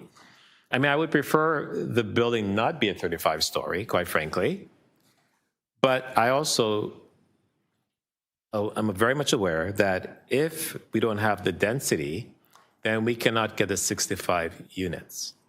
And I don't want to, because, and I'll say this here, it's not because it's an election period that, I'm going to make false promises to the community. For the 10 years I've been an elected official in my ward, 4 years as councillor, I've always been transparent and honest and upfront.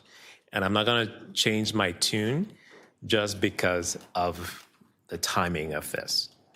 So there's still some more work to be done, as I've mentioned, and I will continue to work with Fred Victor, with TCHC, with Daniels, to make sure that the issues and concerns that have been brought forth, we will address it before it goes to council.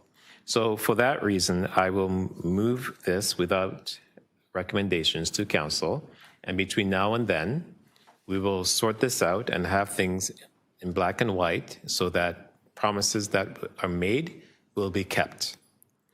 And so I will move the item on the screen. All those in favor? Opposed? Carried. The next item. Can we do one thing quickly? Yep. Can we just add? Okay, we're going to add this new business. What am I looking at here? That's just Councilor Perks. Councilor Perks, moving this item. I need to introduce an item. Accessible loading zone, Indian Grove. Okay. Yeah, it's a staff report that inadvertently didn't make the agenda. Okay. All those in favor? Opposed? Carried. Thank you. The next item is T 34.55, 47 to 65 Huntley Street, 2 to 18, 24 and 26 Linden Street, and 1 to 11 Selby Street, rental housing demolition application. We have speakers on this item. Actually, one speaker, Catherine Berthium. You have to leave? Okay, so I will move staff's recs on this item. All those in favor? Opposed? Carried. C 34.56, 329 to 337 Queen Street East, 135R to 141R, and 139 to 141 Berkeley Street, zoning bylaw amendment application. We have no speakers, okay. I'm going to move the permit parking item on here. All those in favor? Opposed? Carried. Item is amended. All in favor? Opposed? Carried. T 34.57, 329 to 337 Queen Street East, 135R to 141R, and 139 to 141 Berkeley Street, rental housing demolition application. I'm going to move staff's recs on this item. All those in favor? Opposed? Carried. T 34.58, 238 to 280 Wellesley Street East, and 650 Parliament Street, zoning bylaw amendment application. We do have speakers on this item. Number 58. Edward Charles, are you here?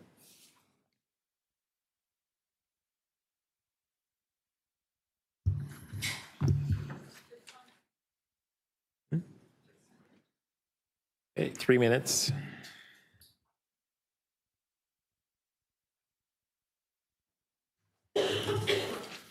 Good afternoon. My name is Edward Charles, and I'm a resident of St. Jamestown. This application concerns 238, 280 Wellesley, and 650 Parliament Street. It would add a 58-story tower and a 21-story building and a 9-story building with over 1,000 new homes while retaining 4 existing rental buildings containing 2,000 plus units. That means more than 3,000 homes on one site. This is not gentle density, it is density intensification on roids. We have to ask, can one of the city's most intensely populated communities absorb that scale of growth without an equally serious increase in the services, public space, and infrastructure people rely on every day? St. Jamestown is not an empty canvas. People already live here. Children already walk these streets to school. Residents already share limited roads, recreation, community space, and emergency services. The transportation study may say the road network can technically handle the proposal, but residents do not experience the neighborhood as a traffic model. They experience construction vehicles, garbage trucks, deliveries, moving trucks, emergency vehicles, cyclists, pedestrians, and so forth, with school children all competing for the same limited space. Then we're told about community benefits, but the density is guaranteed, the community capacity is not. Residents have already identified pressure on childcare, schools, healthcare, emergency services, and food support, and these need to be addressed. And basic improvements to the existing rental buildings should not be presented as extraordinary benefits.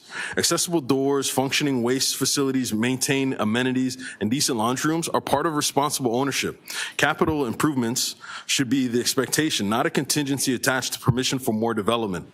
That matters because residents have already raised concerns about the condition and management of existing buildings and facilities that this ownership group has demonstrated in just the community itself, that there hasn't been adequate or good stewardship.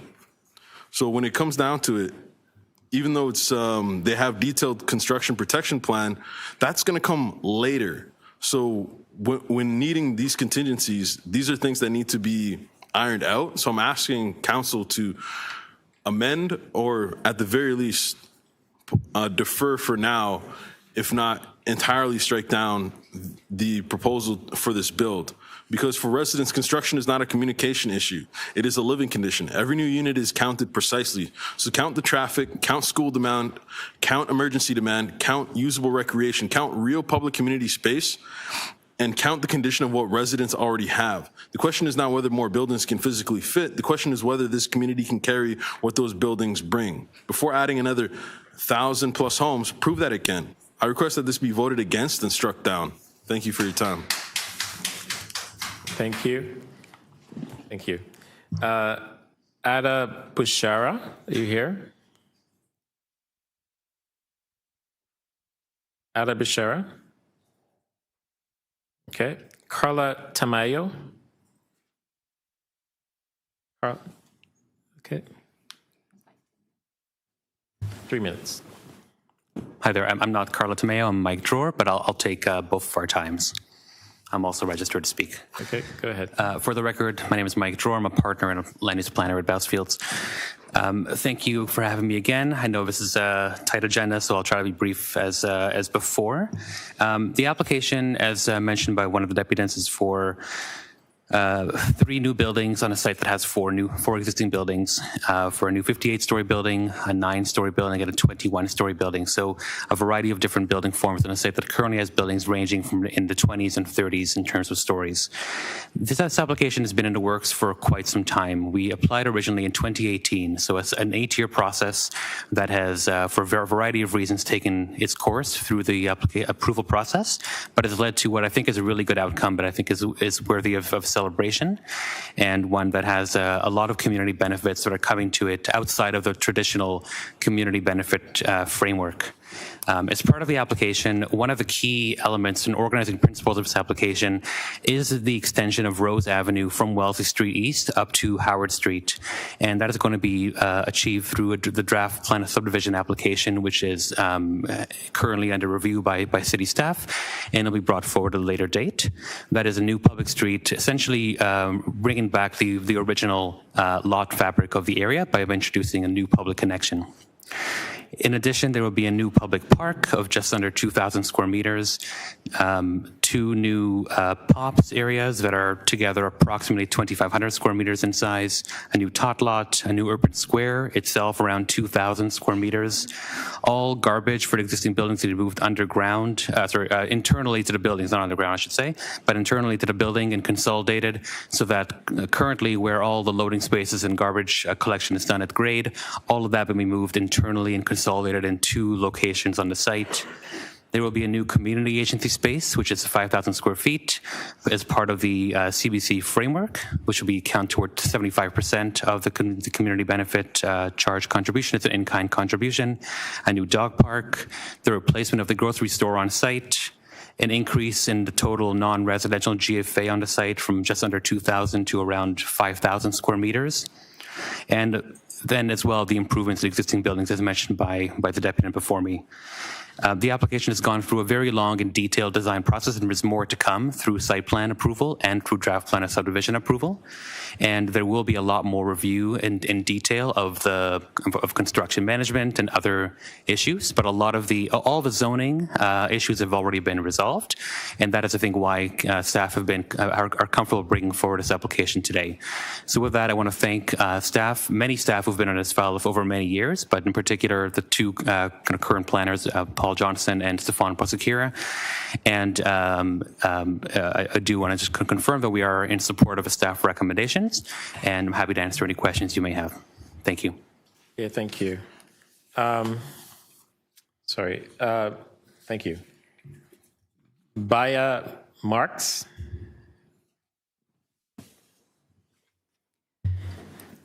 Good afternoon / evening. Thank you for listening to me today. My name is Bahia Marks, and I'm a resident of 650 Parliament Street in St. Jamestown.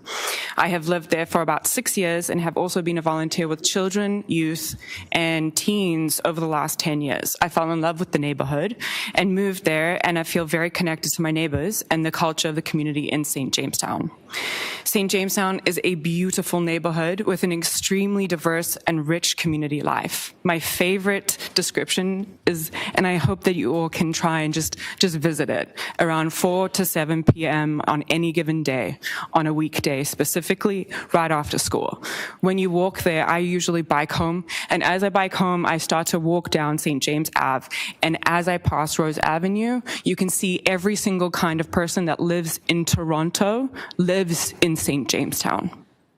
I really urge you to go and just watch. It's beautiful. Every Saturday morning, a group of parents, fathers, play cricket. And so you see all of these kinds of people that are in Toronto, they're in St. Jamestown.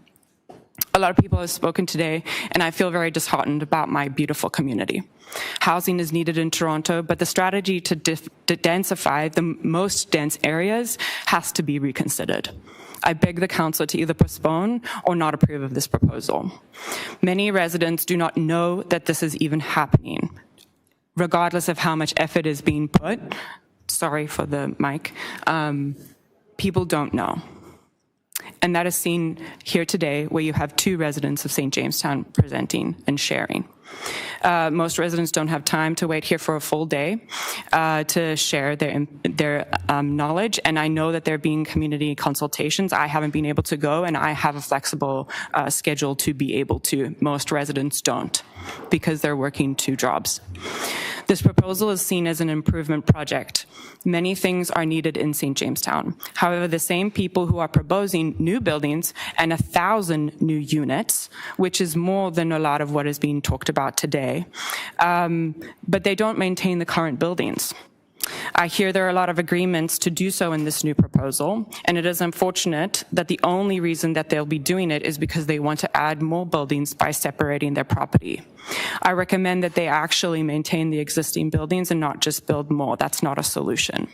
It seems that the landowners want to split the land and create more possibilities for themselves. Doing so removes the already lacking green spaces. To hear that a dog park will be replacing spaces where children are asked to move from is quite enraging. I volunteer with many children, youth, and teens in the area, and we're often asked to move away from the green spaces to other places by the security of the owners of the building.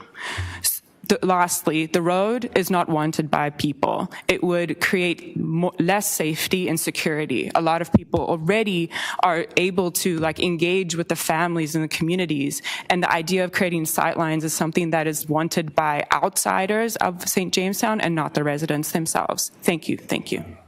And next up is Wally Kogali. Sorry. Deputy Member Malik, are you online, please? Still? There you go. Thank you. You are quorum. Thank you. Wali Ali Kogali, 3 minutes. Go ahead. Good afternoon, Chair and members of Community Council. I want to congratulate the folks that have been able to depute all day today. It's been a long day.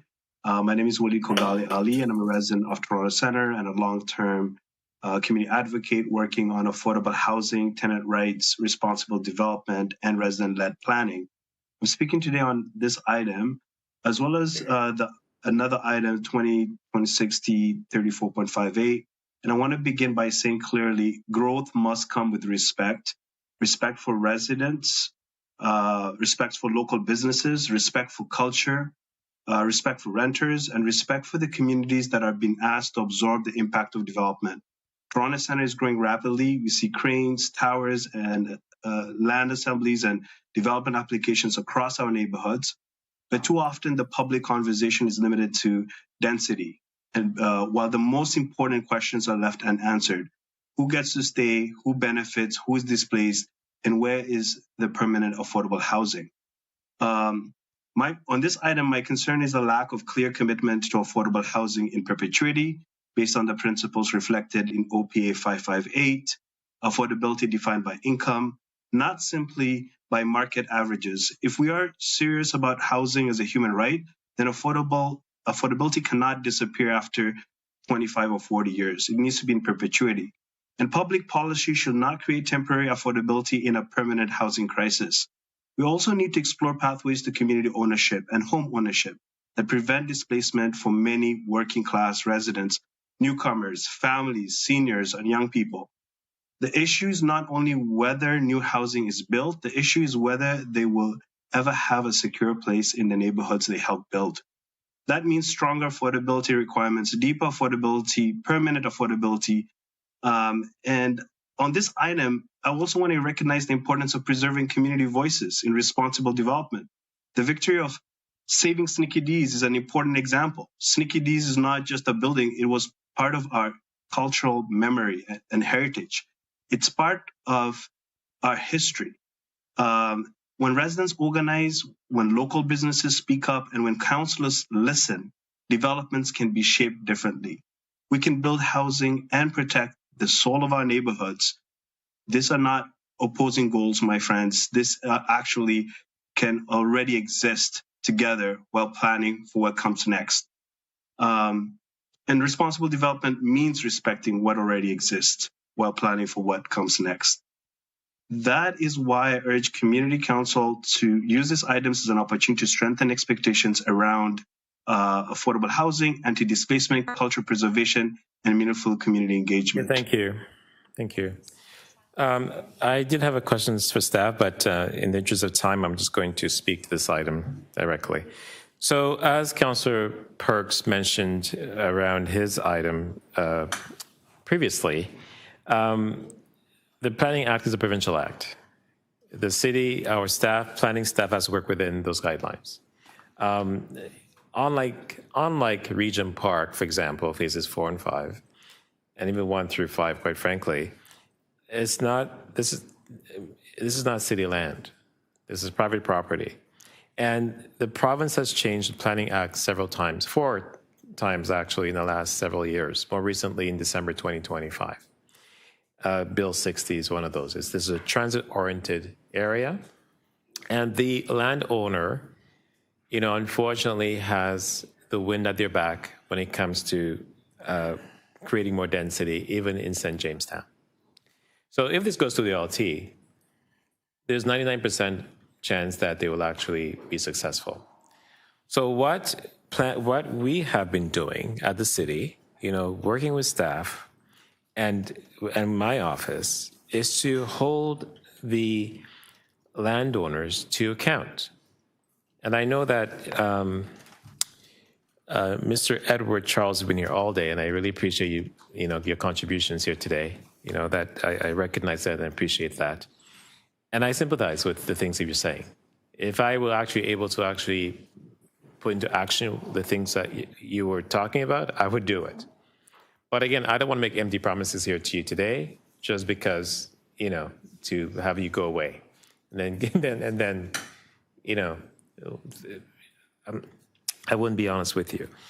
So all these things that you see here in recommendation 12 that you did speak to, that I've actually been advocating for the last 4 years with this landowner, is improvement of the existing property. And that's something that the residents of St. Jamestown have been asking for, pre-2022 when I first got elected. But finally, we were able to hold them to account in black and white here and say, make sure that the laundry room is upgraded. People want gathering spaces. This is why we have proposed a party room. Right? I think it's 5,000 square feet. New ground floor amenities. One of the things they're doing is actually clearing the first floor of tenants and making it a public space for the residents, which I think is really important. And again, the waste that is outside and all the buildings. I actually know the area very well because I actually live close by. I actually shop at the Food Basics there. And so securing the new bicycle parking, a ground level terrace, which I just alluded to, for 280 and 650. These are all things I think that will help improve the lives of people in St. Jamestown. So again, if this goes to the OLT, all the things that we've worked on here goes up in smoke. And the building goes up anyway. We know that. So this is why I'm going to move staff's recommendation on this item. I do have the parking permit piece here. Can we move that? All those in favor? Opposed? Carried. Items amended, all in favor? Carried. Okay. Where are we?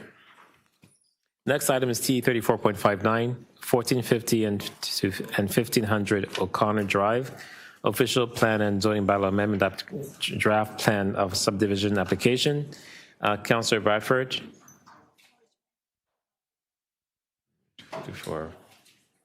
Okay, I'm just going to move that item.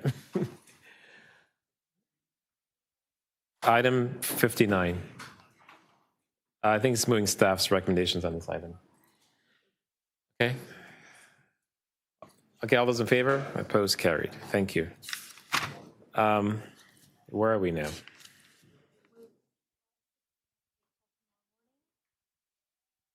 I'm not sure. 15. I want to go to 75. 75? Yeah, I know, right? 75? We did 75. 76? 75 didn't tell it. Oh, yeah, 75. Deputy Mayor Malik, you held 75. 793 Adelaide Street West. Yes, just a second. Let me just check and see if we have. Yeah, three options. I do. Yes, I'd like to move staff recommendation 3. Okay, we'll recommendation put it on the screen.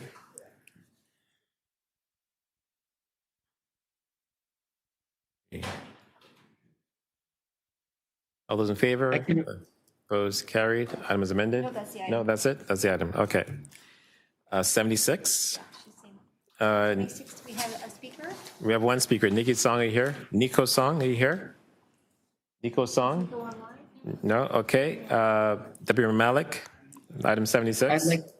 I'd like to move staff recommendation number 3, please. All those in favor? Opposed? Carried. This one's actually just going to display it. Okay, we're displaying it. Sorry.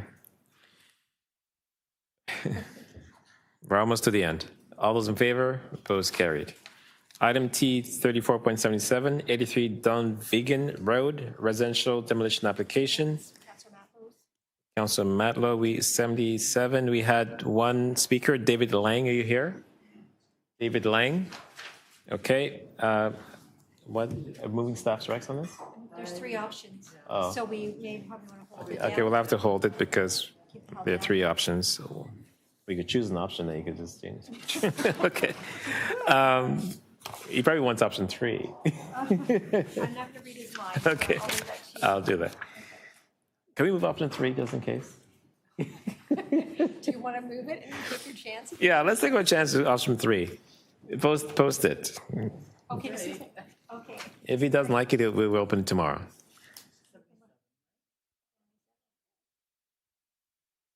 All those in favor? Oh, actually, post, yeah. Post it, yeah. All those in favor? Opposed? Carried. Councilor Bradford, I see you back online. I did move your item on your behalf. Number 59. Yeah, thanks. I just wanted to move the staff recs. So if that happened, that's great. Yeah, that's Sorry, what. just a washroom. That's Yeah, okay. That's what he did. Thank you. Thanks. Those are new items now? I believe so. I'm just going to give you a list. So 217 to 248. Yeah, this is a new list for you. We added a bunch. Okay.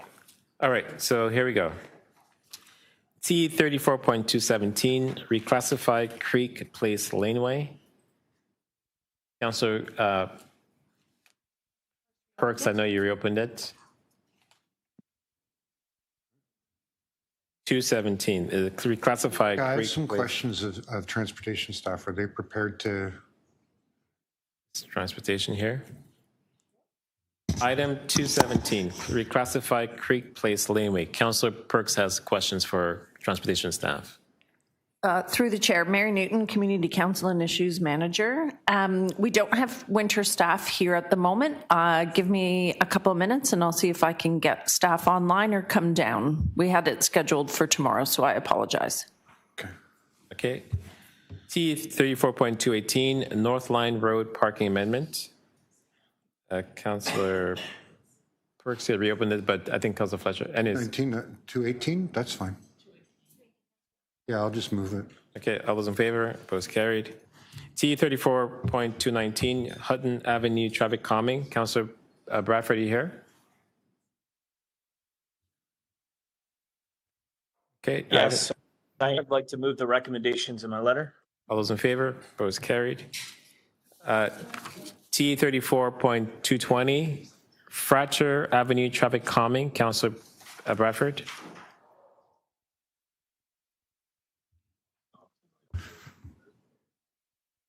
He's here. He's here. Okay. There's 2 of them. Okay, all those in favor? Opposed? Carried.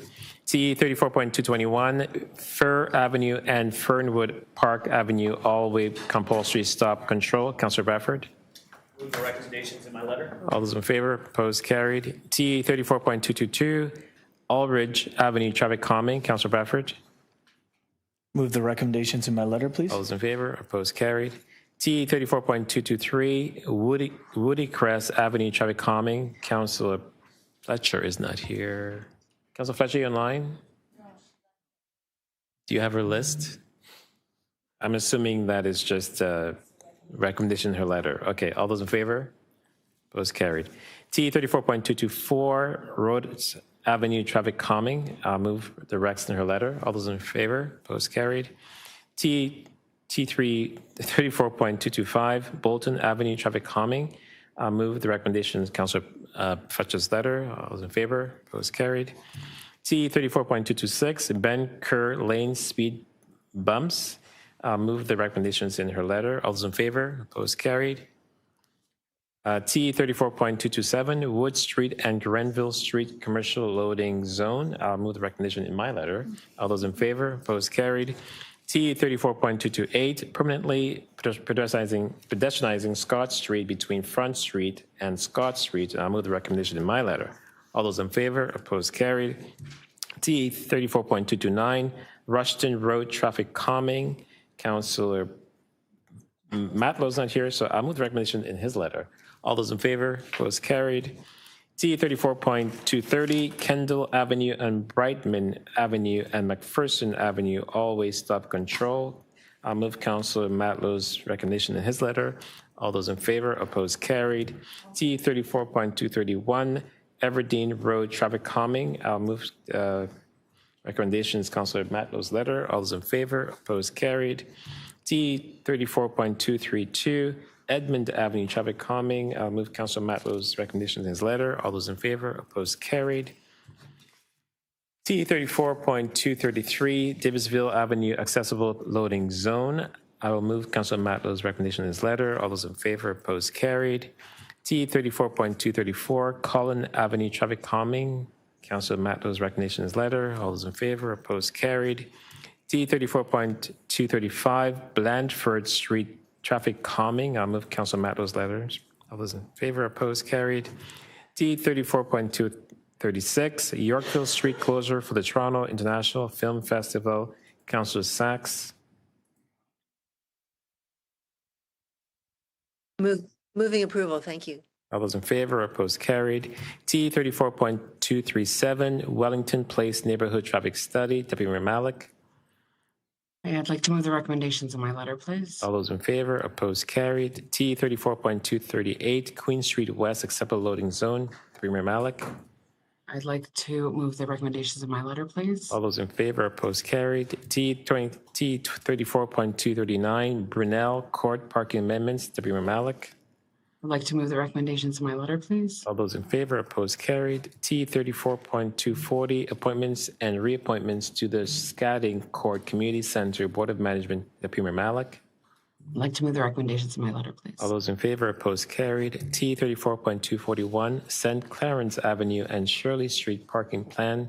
Councilor Bravo. Move adoption.